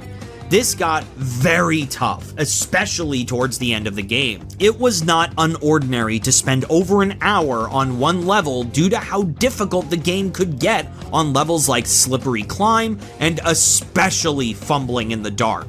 Now, all you have to do is break every box in a stage.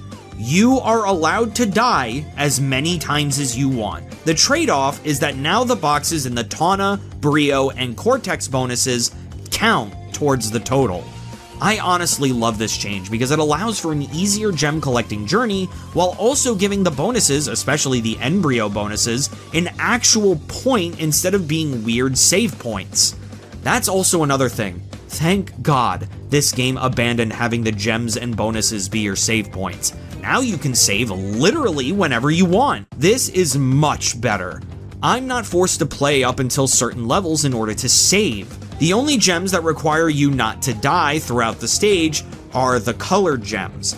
I will gladly take doing stages like this 6 times rather than 26. Unfortunately, Slippery Climb is one of those stages, but honestly, it's not that bad once you get the platforming down. Now for the hardest part of completion. The relics. The relics work as they have in the past. Get to the end of the stage as quickly as you can. The difference with this game as opposed to others is that Crash has no run button in this game. You must use Crash's base abilities to get to the end of a stage as quickly as you possibly can. This is difficult, don't get me wrong, especially since, just like the original with the gems, you must get through a stage without dying. The difference here being that you don't have to stop and get every box, so attempts go by much quicker. Stages like Fumbling in the Dark that were tough before are now much easier to get through, only taking me a few tries. Now the MVP when it comes to difficult stages is the High Road. My god, this stage took me so many attempts to get through. I tried rope walking too, but I'm just not good enough at it to do it quick enough. You just have to get good. Just like before, for 100%ing the game, you get the non-canon ending to the game, telling you where all of the characters are after the events of the game. These are exactly the same as before, continuing the themes of being a lovely homage. Part of me wishes that they switched the endings, making the canon ending the 100% ending instead of the normal one, but this has been such a loving recreation, why fuck with it? Unfortunately, getting all of the relics doesn't really give you anything other than a number above 100% and trophies. Kinda lame considering it's the hardest part of the completion. Speaking of trophies, this is our first time going over a game with trophies in a retrospective, and you know I platinumed this game. Crash 1 has 22 trophies to collect before getting the Platinum Trophy. Papu Popped, Ripper Ruined, Koala Conked, Pinstripe Patooey, Nitrous Broken, and Cortex Incapacitated are all collected by defeating all of the bosses in the game, naturally giving you 6 of the 23 trophies. The next couple of trophies I describe will honestly more than likely naturally happen as you play the game. You obtain Spin Doctor for spinning one enemy into another. I meant to do that, Pops, when you embarrass yourself and spin an extra life away. That's what those do unlocks when you enter a bonus stage. You get a hidden gem when you enter a colored gem path. The next couple come from getting 100% in the game. You get Cortex's Crazed Contest and Cortex's Terrifying Trial for collecting both keys in the game. For getting all of the gems, you'll get more gems are better than none and the ultimate gem path. When you obtain all of the gold relics, you will get 3 more trophies. Catch Me If You Can, Could Go All the Way, and Practice Makes Perfect. Now that you're standing at 17 trophies, just for 100%ing the game, now you only have a few miscellaneous trophies left. Feed Me! And IC London, IC France are obtained by getting killed by the plant enemies and electrocution, respectively. The box that broke the Bandicoot's back is unlocked by having over 30 boxes hit crash on the results screen of the stage. The best way to do this is to go into Insanity Beach and just avoid hitting any boxes. Easy peasy. No Holds Barred is another easy one. All you have to do is defeat 5 enemies as Coco. Finally, the final trophy is on Cloud 99. You unlock this trophy by getting your lives count to 99 lives. With that, you are the proud holder of the Intrepid Crash Bandicoot. See? Not that hard. You get 17 of those trophies just by being a completionist. There's definitely way worse trophy games. So do I recommend completing Insane Trilogy's version of Crash 1? Honestly, nah. If they gave you something interesting for getting all of the relics, I'd say sure, but since you get absolutely nothing, I'd say just get 100% and leave it at that. Put the relics in the trash.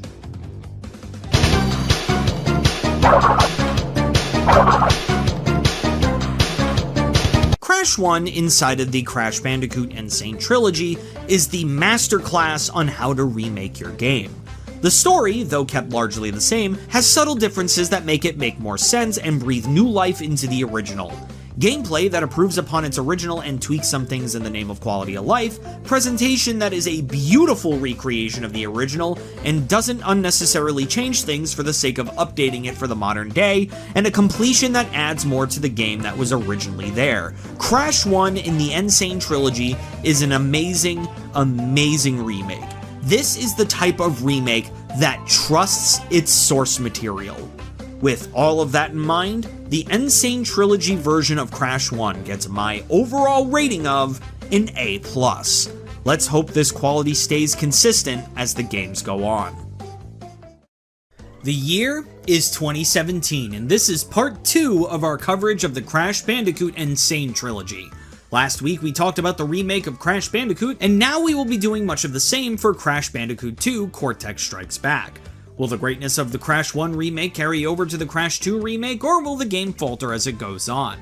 Let's find out.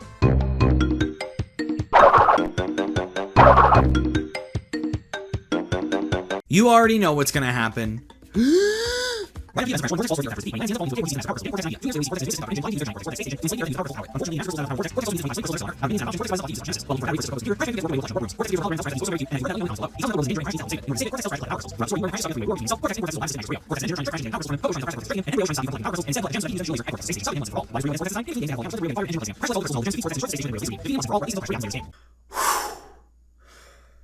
Okay, that one was a little better than the last time. Guess I'm getting my cardio up, that's good. Unlike before, there are no minor tweaks to the story in Crash 2 like there was for the first game. This time the story is the exact same and I respect it for that. So because of that, I don't see any reason not to give the same rating as before. With all of that in mind, the Insane Trilogy version of Crash 2's story gets my rating of an A+.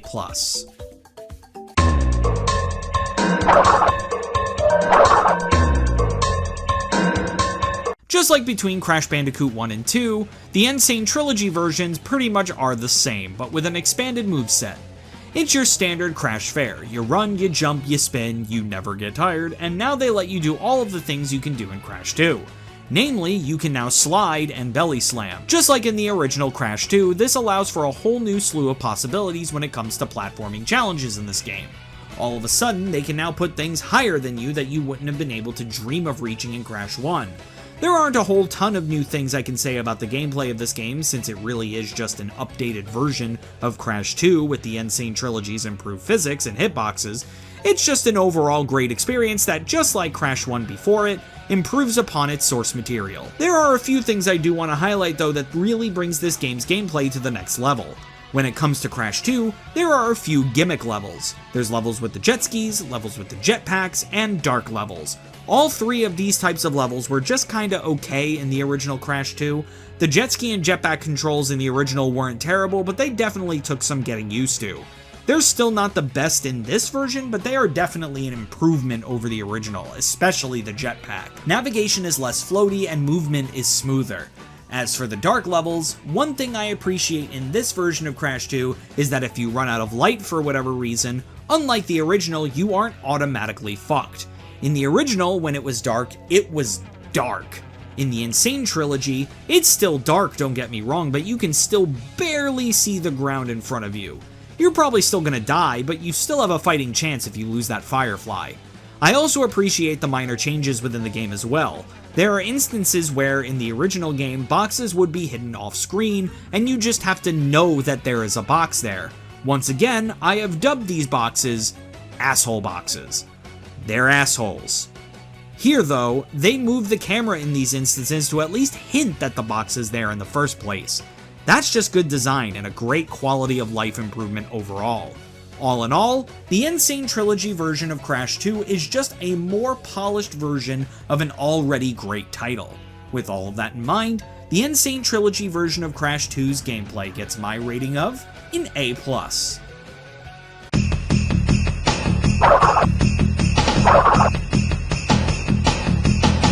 You already know that if you've seen my last video, not only do we get to see the same characters we've seen remastered before, but now we get a lot of the fan favorites. We get to see characters like Engine and Coco remastered in the new Insane Trilogy style.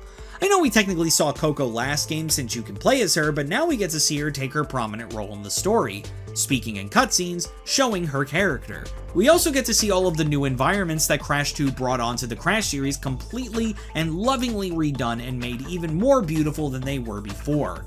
In the visual department, Crash 2 within the Insane Trilogy is, once again, given a beautiful and loving update without taking away what made Crash 2 great in the first place.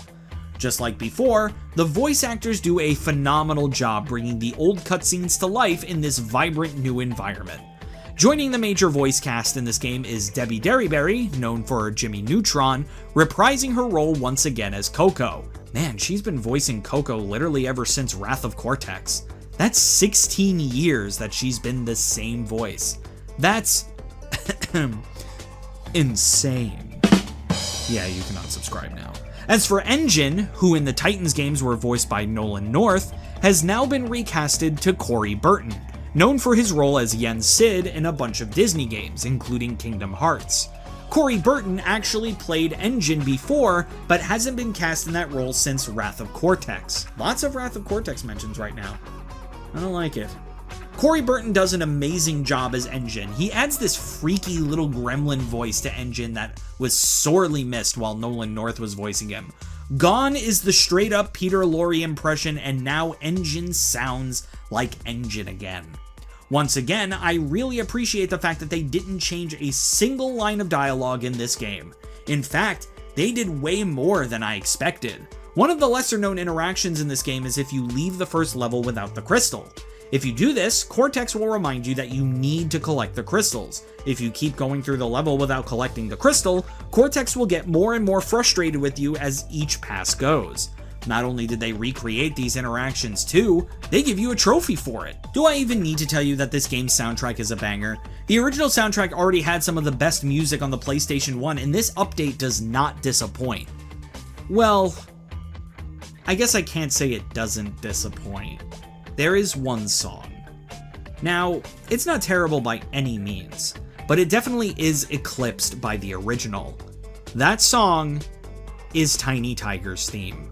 It just doesn't hit enough for me here, not like the original. Like, listen to the difference.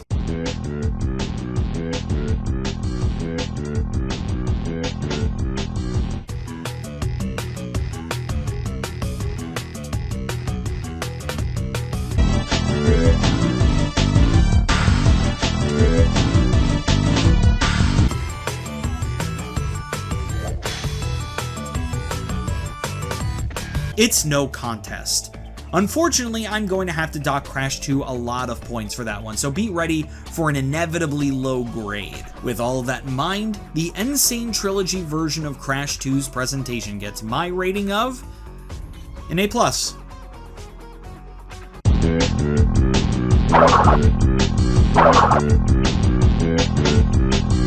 To complete the Insane Trilogy version of Crash 2, you must do the following. You gotta do all the stuff you did in the original, all 25 crystals, all 42 gems, all 5 secret exits, and beating the game. All of that will net you 100% and the true ending to the game. You know, the one with the laser beam. Just like the game before it, this version of Crash 2 also adds 27 relics to collect. Unlike Crash 1, after defeating Cortex, you do get the Crash Dash ability. That's right, baby, we schmoovin' again. This actually makes getting the gold relics a little bit easier than the last game, but don't let that fool you into thinking that it's easy. What replaces your slow movement speed is even more platforming challenges than we saw in Crash 1. Not only do you have to be fast, you have to be smart. You can't just rush through the stages and hope for the best. You need to know when to run, when to walk, when to jump, what sides to jump on if you're trying to quickly avoid an enemy attack and move on. All of this needs to be taken into consideration if you are going to get the relics in this game. It's great and really shows off how much better the level design in Crash 2 is than its predecessor. Unfortunately, once again, getting all of the gold relics in the game gets you nothing other than an extra 2% on your save file and some trophies. Speaking of, time for the trophy breakdown! This time around, there are 24 trophies you must obtain if you want that platinum. Alright, so finishing the game will net you the 5 boss trophies, Professor Pulverized, Komodo no Mo, Tiny Tricked, Mech Wrecked, and Cortex Inadequate. The next couple of trophies will most likely pop as you attempt to complete the game. A Road Less Traveled will pop when you enter a bonus round, a Diamond in the Rough will pop when you enter a colored gem path, Cheated Death for the time being will pop when you enter a death route, and the next 5 trophies will be obtained for finding all of the secret exits. Jumping the jet board and air crash, island hopping and bear down, the Flora flop and digging it, no bear left behind and unbearable, and hang in there maybe and hanging out. Once you 100% the game, you will obtain your 2 gem trophies, One Man's Trash and Laser Powered Vengeance. You get Kick the Tires, Light the Fires, and Wumpa Burner Engaged for obtaining all of the gold relics. Standing at 18 of the 24 trophies just for completing the game, we now have 6 miscellaneous trophies left. Let's go through them, shall we? You get a Helping Paw by doing the 10 Lives trick. If you don't know the 10 Lives trick, just jump on the bear in Warp Room 2 10 times and you will receive 10 lives. Crash Cubed is obtained when you die to the guys holding the ice pillar in the bear riding levels. Buzz Off is obtained when you get killed by a bee. Cortex Infuriated is actually one of the trophies that I alluded to in the presentation section. You get this trophy by entering your first level and leaving the level without the crystal. Do this 3 times and not only will Cortex be tired of your bullshit, you'll also pop the trophy. Boom Shakalaka is obtained by defeating 5 enemies with Coco's leg drop move. Essentially, just defeat 5 enemies with Coco's equivalent of the belly flop. Super simple. Finally, the final trophy you must get is 99% Perspiration, the 99 Lives trophy. The best way to farm lives in this game is in the level Behaving. Get to this spot right here where this hive will spit out a line of bees that are all aimed to kill you. Instead of running away, slide spin into the group of bees. Defeating all of the bees with your slide spin should get you an extra life. Do this until you obtain the 99 that you need. With all of that, you have now received the coveted platinum trophy, the Incredible Crash Bandicoot. Just like with Crash 1, the trophies for Crash 2 aren't particularly difficult to obtain. The hardest thing you'll have to deal with is, once again, getting the gold relics. Honestly though, there really isn't a level where getting the relic is that difficult. Compared to Crash 1, Crash 2's completion is a much more nice and increasingly difficult completion process than most. Would I recommend it? If you want the added challenge on top of completing the original Crash 2, I don't see why not.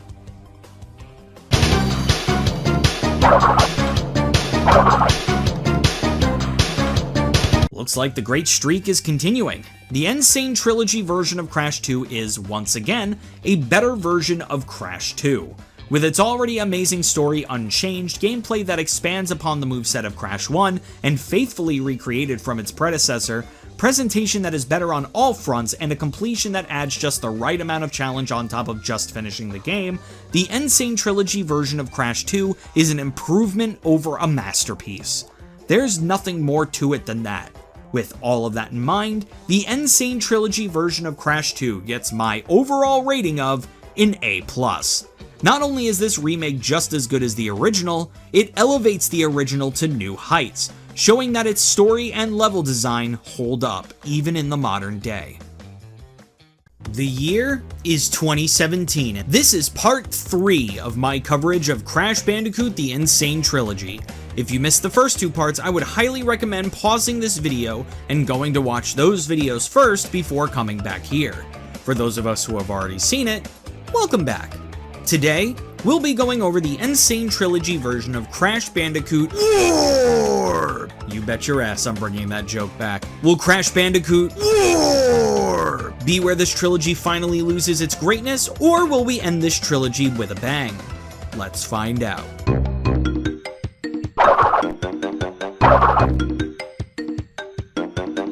Alright, let's do this one last time.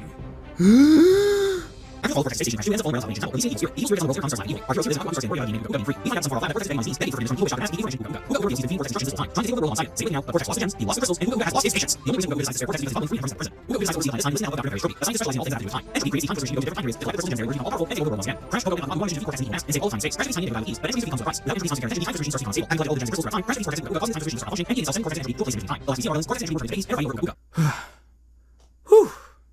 You know, after 3 times in a row of doing that, I honestly don't feel too bad.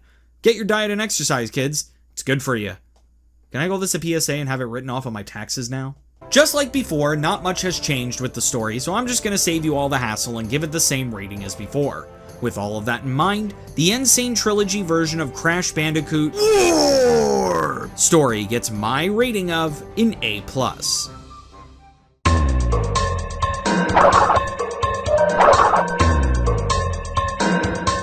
Just like the original, Crash Bandicoot Warped plays exactly like Crash 2. You run, you jump, you slide, and you spin your way through levels collecting power crystals and trying not to die on your way. Oh, god damn it! I love getting kissed against my will. Probably one of my top 5 favorite things to do when being turned into a frog. If you remember before though, Crash Bandicoot Warped added a bunch of gimmick levels to try and spice up the gameplay that Crash 2 already perfected. These include the underwater stages, the jet ski stages, the motorcycle stages, and the airplane stages. I did not look upon these stages very favorably before, seeing them as nothing more than distractions from an otherwise great gameplay formula. But what do I think of them here? They made them worse. They made them all worse. The only gimmick stage out of them all that doesn't control worse than the original is the airplane stages, but how do you screw up movements so broad? I'm absolutely shocked at how much worse the motorcycle and jet ski stages are. The jet ski stages controlled great in the original. I never felt like the physics were cheating me in any regard. Now, not only does the turning on the jet ski have a horrible radius and feel like I'm rubbing stone on gravel, but also the physics of the waves end up fucking up my control most of the time. If you hit a big enough wave at a great enough speed, you will go mid-air for a second and your turning controls are turned off. Why would you program it this way? All it does is make the control random and sporadic. As for the motorcycles, man, I hated them before, but now it's nigh impossible to make some of these turns without hitting the dirt. What in the hell were they thinking with this control? Did they even test it? I know it was bad before, but did you have to faithfully recreate it that much? The underwater stages still hurt my hands, especially when I'm going for the gold relics. In a bid to try and make it feel like Crash was underwater, they just made the control awkward and hard to maneuver. It's such a shame because the regular Crash levels are still really good and hold up just as good as they did in Crash 2. With all of that in mind, the Insane Trilogy version of Crash Bandicoot Warped's gameplay gets my rating of an A, just 1 letter grade below the original.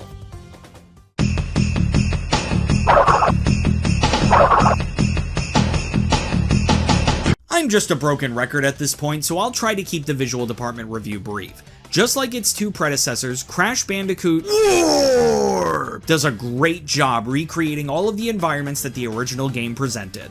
What makes this part of the game really cool is that the environments are so varied.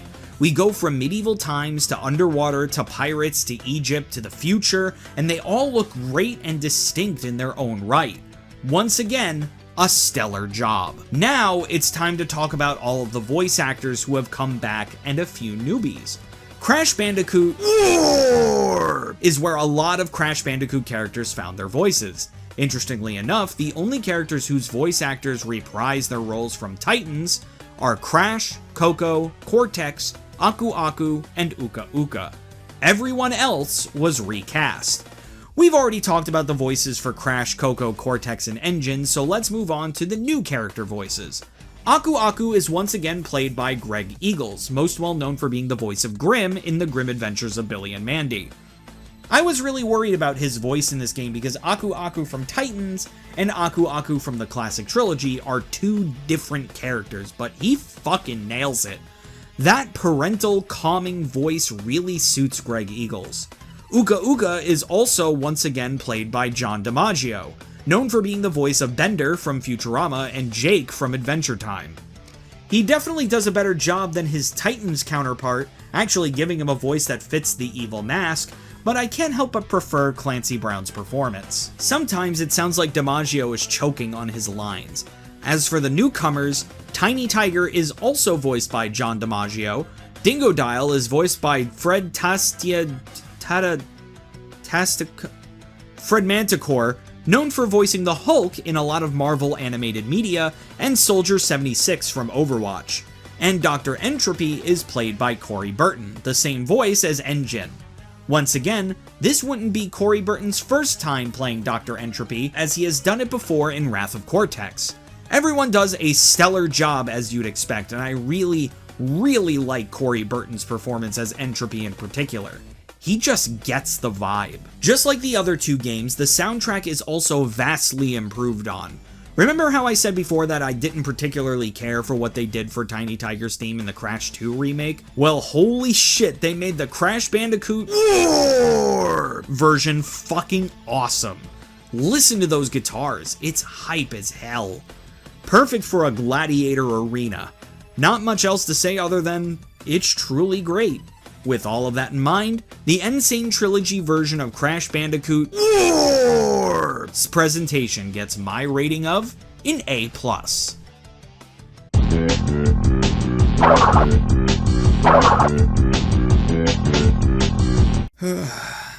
Alright, we all know where this is going. Completing Crash Bandicoot is actually the exact same as completing the original. To 105% this game, you must collect all 25 crystals, all 47 gems, all 31 gold relics, and beat all 5 bosses. As per usual, getting the crystals is easy as hell, gems add the perfect amount of challenge, and relics are the hardest part of completion. Thankfully, this time obtaining all of the relics is necessary in order to see the canon ending of this game. Thank God, I don't know if I could have gone another game of getting relics for the trophies. Thankfully, getting the relics is easier in some ways than in the original Crash Bandicoot, because the movement and physics are improved. All the time when I would run and jump onto grates that Crash can climb on, he would just not grab on and fall. That weird quirk is now gone in the Insane Trilogy. If I'm jumping towards the grate, I'm grabbing it.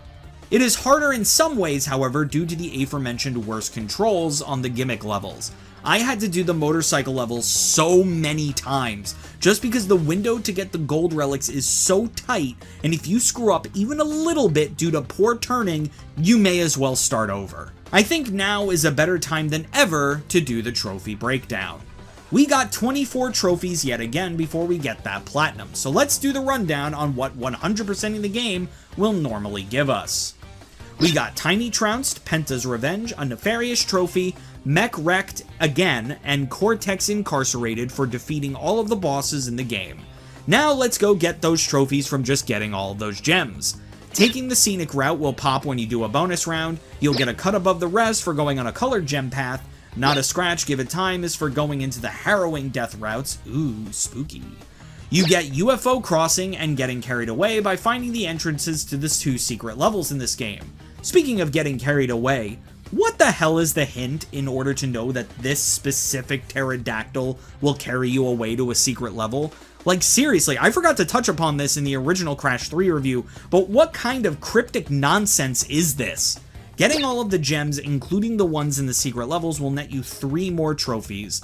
Leave no gem unturned, bringing down the house, and giving 102%. Now, it's time to get those relic trophies. Getting all of the gold relics will get you 3 more trophies. Buckle up, boys, buckle up. Is there a problem, Granny? And booyah, Grandma, booyah! Now that you've 105%ed the game, you're standing at a lofty 16 out of 24 trophies. Now let's get those pesky miscellaneous ones. You will get the Riddle of the Sphinx by doing the following. After defeating Engine and getting the Fruit Bazooka, go to Tomb Time, and before entering the eponymous tomb, aim your bazooka at Cortex's face. At some point, the reticle will turn red, and just shoot to get an extra life and this trophy. Accept No Substitutes is a funny one. After 100%ing the game, go back to Toad Village and go up to this house, and you will see Fake Crash. Trust me, I'll make a video on you later. All you have to do is shoot Fake Crash with your bazooka, and bam! Trophy. Now for the death trophies. Getting killed by the wizard in the medieval stages and getting killed by the mummy in the Egyptian stages will get you warts and all, and keeping Crash under wraps. Now for the obligatory Coco trophy. After getting the Tornado Spin ability from Entropy, play as Coco and use the Death Tornado to defeat 5 enemies, and bam, you got Category 5. Trigger Clickin' Good is obtained by shooting 5 chickens with a bazooka in a single level. The easiest way to do this is to enter Toad Village, start the time trial, shoot the chicken right at the beginning, and then restart the trial. Doing this 5 times counts as shooting 5 chickens in one stage. Gotta love when you can cheese a trophy. Next is a very, very weird trophy that now I'm wondering if this is a thing in the original Crash 3. Please let me know in the comments. Your Moment of Zen. To get this, you must go to Tomb Time and encounter this monkey that appears out of these 5 pots. All you must do is dodge his attacks until he stops attacking you completely. This usually takes about a minute. Once he finishes attacking you, spin the pots to reveal an enlightened monkey and your trophy. Last but not least, the obligatory 99 Lives trophy. The easiest way I found to get this trophy is to go into Sphinxinator and go through the difficult path right at the beginning.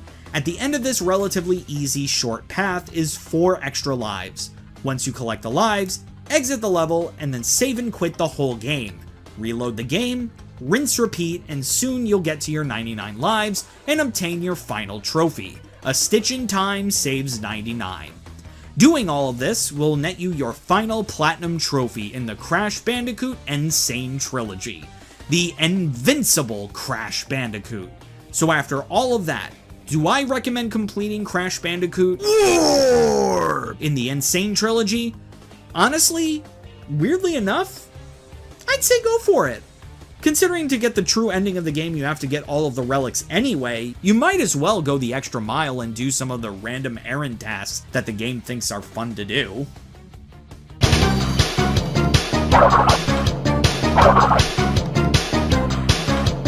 What a way to wrap up this insane trilogy. With a story that remains unchanged from the fantastic original, gameplay that is unfortunately a bit of a downgrade from both the rest of the Insane Trilogy and the original source material, presentation that keeps on giving, and a completion that actually gives you some sort of reward, the Insane Trilogy version of Crash Bandicoot may not wrap up the trilogy as gracefully as we would have liked, but to be fair, neither did the original. With all of that in mind, the Insane Trilogy version of Crash Bandicoot gets my overall rating of an A+. It's still great at the end of the day, just has a few more flaws than I would have liked.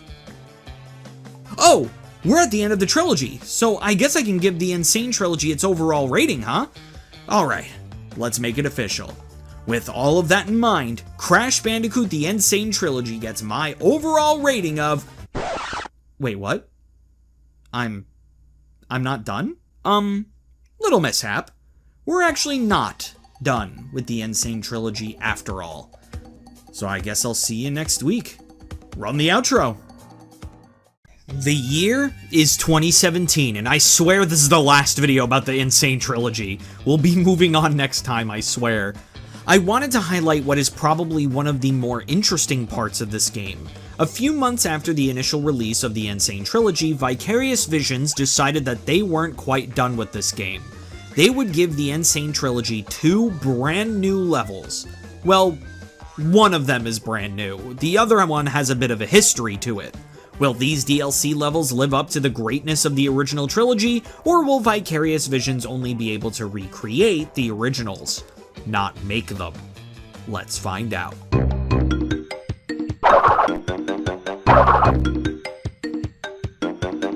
The first DLC level that was released as a part of the Insane Trilogy was an add-on to Crash 1, Stormy Ascent. This is the level I mentioned before that has some history. Stormy Ascent is not an original level to the Insane Trilogy. It actually does exist in the original Crash 1. Sorta.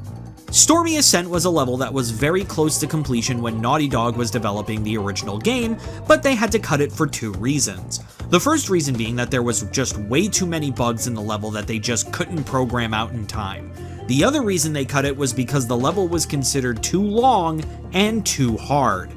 When asked about the level, Andy Gavin said this: "Stormy Ascent was just cut because it was too long and too hard and we ran out of time. I wish we had put it in as some kind of Easter egg, as it was an awesome level.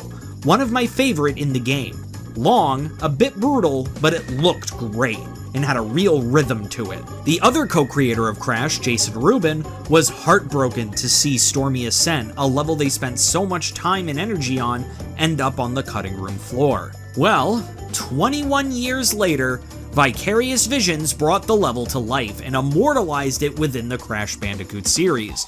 So is it as long and hard as they say? Why are you asking me about my loins? Oh, we're talking about Crash. Right off the bat, yes, Stormy Ascent is a very difficult level to beat. It certainly is the longest level that not only Crash 1 has to offer, but the Insane Trilogy as a whole. You know a level is long when the gold relic requirement is over 4 minutes long. This level will also net you some of the hardest platforming challenges in Crash Bandicoot to date. And you know what? I love it. I loved every second of playing and mastering this level. There truly is a beauty to difficult yet fair level design. There was never a time that I died in this level where I felt like the game fucked up. It always felt like my fault. This made me more and more determined to keep going and beat this level once and for all. When I did, it was such a great feeling. Truly an achievement. If you want a really good challenge, give Stormy Ascent a go.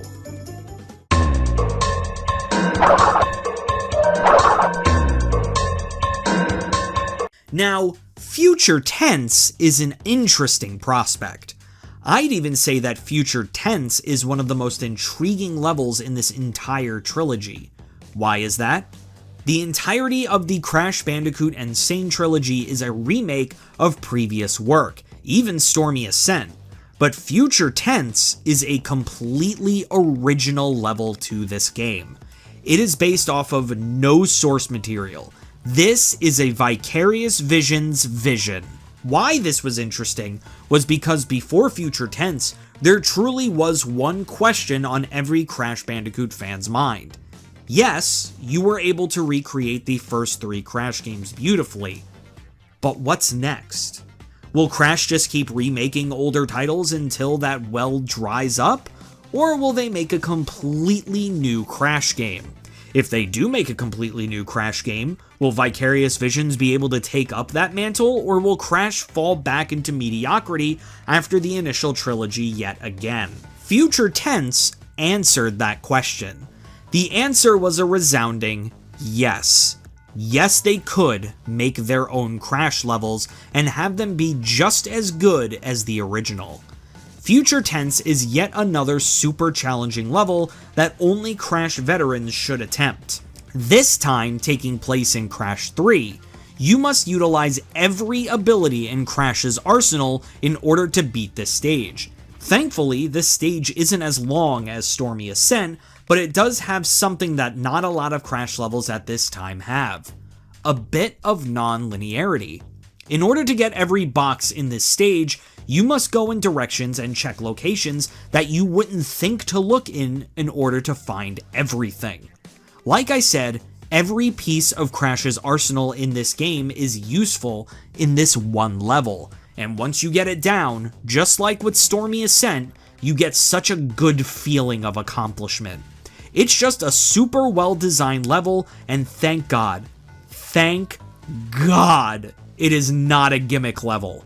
I think the Insane Trilogy devs started to realize that people like Crash when it's a platformer, not a gimmicky mess. Honestly, I think I like Stormy Ascent an eensy-weensy bit more, but that honestly might be because Stormy Ascent feels like a true Crash Bandicoot challenge, where this level is just a difficult Crash 3 level. I still highly recommend playing it too.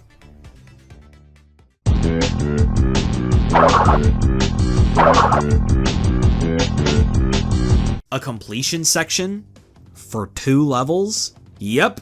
Along with Stormy Ascent and Future Tense came 2 new gems, 2 new relics, and 4 new trophies for you to get.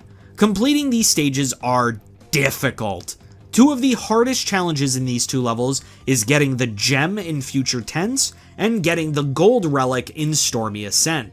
Interestingly enough, I found getting the gem harder than getting the relic in Future Tense, due to having to go back and forth in the stage and having to find a couple of asshole crates along the way. It can be quite a challenge to get all the boxes, especially since some of the boxes are hidden behind a death route.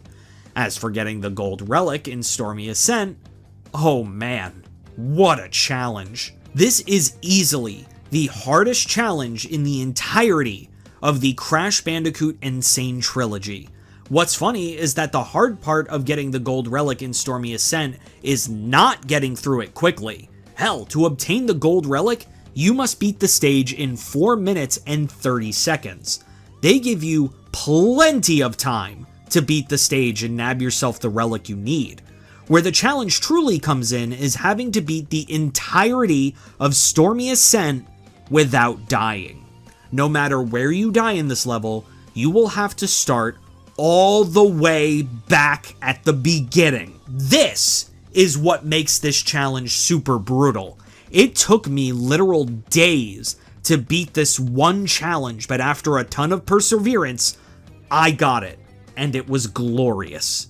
It's moments like these where I wish I could play the entire run in this video, because this is one of the most proud I've ever been while playing a video game. I do have a second channel that I could maybe post these gameplays on if you would want me to. Let me know in the comments. As for the 4 trophies, you pretty much get all of them for completing the 2 levels. For Stormy Ascent, you have 2 trophies. You obtain the Crown Jewel for getting the gem in Stormy Ascent, and then for getting a gold or platinum relic in this stage, you will pop in Ancient Antiquity. For Future Tense, you have your last 2 remaining trophies. The Future is Clear is obtained when you get the gem in the stage. As for the second trophy, interestingly enough, it is not for getting the gold relic. There is no true reward for getting the gold relic in Future Tense. It's just for bragging rights. Instead, to get your final trophy in the Insane Trilogy, you must shoot a background UFO with your Fruit Bazooka. You will then pop Fruit Fighter. Congratulations on obtaining all 77 trophies in the Crash Bandicoot Insane Trilogy and getting your triple platinum. When people see you, they truly will say, whoa. So do I recommend completing these 2 levels 100%? If you are the type of gamer who likes a really good challenge, I say go for it. If you're not into playing super hard levels though, I just stick to the base game.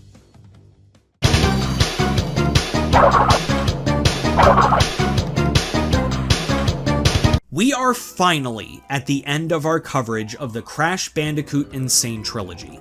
So how does it stack up? Crash Bandicoot 1 and 2 are improved in every way, but unfortunately, Crash Bandicoot Warped suffers from issues concerning its gimmicks. Every single game's story and gameplay are recreated beautifully, and it really just goes to show that this wasn't a remake made with the desire for money. Hell, Crash Bandicoot was a huge risk at the time this came out. The Crash Bandicoot N-Sane Trilogy was a labor of love. They loved these characters, they loved these stories, they loved these games. Vicarious Visions understood why Crash was so beloved in the first place and really solidified Crash Bandicoot's place in modern gaming. Without the N-Sane Trilogy, I'm confident that Crash Bandicoot would still be dead with Mind Over Mutant, and have no hope of returning. Now we got 3 amazing remakes and 2 stellar DLC levels that prove that not only was Crash Bandicoot great, Crash Bandicoot is still great, and will always be great. With all of that in mind, Crash Bandicoot The N-Sane Trilogy gets my overall rating of an A+. Here's to an amazing future. The year is 2019, and Crash Team Racing Nitro Fueled was released on the PlayStation 4, Xbox One, and Nintendo Switch. Right off the bat, I want to highlight how much of an evolution this game saw, and shows just how much these developers love the Crash Bandicoot franchise. What started out as a ground-up remake of Crash Team Racing on the PlayStation 1 would soon evolve into also remaking every track from Crash Nitro Kart, and then would evolve even further and take the characters from every part of the Crash Bandicoot franchise, including places you wouldn't expect. Like, look at this. We get Crunch Bandicoot from Wrath of Cortex, Nina Cortex from Crash Twinsanity, all of the boss characters from Crash Nitro Kart, all of the trophy girls from the original Crash Team Racing, Rilla-Roo from Crash Bash, Dr. N-Tranced from Crash N-Tranced, Megamix from Crash the Huge Adventure, Pasadena Opossum and Von Clutch from Tag Team Racing, Yaya Panda from Crash Nitro Kart 2, a game that was only on mobile phones, and even Spyro the Dragon from Crash Purple! Hell, one of the characters, Hasty, is loosely based on a cut character from the original Crash Team Racing. This is insane. I feel like I'm missing a couple of games, but I really can't think of what they could be. Oh well, must not be important. Developed by Beanox, known for developing a bunch of licensed games like Spider-Man Shattered Dimensions and the B-movie game, they really set out to create the ultimate Crash experience. Will Crash Team Racing Nitro Fuel become the Super Smash Bros. Ultimate of Crash Bandicoot, or will the remake train run dry? Let's find out.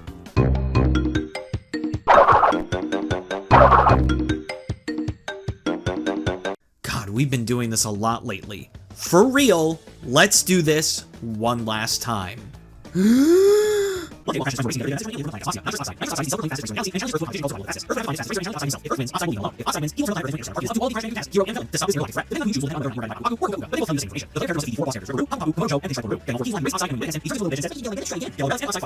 Considering I've been doing this so much, I've gotten way more in shape. Maybe I'll go run a triathlon. Once again, and this is the last time we'll essentially just skip over the story, I swear. Considering the story is the exact same, it's going to get the exact same rating. With all of that in mind, Crash Team Racing story gets my rating of an A+.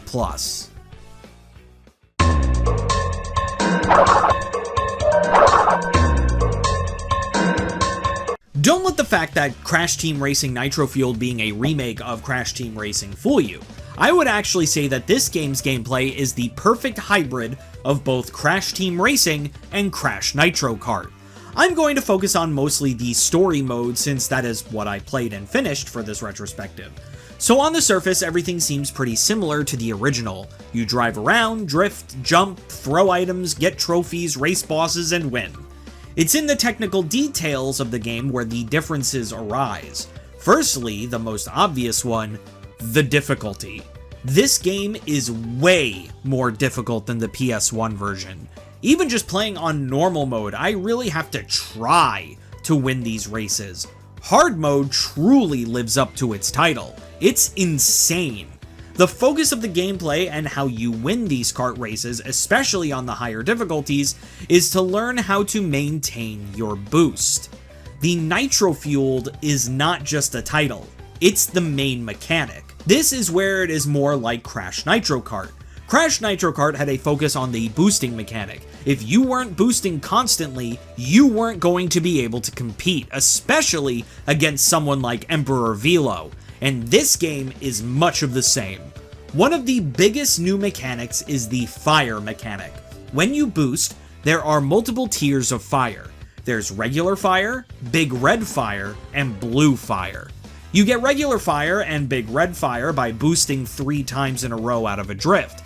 This will get you into a good speed, able to beat most races in the easy or normal modes of the game. From some boosters in most of the stages, they will boost you so much, they will give you blue fire. Blue fire is how you go the fastest in this game. If you want to beat hard mode, you need to maintain this blue fire.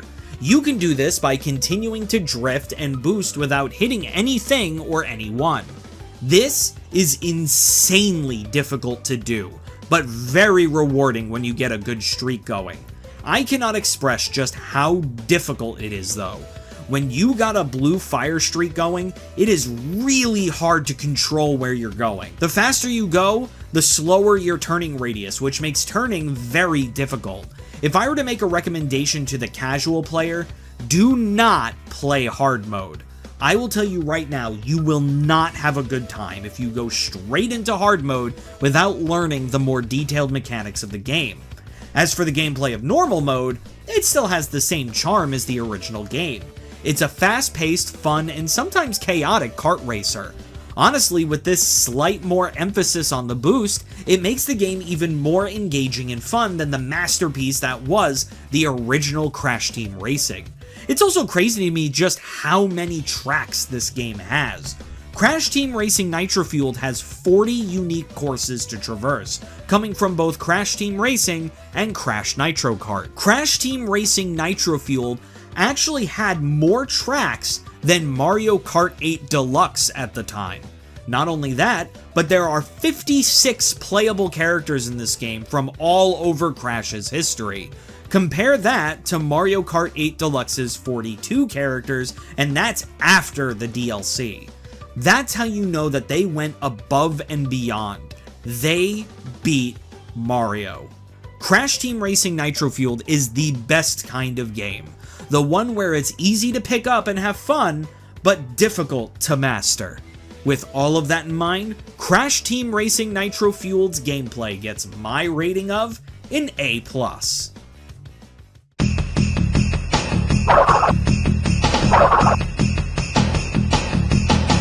Do I even need to say it? The trend absolutely continues from the Insane Trilogy, but 1,000-fold. Beanox's assignment for this game was to just recreate Crash Team Racing. That's it. That's what Vicarious Visions did with the Insane Trilogy. They set out to make a ground-up remake of Crash 1, 2, and Warped! And they did it beautifully. Beanox, though, oh man.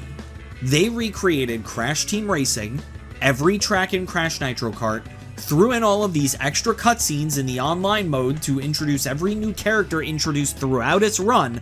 Every single part of this game is not just a loving recreation of the original Crash Team Racing, it's a loving homage to the Crash Bandicoot franchise as a whole. It is insane to me just how beautiful every single part of this game looks, even when it was just some DLC courses. I cannot express enough how good Beanox made every inch of this game look. The voice acting is also pretty good, except for one character. So just like Crash Team Racing, in the story mode there are only really a couple of characters that talk more than just the short voice clips you hear in gameplay. Some of the main ones being Nitrous Oxide, Aku Aku, and Uka Uka. Greg Eagles once again plays an amazing Aku Aku, still doing the perfect calming voice that Aku Aku was always meant to have. Nitrous Oxide is played by everyone's favorite voice of everyone, Corey Burton. He certainly brings that pompous alien-type voice that was present in the original game. Hell, I'd say he did an even better job than the original voice actor. You really get that pompous attitude out of him. As for John DiMaggio's Uka Uka, it's not great. What's with these kart racers and making Uka Uka sound so weird? John DiMaggio seems like he has trouble making Uka Uka just talk normally. It's not like he hasn't done a great job talking as Uka Uka before. It seems like he thrives in an angry yelling voice that Uka Uka does. His performance here just seems off. As for the boss characters, they too have voice lines, with Jess Harnell, the same voice as Crash, playing Ripperoo, Dwight Schultz, also known as Captain Howling Mad Murdoch from the A-Team, playing Papu Papu, Fred Tatasquire playing Komodo Joe, I really fucking hope I said that right, and Robbie Damon, known for his role as Goro Akechi in Persona 5, playing Pinstripe Potoroo. They all do a pretty damn good job portraying their respective characters and really bring them to life in their new cutscenes that are more than just them sitting in a cart talking to you. As always with these remakes, the music is also beautifully recreated and just accentuates what makes the original so good. Nothing more to say on it than that. With all of that in mind, Crash Team Racing Nitro Fueled's presentation gets my rating of an A+.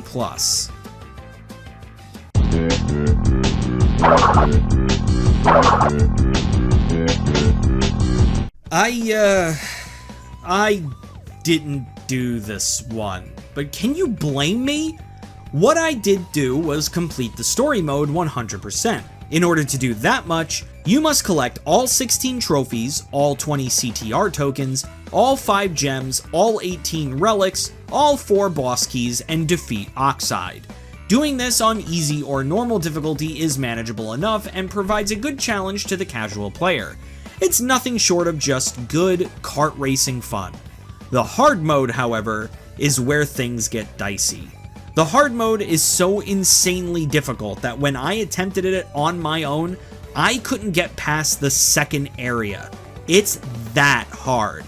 At a certain point, I just had to accept that I wasn't really going to have the time to complete this game, especially for the Herculean task I have ahead of me after this. It's just too much, man.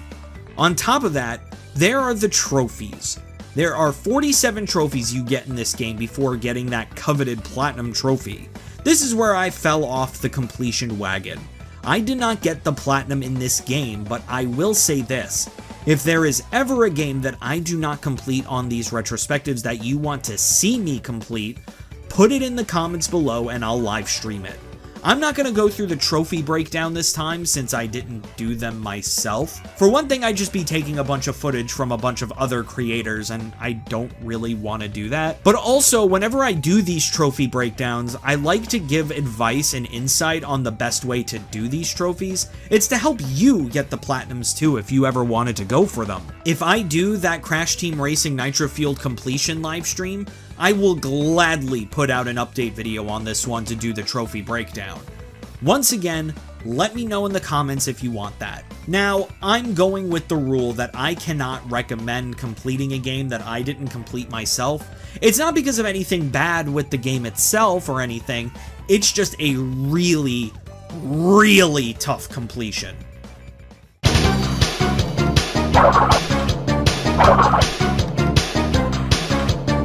Crash Bandicoot has been on fire lately with these remakes. With a story that is still amazing and smart after all these years, gameplay that was not only amazingly recreated but made more engaging and more fun, presentation that is beautiful as always with these remakes, and a very, very tough completion, Crash Team Racing Nitro Fueled is the perfect celebration of the Crash Bandicoot series as a whole. It's fun, it's challenging, it's everything I could have wanted out of a Crash Team Racing remake and more. With all of that in mind, Crash Team Racing Nitro Fueled gets my overall rating of an A+. Crash Bandicoot has been doing amazing with these remakes, but will we just continue getting remakes in the future, or will it be about time that we get a brand new Crash Bandicoot game? I couldn't do it. I just couldn't do it. I tried. I really, really did. Yet I just couldn't do it. What kind of completionist am I? What was the point of even spending all of this time playing this game if I just couldn't succeed? Why?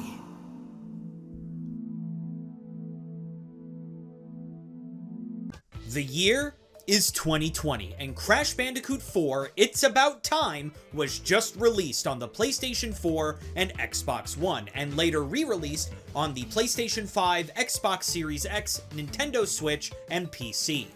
After the massive success of both the Crash Bandicoot and Sane Trilogy and Crash Team Racing Nitro fueled, developer Toys for Bob felt it was high time to finally give Crash Bandicoot a new game after 12 years without one. For those of you paying attention to the developers of each Crash game, you may be wondering, who the hell is Toys for Bob? Toys for Bob, my well-esteemed guests, is the company you should be thanking for the modern return of Crash Bandicoot. Toys for Bob is the developer of the very popular Toys to Life video game series Skylanders. If you remember from the intro of the Insane Trilogy video, Skylanders Imaginators was the game to bring Crash Bandicoot back from the dead with his very own level. The only time we've ever seen Crash Bandicoot on a console game since Crash Bandicoot Mind Over Mutant. Since then, they've done a lot to revive the big two PlayStation classics. They developed the Spyro the Dragon Reignited Trilogy, they ported the Insane Trilogy over to the Switch, and they helped Beanox develop Crash Team Racing Nitro fueled. So if there was ever any developer to create a new Crash Bandicoot game at this point, it was Toys for Bob. At first, Toys for Bob wanted to create a reboot for Crash Bandicoot, but after interacting with Crash Bandicoot fans both in the company and outside of it, as well as hearing fan reception of the Crash remakes, they decided that a full-blown sequel to the original trilogy would be perfect. Will Crash Bandicoot 4: It's About Time become the next great Crash Bandicoot game, or will it become yet another Wrath of Cortex? Let's find out.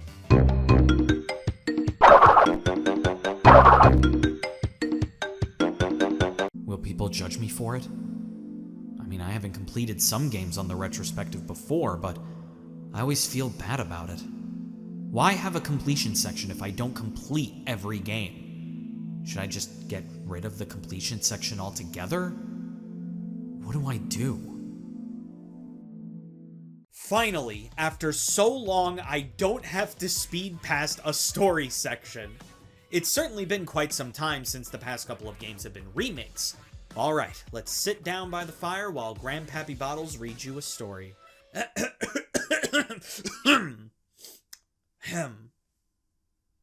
Who? We start the game right where Crash Bandicoot Warped left off, with Cortex, Entropy, and Uka Uka trapped in between time. Entropy and Uka Uka are continuing their attempts to try and escape, while Cortex seems to have already given up. Uka Uka decides to use the Super Boo method and screams a rip in space-time, leading him into passing out and the two scientists to finally escape their prison. They realize that the rift they went through gives them the ability to travel through space and time, creating access to the multiverse. This gives Entropy and Cortex the idea to create a generator that can allow them to freely travel the multiverse so that they can take over everything. Enlisting the help of Engine and Embryo, their plan is in motion.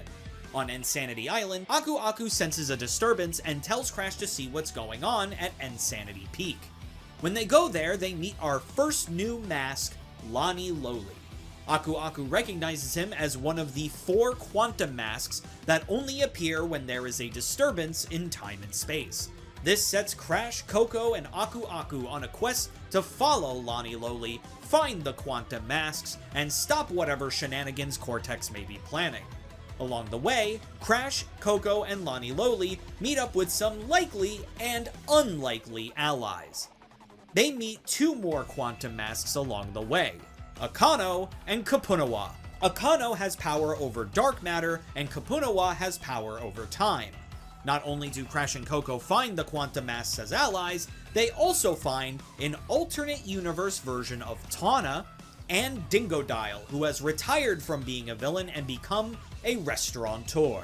After defeating Engine, Embryo, and Cortex, Cortex becomes sad once more, wishing for their endless cycle of fighting to stop. Entropy makes his appearance and reveals his master plan. Entropy has been co-conspiring with another villain this entire time and was using Cortex and the others for their resources. This new villain is Dr. N-Tranced. Wait, hold on, wrong game. This new villain is an alternate universe version of Entropy. The Entropy from Tawna's universe. Now that he doesn't need him, Entropy, and as fans have dubbed her, Femtropy, decide to use the Rift Generator for themselves to rule the multiverse and erase all of their enemies from existence. At this point, Cortex joins Team Bandicoot to help them save the world, turning over a new leaf. After getting the final Quantum Mask, Ika Ika, who has the power over gravity, Team Bandicoot hijack Oxide ship to take them to the Rift Generator, and they all defeat the Entropies once and for all. The Quantum Masks then destroy the Rift Generator, bringing peace back to space-time. Now, you'd think that this is the end of the game, but you'd be wrong. As Team Bandicoot celebrate their victory in the Snacks dimension, Cortex gets a devious idea.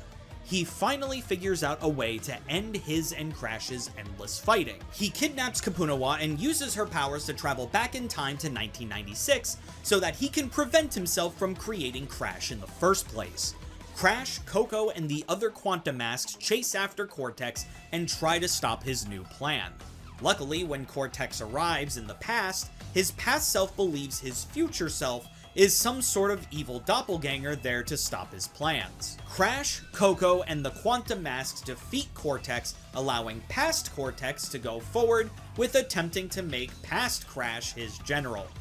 God, my fucking brain hurts. It is then revealed that the reason the Cortex Vortex failed back then is because of our current Crash. Crash created himself. This must be the closest Crash Bandicoot will ever get to the Grandfather Paradox. The Quantum Masks teleport Cortex somewhere between time and space once again, but he just kind of finds it nice and relaxing. We then see the Quantum Masks, Aku Aku, Tawna, Crash, and Coco playing video games with each other, enjoying their newfound peace. Also, Dingodile reopened his restaurant. The 100% ending doesn't have a lot going for it, it just pays homage to Crash 1 where they just do the where are they now bit for each character. To go through them real fast, Engine becomes a smooth jazz artist, Embryo becomes an exhibit in Ripperoo's museum, Oxide becomes addicted to energy drinks and gets a divorce. I'm not kidding. Dingo's Diner franchises out and gets shut down due to health code violations after just one day. Coco becomes an esports champ. Holy fuck, is that Nina? Cortex's minions make a healing crystal shop. Tawna gets into a relationship with Nathan Drake. That is also not a joke. The Entropies were never seen again, and as for Crash, He's doing just fine. just funny little jokes. Nothing too important. No, the important part is the 106% secret ending, which teases a sequel. We see Cortex continuing to relax on the beach, only to be interrupted by an appearance from Uka Uka. Roll credits. When it comes to new Crash Bandicoot stories, I must say that this is probably the best one to come out of the series for a while. Literally ever since I finished Crash Bandicoot Warped! Even though some stories in other Crash games did interesting things, they never really reached the level of the original trilogy.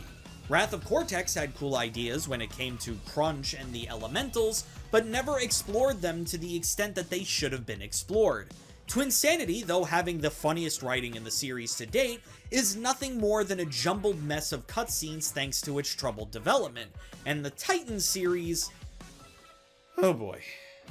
This is the best Crash story we've gotten since the original trilogy, and it fits right in with its zany sense of humor and quick wit.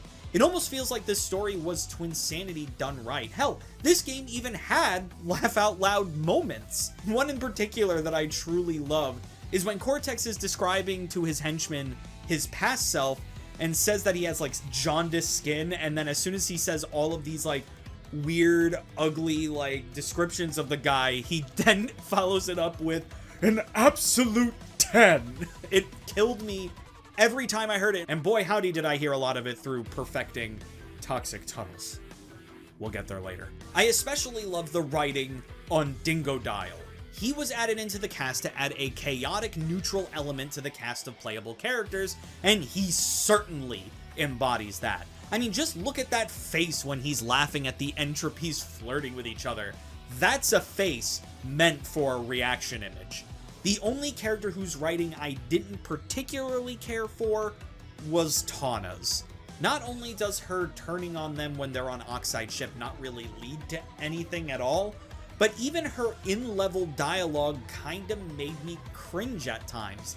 Literally in her Tranquility Falls level, she just shouts, "Aww, kawaii!" And yeah, no, it doesn't do it for me.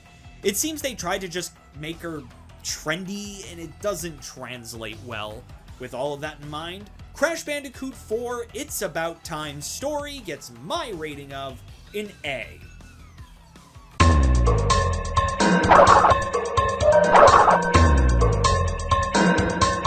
How could I talk about the 106% ending here? I didn't earn that. I didn't see that for myself. I had to look it up on a YouTube video to see what happened. Do I really deserve to talk about this ending if I couldn't even achieve it? Jesus Christ, we're 7 pages into the script and we're only on the gameplay section? This is gonna be a long video. Crash Bandicoot 4 is your standard Crash Bandicoot fare. You run, you jump, you spin, and I get tired. Nah, I'm just kidding. For the most part. Though I say that this is the standard Crash fare, only part of it is. Crash and Coco both play pretty similarly to the way they played in the Insane Trilogy. How this game shakes up their gameplay is the introduction of the quantum masks. Lonnie Loli has the power of phase shifting, so whenever you see these blue transparent objects, push the trigger button, those transparent objects will become tangible. Be careful though, because it will make other objects transparent as well. Akano will allow Crash and Coco to enter a state of perpetual spinning. This spinning allows them to jump way farther than they typically would be able to otherwise, and they can even deflect some projectiles. Kapunawa is able to slow down time. This has 2 major uses in gameplay. It slows down platforms that move way too fast, allowing you to jump across safely, and it also allows you to bounce on Nitro crates and not automatically die. This is a way better application of walking on Nitro boxes than Wrath of Cortex's little... Finally, Ika Ika turns Crash 4 into VVVVVV, or as it's supposed to be called, V 6 times in a row. Essentially, you press the trigger to change the gravity from right side up and upside down whenever you want. It is honestly insane the amount of ways the level designers found to use all 4 of these quantum masks in such creative ways. Hell, one of the coolest moments in this game is in one of the final levels, Cortex Castle, where you literally go through this crazy gauntlet, constantly switching between the masks as it goes on. Crash and Coco aren't the only playable characters you play as in this game though.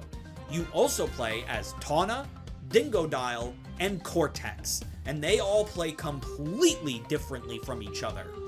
Tawna is definitely the most similar to Crash and Coco. She goes through levels using her kick attack to kill enemies, which is pretty similar to Crash and Coco's spin.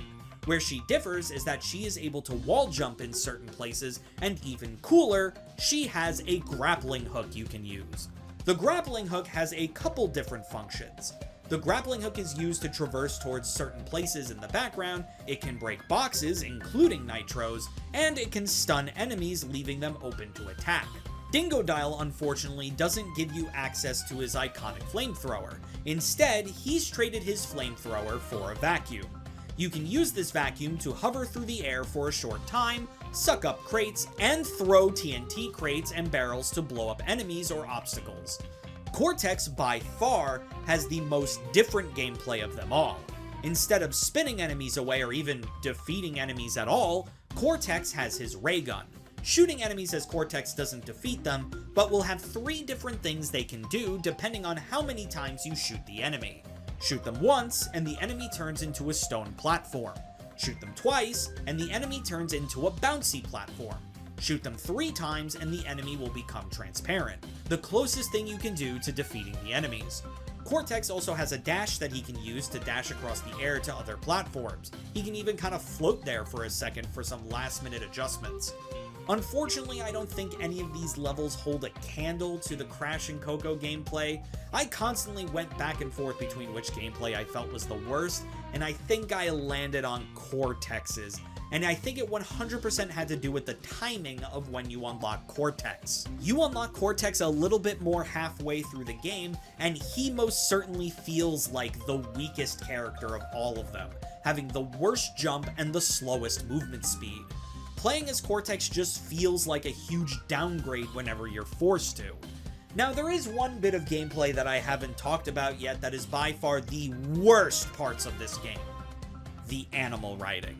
There are 2 levels in this game where you have to ride animals hog wild style. You ride Polar in Bears Repeating, and Schnurgle in Crash Landed. They control very similarly to how Purah and Polar controlled in the Sane Trilogy, but their mobility took quite the downgrade. There are so many times where I would hold right for as much as I could to try and get some boxes, and they just wouldn't reach. This gameplay style was so bad, they had to patch it to make it slightly easier, but even then, it's still not great. Before the patch, if you wanted to get all 4 boxes of this 2x2 square, you needed to hit them just right, and in this fast-paced environment, it's almost impossible. Now, just hitting one of the boxes will break all 4. Thank God. If I had to get all of the boxes in the previous way, I think I'd want to shoot myself. But I'll get more into that for later. For now, I'd say this is some of the best level design the Crash Bandicoot series has to offer. It blew me away just how many ways the game implemented its gameplay elements in new creative ways that I never would have thought of. This game, fundamentally, is a level design marvel. With all of that in mind, Crash Bandicoot 4 It's About Time's gameplay gets my rating of an A+.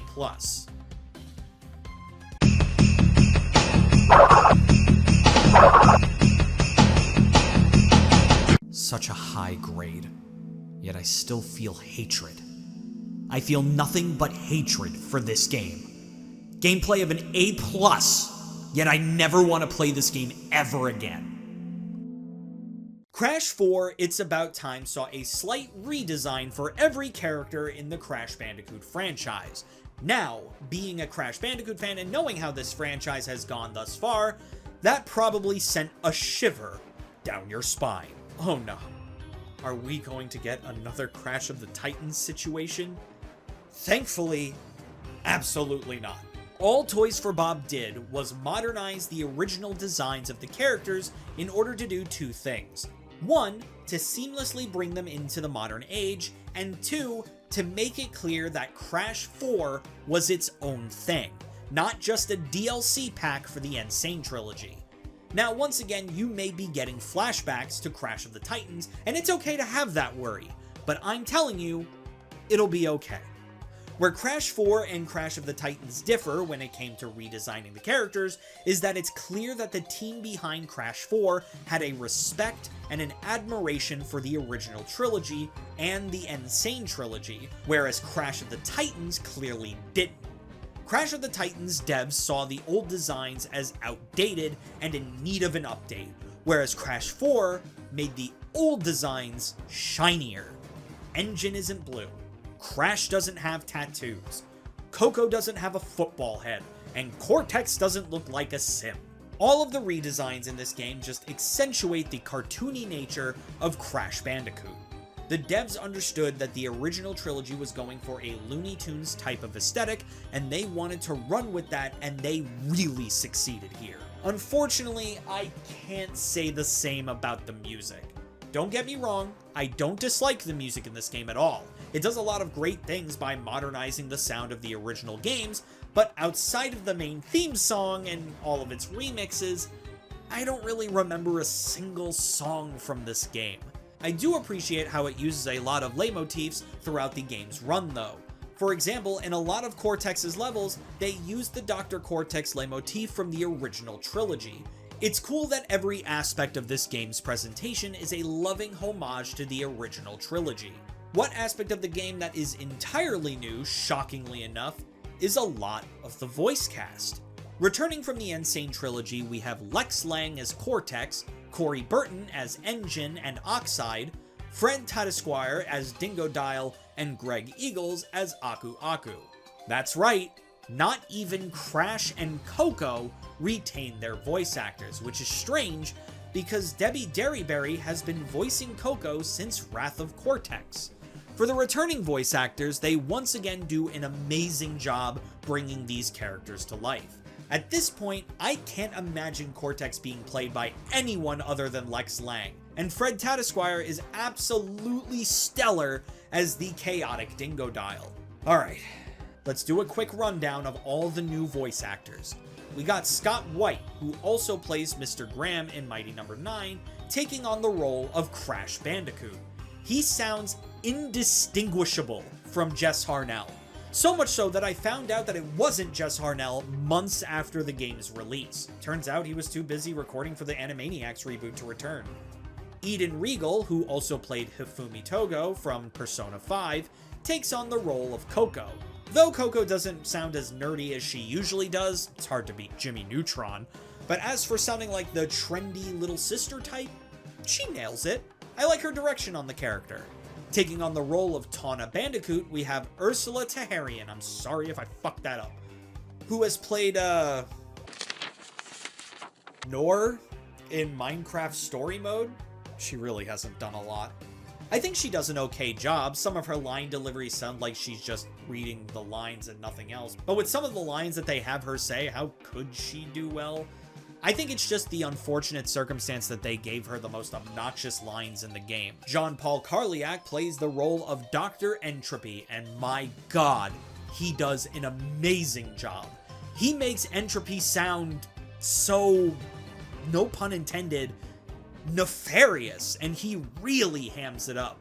What do you expect from the guy who plays the Boss Baby in Boss Baby Back in Business, the greatest Netflix series of all time? I'm not gonna lie, I actually do really like that show, unironically. Kapunawa was played by Charisse Booth, who voices Sojourn? I don't know how to say that. I don't play this fucking trash game. Her voice and character were a lot of fun to see. I loved her jovial nature. It immediately made me fall in love with the character and made her one of my favorite Quantum Masks. Fred Tatasquire, who voices Dingodile, also voices both Akano and Ika Ika's positive side. They didn't really have much screen time to show off his performances, but from what little they do give, it's pretty good.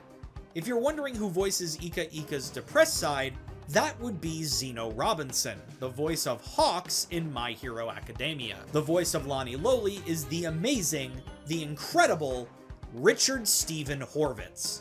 Fans of Nickelodeon will recognize him as Invader Zim. Fans of Cartoon Network will recognize him as Billy from The Grim Adventures of Billy and Mandy, and those of you who live on the internet will know him as Moxie from Hell of a Boss.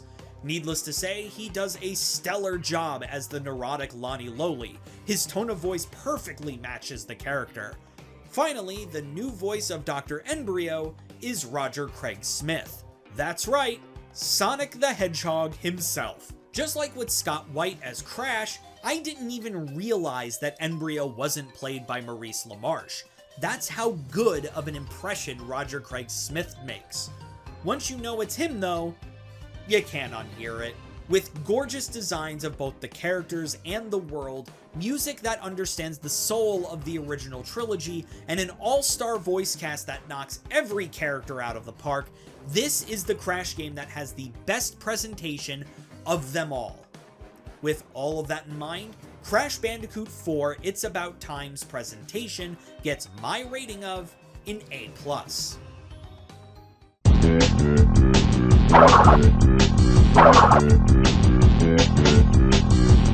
I never want to play one of the best Crash games ever made.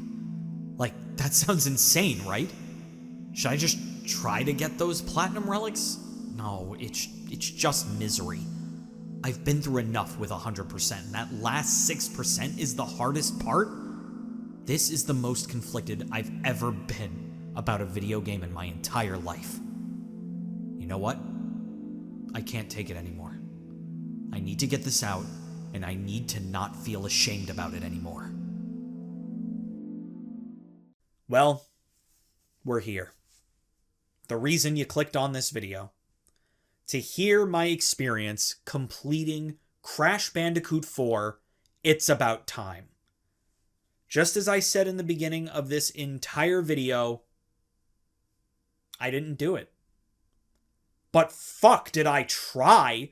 Now, of course, going into this video, I knew, trust me, I knew how demanding and difficult 106%ing Crash 4 was. I know because back in 2020, when this game first came out, I tried to do it. After a while, I just stopped playing the game. It actually prevented me from beating this game the first time I played it. This time, I was determined. I had the drive. I had the force. I had Billiam's 24-hour Lost retrospective to keep me company while I was doing it. This time, I was going to finally complete the challenge I set out to do and finally 106% this game. Let me tell you what this game asks of you in order to get that full completion. In every stage of the game, you have 6 gems to collect. 3 of the gems are given to you for collecting 80% of the Wumpa Fruit in a stage. The 4th gem is given to you when you break all of the boxes in a stage. The 5th gem is given to you when you beat the stage without dying more than 3 times. Finally, the 6th gem is given to you by finding it hidden somewhere in the stage. Already, I have a bone to pick with this system of gem collection. For one thing, the Wumpa Fruit gems seem kinda superfluous, don't they? If you're not trying to get all of the gems, giving you gems just because doesn't really seem necessary because the player won't care. If the player does care about getting gems, they're more than likely trying to get all of the boxes in a stage. Getting all of the boxes in a stage basically guarantees you the Wumpa gems, so it just makes those gems seem worthless if you don't get the box gem. There really won't be a difference between receiving 4 gems after beating a stage or 1 if getting the 4 gems doesn't really feel 4 times as rewarding. The death gem kinda sucks too, since one of the best aspects of the original Crash Trilogy was using all of the lives you accumulated to be able to have as many tries as you need to get all of the boxes in a stage. This especially would have helped in the 2 most frustrating aspects of getting box gems in this game: the animal riding sections and the rail grinding sections. The reason why these sections blow is because if you miss a box during one of these sections, that's it. You missed it. The only way to go back and go get it is to either die or restart the stage. In a game where death actually matters, that makes these sections go from a fun challenge to a frustrating obstacle. Finally, the secret gems are bullshit a lot of the time too. This reason also extends to the box gems, because the hidden gem and some of the boxes have the same problem in this game. They are in the most asshole of locations sometimes. You thought that one asshole box in Crash 2 was bad. This game basically uses asshole boxes as a fucking gameplay mechanic. Like, look at these 4 boxes and run it by you. In fact, don't look at them, because how fucking could you? How in the fuck are you supposed to know that those are there? No matter which way you move the camera, no matter which way you look at the area, these crates are fucking invisible. That's not a challenge. That's just cruel. It also wouldn't be so bad if missing boxes or the hidden gem didn't mean restarting a 5 to 10 minute long stage a lot of the time. I mean, hell, remember when playing Crash 2 and making it to Cold Hard Crash and being like, god damn, 155 boxes is so many.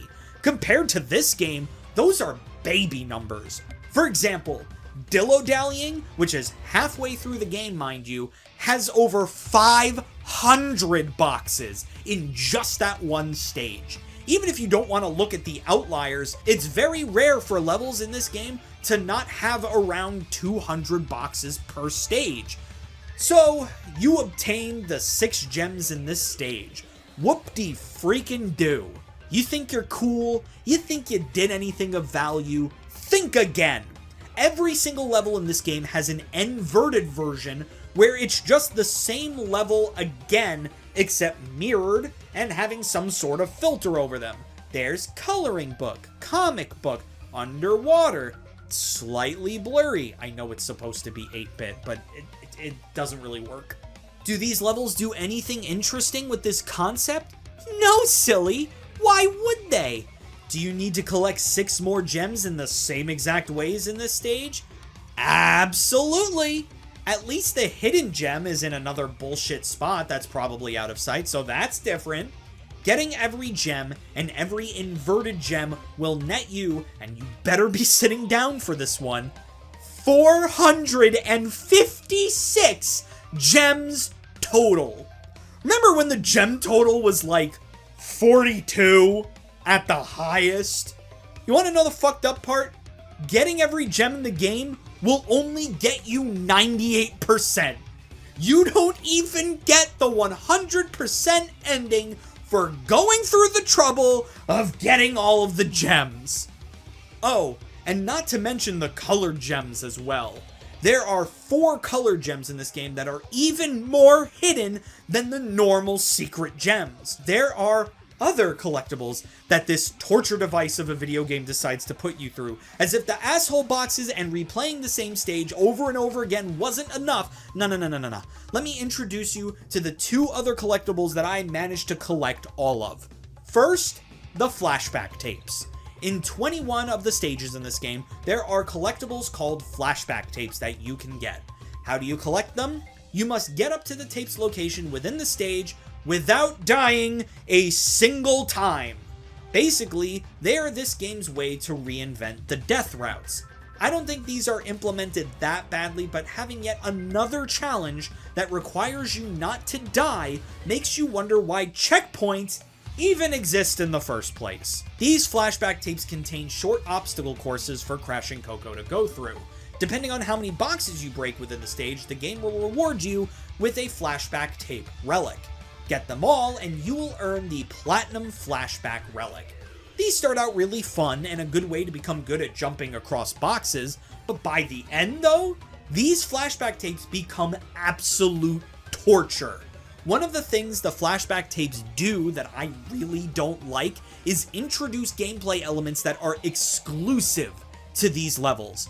Let me tell you, I hate, and I mean hate, these bounce crates. These bounce crates are special because after depleting the arrow of its lights, it becomes a Nitro crate. Oh, you thought that it's meant to limit the amount of times you can jump on this crate?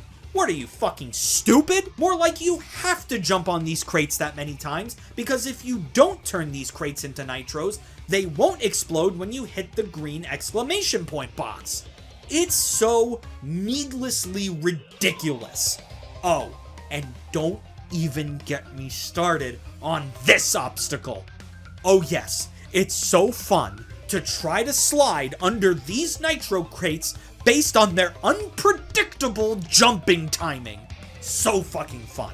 The only cool part of these flashback tapes is that it gives insight into the creation of both Crash and Coco. Hell, we got Crash's full canonical name from these. If you're curious, it's Crashworth Cortex the First. The amount of times that I've heard Embryo, the Revivotron, or That's a Dead One, or Confound It All, can drive a man mad, and honestly, it probably has in this case.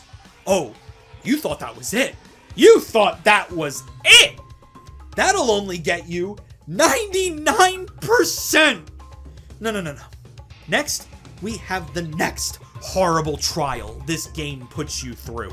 Remember how I criticized this game for its death gem? What if we made it fucking worse? Insanely perfect relics. You must get all of the boxes, the Wumpa gems, and the death gem in a stage without dying a single time. Pretty much, you must complete the stage like you were playing Crash 1. Remember when I was so happy that the Insane Trilogy got rid of that for their version of Crash 1? They brought it back and made it so much worse. It took me a combined 10 hours just to get the insanely perfect relics in toxic tunnels. One level. Not only is this stage super long, not only is this stage super difficult, but it also makes you do the gem gauntlet as well. They put boxes in the gem gauntlet. How could you be so cruel? You know what though? I fucking did it. I got all 38 insanely perfect relics in the game. Doing all of this finally put me over the edge to get the 100% ending. There is just one more task I had left, and it is easily the cruelest one of them all. The bane of my existence in the entire Crash Bandicoot franchise, Time Trial Relics. They couldn't just be content with Time Trial Relics though. No. What do you think this game is? Fun? Don't be fucking ridiculous. Of course you have to get all 38 platinum relics. Not sapphire, not gold, fucking platinum. Now, if you are requiring the platinum relics in order to complete the game, you'd think maybe they'd nerf the platinum relics. I mean, hell, they have the Toys for Bob relics over that, so the platinum relics can't be that bad, right? This is what made me quit. I spent 3 hours trying to get the platinum relic in A Rude Awakening. I spent 3 hours trying to get the platinum relic in level 1, and I still couldn't do it. Part of the problem is that this game refuses to give you the one thing that made gold relics possible in the original trilogy. There is no Crash Dash. There is no Crash Dash at all. Instead, the only help you get is that when you beat the game, you get the triple spin move. When you spin 3 times in a row, it will propel you forward a little bit. You can't even spam the spin button. No. You have to time it correctly like it's Mario's triple jump. I don't think I need to tell you how ridiculous this is. The only help you get on relics is a move that you have to time while also trying to maneuver a stage quickly and get time boxes. Like, it's just too much to work with. It wouldn't hurt so bad, it wouldn't sting so much if the 106% ending of this game wasn't the canon ending of the game. Listen, I know that it's just a 2-second cutscene showing that Uka Uka is returning to be the villain in the next game. But does that feel worth it? Hours and hours of torture, playing the same 38 levels over and over and over and over again. This game's completion is not fun. This game's completion ruins this game. I was genuinely having a good time with this game. I really was. After a while though, trying to get everything this game challenges you to get to, once again, get the canon ending to the game, turns this game from one of the best designed platformers ever made into a list of chores. This game is a list of chores. There were so many times where I would complete one fucking level, finally get all of the gems, just to dread having to do it all over again in the inverted version, and then knowing that I'd be spending hours and hours and hours and hours trying to perfect the level. I can't even imagine how much longer it would have taken this video to come out if I stuck with getting the platinum relics. You probably wouldn't see the end of this retrospective until next fucking year, if even that, depending on how long they'd be willing to keep me in a psych ward. Obligatorily, I am telling you that if you want me to go through the torture of getting all of the platinum relics, let me know if you want to see me live stream it, because that is the only way I will ever return to this game. Ever. You know what trying to complete this game made me realize, though? It's okay that I didn't 106% Crash 4. Now, I know that sounds ridiculous, especially at this point. I mean, throughout my 2 retrospectives, there were plenty of games I didn't complete. Kirby's Avalanche, Kirby Air Ride, Kirby's Canvas Curse, DDD's Drum Dash Deluxe, Team Kirby Clash Deluxe, Kirby's Battle Royale, Super Kirby Clash, Kirby Fighters 2, Kirby's Dream Buffet, Crash Team Racing, Crash Bash, Crash N-Tranced, Crash Nitro Kart on the Game Boy Advance, Crash Purple, Crash Team Racing Nitro Fueled, all games I've reviewed so far that I have not completed. So why am I getting so hung up on Crash 4? Aside from the Kirby Clash games, which I'm actually still playing to this day to hopefully make a full video later on, I never sacrificed seeing all of the story a game had to offer. All of the stuff I refused to do did nothing but increase a number on a save select screen. I put myself through hell to see all of the story Kirby had to offer. All of those true arenas, all because I knew you get extra story from them. I tried to do the same thing with this game, but I really had to ask myself questions I've asked myself a million times, but this time the answer was different. Is completing this game really worth it? There have been many times throughout these two retrospectives where I've asked myself, what do I get out of this? Will completing this game that brings me so much agony really be worth it? How much more information could I possibly get that will change what I will write about the completion of a game? Usually the way I justify it is to tell myself that to complete it will give me an undeniable understanding of the experience instead of just assuming that it's bad. Hell, sometimes mastering the game in completion can be a fun game within itself, even when difficult. I just couldn't justify it to myself anymore when I got to these relics. You know what I learned though? That's okay. It's okay to not torture myself with a game that so blatantly does not respect your time. It's okay that I couldn't bring you an entirely informed opinion at the expense of my enjoyment of making these videos in the first place. It's okay that this is what I gave you, as long as I'm open and honest to you guys, my beloved, well-esteemed guests. That's all that matters. So do I recommend completing this game? The hell do you think?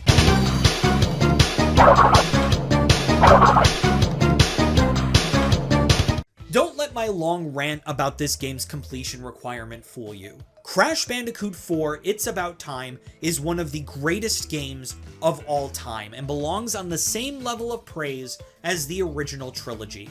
With an amazing story that doesn't tell cringy joke after cringy joke and really captures the spirit and charm that Crash had back in the day, gameplay that is the best Crash has ever seen with varied gameplay styles, amazing level design, and creative gameplay elements, and some of the best, if not the best, presentation in the entire Crash Bandicoot franchise. Do not let the intimidating, ridiculous completion requirement intimidate you. If you skip this game, you are doing a disservice to yourself as a Crash fan. If you play this game casually, you will have an amazing time. If you try to complete this game, you will have a terrible time. So honestly, just don't complete it if you aren't prepared to be frustrated for a long time. With all of that in mind, Crash Bandicoot 4: It's About Time gets my overall rating of an A. An absolutely stellar game that should not be overlooked. Crash is truly back. Well, here we are. The final game in the Crash retrospective so far. After this video, that'll be my second retrospective in the bag. Let's do this. The year is 2023, and Crash Team Rumble was just released on the PlayStation 4, PlayStation 5, and Xbox Series X. This is the third-party game the Crash Bandicoot series has to offer, and you know with that introduction, I'm walking in here a bit skeptical. I mean, look at Crash's two other party games. Crash Bash is a cheating mess, and Crash Boom Bang was the most confusing 3 hours I've ever wasted. So let's just say I'm not incredibly optimistic going into yet another Crash Bandicoot party game. Will Crash Team Rumble prove me wrong, or will it be thrown in the dumpster with the rest of Crash's party games? Let's find out.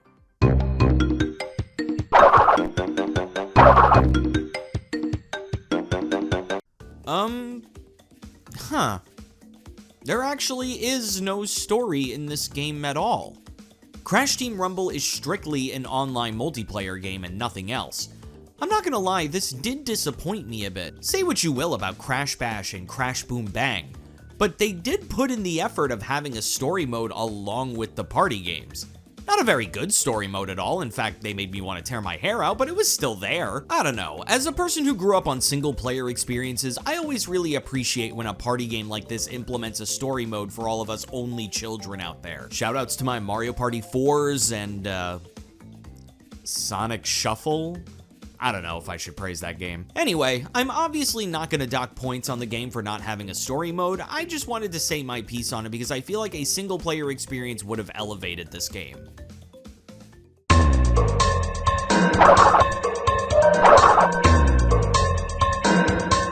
Oh my god. Can it be? A Crash Bandicoot party game that has good gameplay? There's no way. Let's look more into this. So the exact way the gameplay works for this game is actually way more complicated than it seems, so please forgive me if some of the details get lost while I try to summarize this game so that it doesn't become a Quentin Reviews length video. I actually love Quentin Reviews and have watched all of these videos in full. I actually helped on some of them, fun fact. Each game sees a red team and a blue team pitted against each other with one goal and one goal only in mind. Be the first team to bring 2,000 Wumpas to their bank. Sounds simple enough. What's complicated about collecting currency and bringing it home to the bank? Well, just like a bunch of crypto bros, scam artists, and late-stage capitalist billionaires, did I just say 3 of the same thing? The other team will do everything in their power to stop you from bringing home that bread, all while raking in their own Wumpa. What would a team-based multiplayer game be without character classes? That's right, baby, this is the Team Fortress 2 of Crash Bandicoot. Dingo Dial's the name, and this is my weapon. Crash Bandicoot, Tawna Bandicoot, newcomer Catbat, who actually made a cameo in Crash 4 in the 100% ending, and Spyro the Dragon, you know, from Crash Purple, belong to the character class of Scorer. Scorer's main goals are to collect as many Wumpa Fruit as possible and throw them into their bank. These characters are typically the fastest runners and can hold the most Wumpa Fruit at one time. Dingodile, Embryo, Femtropy, Ripperoo, and Allura belong to the character class of Blocker. Blockers can't hold a lot of Wumpa and they move kinda slow, but their ace in the hole is their combat ability. Blockers' main objectives are to try and defeat the other players. When a player runs out of health, not only do they have to wait to respawn, they lose everything they were holding. Wumpa, relics, everything. You can see how this could make bringing Wumpa to your bank very difficult. Coco Bandicoot, Dr. Cortex, Engine, and Ripto belong to the character class of Booster. Boosters don't really have stats that excel over those of the blockers or the scorers, but they are good all-rounder characters. Their primary goal is to collect items like relics to spend them on power-ups and try to gain control of every group of booster gems. Scattered around the stage, there are 2 or 3 groups of booster gems. When every gem is turned one color, that team will get boosted and their Wumpa count will be put through a multiplier when dropped off. What I really appreciate about this game is that one of the worst moves you can make as a team is to strictly play your role. Just because you're a scorer doesn't mean you shouldn't fight. Just because you're a blocker doesn't mean you shouldn't boost, and just because you're a booster doesn't mean you shouldn't score.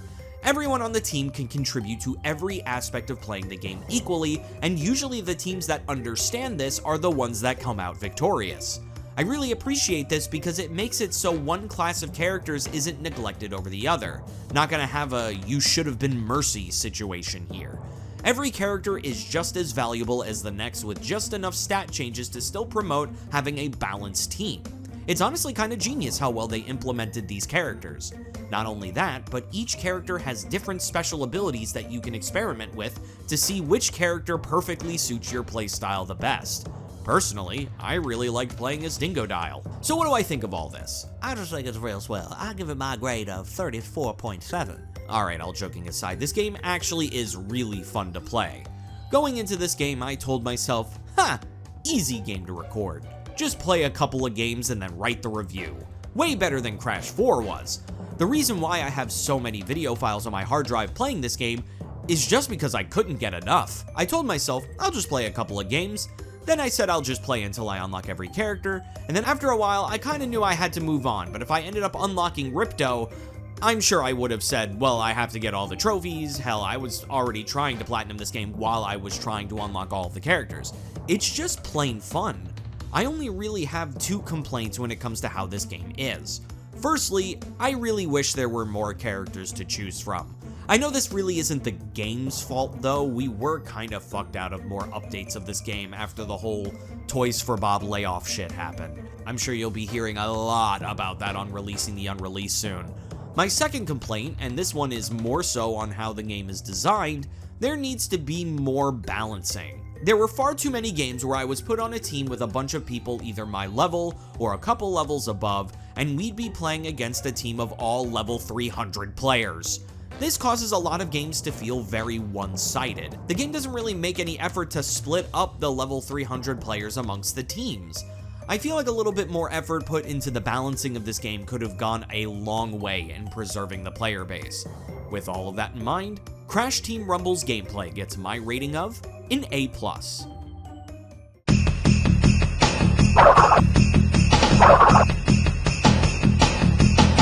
So there really isn't a ton to say about this game's presentation because a lot of it is just borrowed from Crash 4 and Spyro Reignited Trilogy. All of the character models and animations for the characters were lifted straight from Crash 4. Hell, even the music is all the music from the other games. They lifted music from Sane Trilogy, Crash Team Racing Nitro Fueled, Crash 4, and Spyro the Reignited Trilogy. Maybe I'll redo my Spyro retrospective too sometime in the future. That means I'd have to play Hero's Tale again. Fuck. Even most of the voice clips used in this game are all just snatched from Crash 4 and Reignited Trilogy. It's all stolen, it's all borrowed, none of it's new. This is gonna be a terrible wedding. Now, having everything taken from other games is not a bad thing. This game's levels look just as good as Crash 4 at times, and they do a good job at making every stage feel completely distinct from one another. It just kinda makes the presentation very middle of the road, and it comes off as lazy. With all of that in mind, Crash Team Rumble's presentation gets my rating of a B.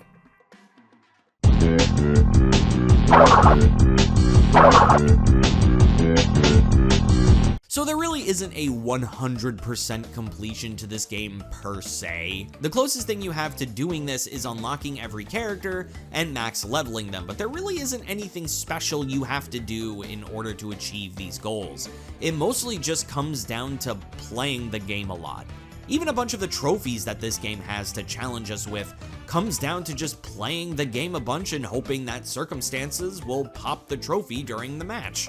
Win a competitive match with every character, KO 10 enemies, bank 1200 Wumpa. All of these trophies are just getting good at the game and hoping that the stars align for the trophy to pop.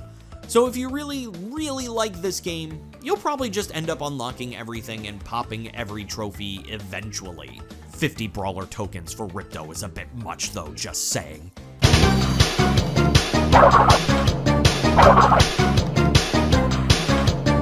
Wow. I can't believe it. They did it. They actually fucking did it. After 27 years, Crash Bandicoot finally made a good party game. It is very clear that this game was way more focused on gameplay and gameplay alone, and boy howdy did they excel on that front. The gameplay is really fun and really addicting. The perfect way for an online PvP game to be. Would it have been better with more story and a bit more to the presentation? Of course! Do I wish this game's planned future content wasn't cancelled? Abso-fucking-lutely. For what we have though, it's still a great game. I highly recommend this one. With all of that in mind, Crash Team Rumble gets my overall rating of an A-. A massive step up from Crash Bash and Crash Boom Bang, considering both of those games were basically Fs. What a way to end the retrospective. Well, we've finally done it. We have finished and reviewed every single Crash game in the Crash Bandicoot series. Of course, I missed a couple of games, but I literally have no way to play any of the mobile games. Crash Nitro Kart 2 is only for old Nokia phones, which I don't own or have any way of recording, and Crash Bandicoot on the Run is literally deleted from the App Store. Even then though, just kind of assume from now on that for any retrospective I do, I'm probably going to skip any games that aren't completely accessible like special arcade games or mobile games. Anyway, I'm just rambling at this point. We got 23 games to get through, so let's get on with the list. Number 23. Crash Boom Bang. Well, this is shocking to absolutely no one. The worst Crash Bandicoot game in the entire franchise is Crash Boom Bang. There is absolutely no reason why I should have beaten this game. I was absolutely confused from start to finish with this game, and yet I still got through it and saw the ending. Not only that, but it's only a 3-hour long game. DS games were $40 new back in 2006. I would be so pissed if I paid $40 for this just to beat it 3 hours later. There is absolutely no replay value, it's physically taxing with the amount of microphone minigames you have to play, and the story just doesn't feel like a Crash story. Hell, Crash Boom Bang just doesn't feel like a Crash game at all. Number 22. Crash Purple, Ripto's Rampage. This game could have been so great. The idea of Crash Bandicoot and Spyro the Dragon finally crossing over in a mainline Crash game after over a decade of being sibling series should have been a match made in heaven. Instead of giving us an amazing platformer, they gave us a shitty minigame collection. The story is stupid, the gameplay is some of the worst in the franchise, and my god, the cutscenes show us these characters at their ugliest. This game just should not exist. If you ever need any proof of that, just look at how they handled Nina. Number 21. Crash Bash. Entering the D ranks, Crash Bash is one of the most frustrating games I've ever played in my entire life. It's so weird because I grew up with this game and I remember loving it as a kid. I had nothing but fond memories for this game, even if it was just air hockey for most of the time. When I finally revisited it and tried to finally beat it, the true horrors this game had to offer finally showed themselves. The amount of cheating this game does in the name of difficulty is actually insane. It turns this game from a semi-decent party game with an okay story to a game where you just have to wait for the game to let you win. Not only that, but the completion in this game is worse than Crash 4. Yeah, I actually fucking said that. Number 20. Crash Mind Over Mutant for DS. If I had one word to describe this game, it would be disappointment.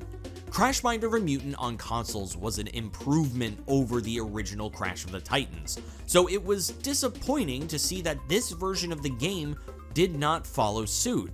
This was the only game in the Crash Retrospective where the biggest difficulty with beating this game was staying awake. Number 19.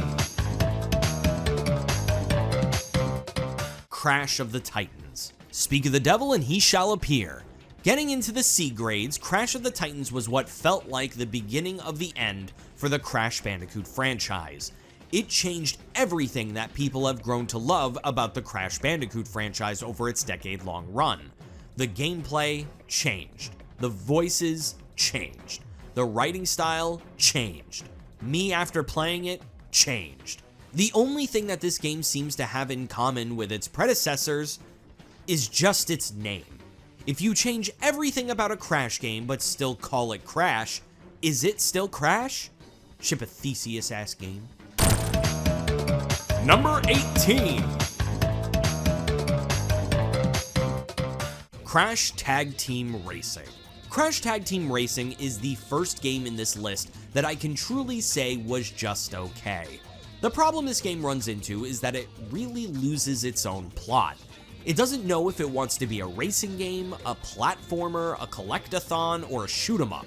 This game tries to do all of those things and it just becomes way too much to do. Not only that, but the racing really isn't that good either, since the best strategy you can employ is merging with another kart right at the start of the race and just spend the rest of the time blasting. This game is probably fun in multiplayer, but as a single-player experience, it's very flawed fundamentally. Also, the fact that there is no completion bonus for collecting everything is bogus. Number 17. Crash Bandicoot Wrath of Cortex. Ah, the beginning of mediocre Crash. It's been a long time. And I missed you. Now, right off the bat, there isn't anything inherently wrong with Wrath of Cortex on the surface. The problem with this game is how much of a nothing burger it feels like it is. For this to be the game that comes after Crash's Naughty Dog era, Wrath of Cortex was definitely the omen that showed the future of the Crash series.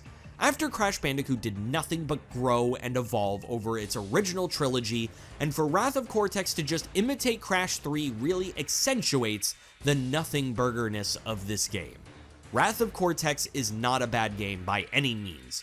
It's just a serviceable enough game. Number 16. Crash of the Titans for the Game Boy Advance. Entering into the B grades, Crash of the Titans for the Game Boy Advance takes this spot. Confused, are we? How is the shitty Game Boy Advance version of one of the worst console Crash Bandicoot games above said console versions and even Wrath of Cortex? It was a very close race between this and Wrath of Cortex, but the reason why I think this wins out is because of the story. Wrath of Cortex's story sets up so many things that never pay off. Stuff like the elementals, Crunch, the return of all of the villains from previous games. It was all half-assed. This version of Crash of the Titans has a story that takes what the console version did and made it make more sense. It even showed character relationship development between Cortex and Nina. That's rare for a franchise like Crash. I'm begging you not to roast me in the comments for this one. I can't stress enough how close this game and Wrath of Cortex are to me. Number 15. Crash Bandicoot 2 N-Tranced. Scared you for a second, didn't I? This is the absolute example of what I'd say is the most mid-Crash Bandicoot game. After playing and enjoying Crash Bandicoot The Huge Adventure, this is quite the huge downgrade. The level design is infuriating, the power-ups are only useful if you are trying to go for those platinum relics. Platinum relics are necessary, and that final boss is the most random, horribly telegraphed final boss in the entire Crash series. Is the game bad? Absolutely not. It's completely middle of the road, and I'm not really likely to go back to it. Unless you want me to stream it.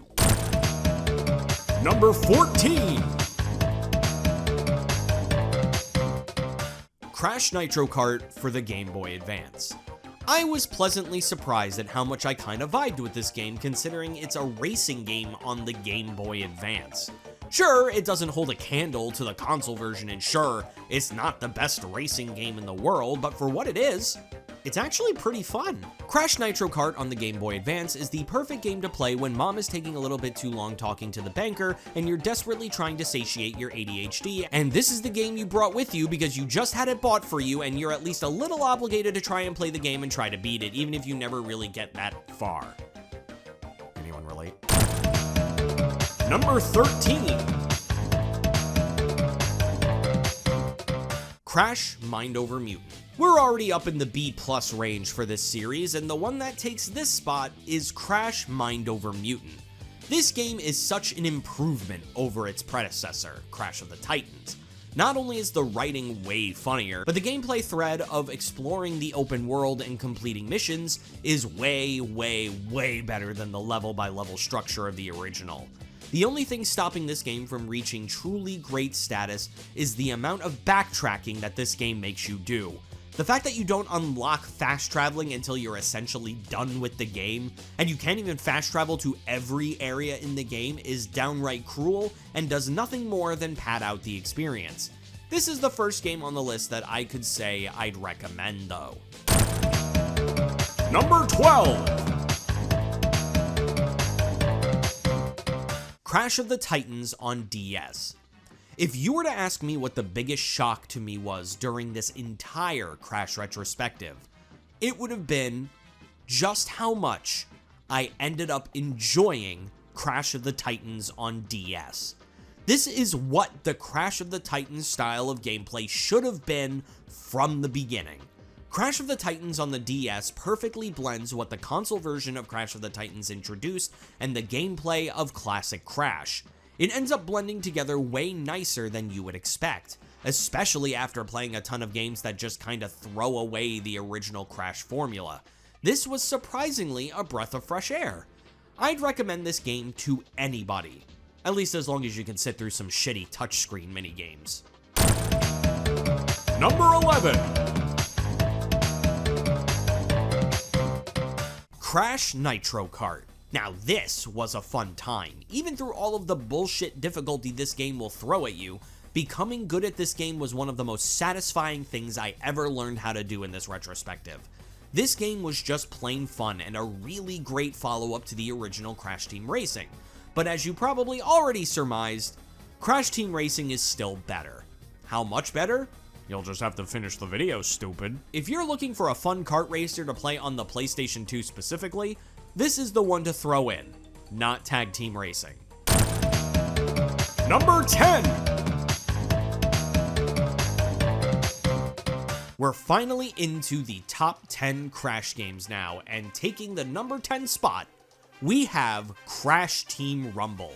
This is the only non-kart racing party game that Crash Bandicoot has that I would recommend everyone to play. They finally found a formula in which playing a competitive platformer actually works, and it can become highly addictive after a while. I know I got addicted while I was recording the gameplay for it. I didn't want to stop playing.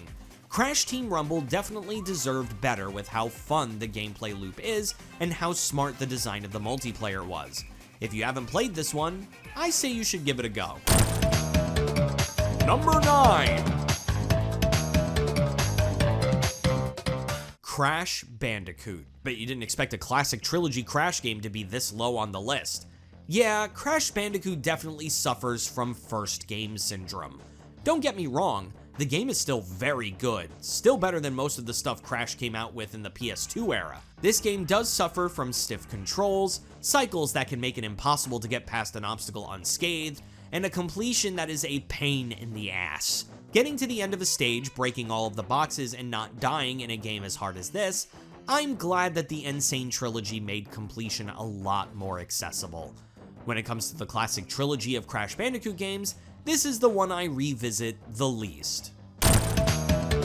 Number 8. Crash Twinsanity. Another example of a game that is my favorite not making it to the top of the list. Just like how Kirby Superstar Ultra is my favorite Kirby game but didn't make it to the top of that list, Crash Twinsanity is my favorite Crash Bandicoot game, even though it is number 8. The writing is so funny and so memorable that I could probably recite most cutscenes in this game right off the top of my head. In fact, I bet I could do this whole cutscene without even studying the words. Watch. Surprised to see me, Crash? Just like the fleas on your fur, I keep coming back. 3 years I spent trapped in the cold Arctic waste, and I missed you. So I put together a little get-together, kind of a birthday party, except the exact opposite. The gameplay is also really fun as well. What this game suffers from is a lack of polish. Everybody knows about Crash Twinsanity's very, very, very troubled development. This troubled development really shows through the erratic story where story beats just kinda happen, disappear, things are unexplained. Even the gameplay could use a little bit more polish. The lack of checkpoints really hurts this game and makes getting a game over really painful, especially in Engine Ship. Number 7.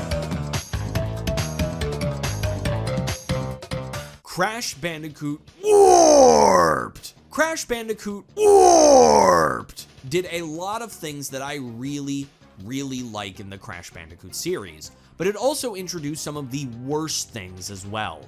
The platformer levels in this game are really good, like some of the best in the franchise. The music is all super catchy, the characters are super well written, the presentation is some of the best the PS1 has to offer. There is a reason why so many Crash Bandicoot games after this tried to imitate what this game did. Games like Wrath of Cortex, Huge Adventure, and N-Tranced would reuse music and environments from this game just because it is that iconic. It is such a shame that two of the worst things the Crash Bandicoot games do originated from this game and was constantly imitated. Gimmick levels and time trial relics. This is why Crash Bandicoot Warped is not in the top 5. It introduced some of the worst gameplay decisions in the franchise, even though I still think the main game is pretty solid. Number 6. Crash 4, It's About Time. This is going to be wild to say, but out of all of the games on this list, Crash Bandicoot 4, It's About Time is the game on this list that has the best level design of any Crash game. The amount of things this game thinks to do with the abilities Crash has, both in his base moveset, with the quantum masks, and the combination of both never cease to amaze me. The amount of clever ways the game implements its mechanics is something to behold. Hell, even adding the multiple playable characters was a very fun and unique way to twist up on the gameplay. This is a way better solution than having stupid vehicle sections. The only reason Crash 4 isn't higher on the list is because its completion requirement is so super ridiculous and doesn't respect your time. There is a lot of padding in this game's completion. Number 5. Crash Bandicoot The Huge Adventure. Bet you didn't expect a handheld game to be so high on the list. Not only is it so high on the list, it's above 2 of the games in the original trilogy. Well, it deserves to be here. Crash Bandicoot The Huge Adventure is truly that good. It is the perfect example of taking a 3D platformer as good as the original trilogy of Crash Bandicoot and perfectly translating it into a 2D platformer. Though this game borrows a lot from Crash Bandicoot Warped, which was my main complaint about Wrath of Cortex, I feel like the expectation is different when it comes to a handheld game versus a console game. When I play Crash The Huge Adventure, I'm expecting a handheld version of the console Crash Bandicoot games. When I play Wrath of Cortex, I'm expecting a sequel to Crash Bandicoot Warped. This game is just plain good Crash Bandicoot goodness. Nothing more deep than that. Also, Megamix is fucking awesome. Number 4. Crash Team Racing. Crash Team Racing is absolutely one of the best kart racers I've ever played in my entire life. I genuinely think that this game is better than any Mario Kart. The story mode is very fun and engaging. The controls and handling of the cars are perfect. The music is fantastic. It is incredibly fun to play in a multiplayer setting, and there is absolutely no point in this game where the game feels unfair. It's crazy I'm saying that when Oxide actually cheats. It's crazy that Emperor Velo being way too fast for you to ever catch up with seems less fair than Oxide literally starting the race 1 second early. If you love kart racers and you haven't played Crash Team Racing, do yourself a favor and get on that. It is wild how much Naughty Dog nailed the kart racing genre on their first try. Crash Team Racing is unmatched in the genre. At least I would say that if it weren't for... Number 3. Crash Team Racing Nitro Fueled. I mean, how could this spot not go to Crash Team Racing Nitro Fueled? It's a game that takes everything great about Crash Team Racing and everything great about Crash Nitro Kart and mashes it together into one huge package. Crash Team Racing Nitro Fueled did an excellent job of taking the masterpiece of Crash Team Racing and just giving us that and a whole lot more. They essentially doubled the size of the game by introducing every track from Crash Nitro Kart. Crash Team Racing Nitro Fueled really shows us just how far Crash Bandicoot has come from 1996 to now. Just like how Crash Team Racing ended with a look back at Naughty Dog's time working on Crash Bandicoot as a series, Crash Team Racing Nitro Fueled is the perfect look back to Crash Bandicoot's past before they go on towards the future with Crash 4. What an absolute masterpiece. Number 2. Crash Bandicoot The Insane Trilogy. It really is crazy just how good the Insane Trilogy is. For one thing, every single Crash Bandicoot fan owes the Insane Trilogy a lot when it comes to the current public opinion of Crash Bandicoot. We all have the Insane Trilogy to thank for reviving the Crash Bandicoot series in the modern day. Without the Insane Trilogy, we wouldn't have the Reignited Trilogy, we wouldn't have Crash Team Racing Nitro Fueled, and most importantly, we wouldn't have Crash Bandicoot 4. This game wouldn't be number 2 on the list just by good reputation alone. I would say, with 100% certainty, that the Crash Bandicoot Insane Trilogy is the definitive way to play the Naughty Dog trilogy. Every single level in this game is beautifully recreated, and it also adds a bunch of quality of life changes to the game that make the game as fun as possible. The main example of this is making it so you are allowed to die while trying to obtain the gems in the first game. The Insane Trilogy has gotten a lot of flack for its weird controls and odd hitboxes, but I never really experienced any problems on that front during my playthrough. The Insane Trilogy has 100% improved on both Crash Bandicoot 1 and Crash Bandicoot Warped, and that's why it's so high on the list. Wait, there was something missing in that list of games I said just then. Number 1. Crash Bandicoot 2 Cortex Strikes Back. Where Crash the Insane Trilogy made Crash 1 and Crash Bandicoot Warped better, I cannot say the same about Crash Bandicoot 2 Cortex Strikes Back. For this game, they matched it.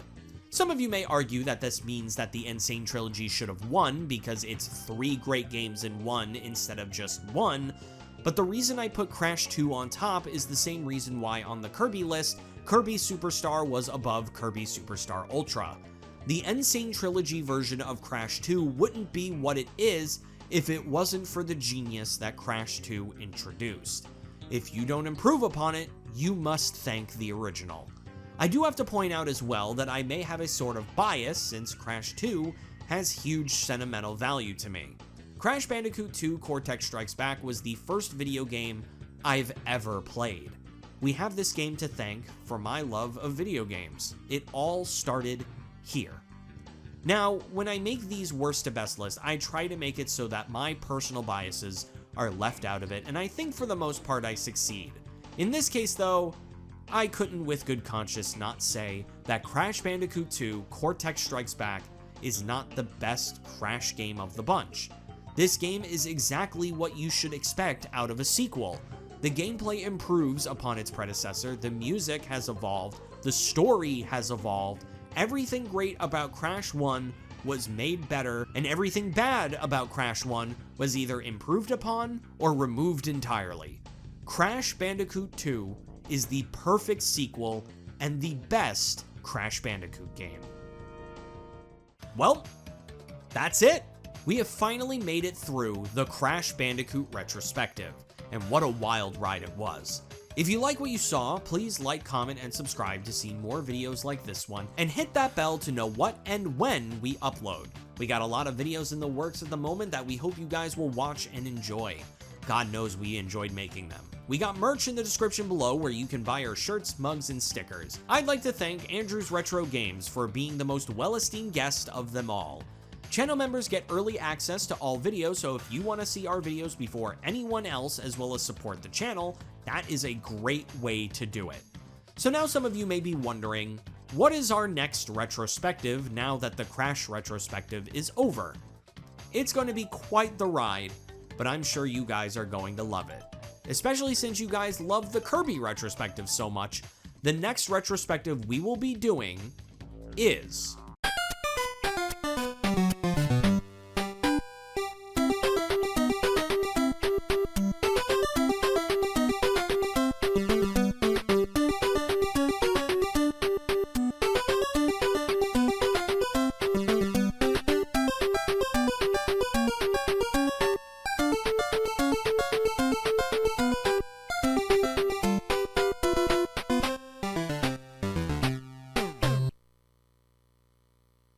see you then.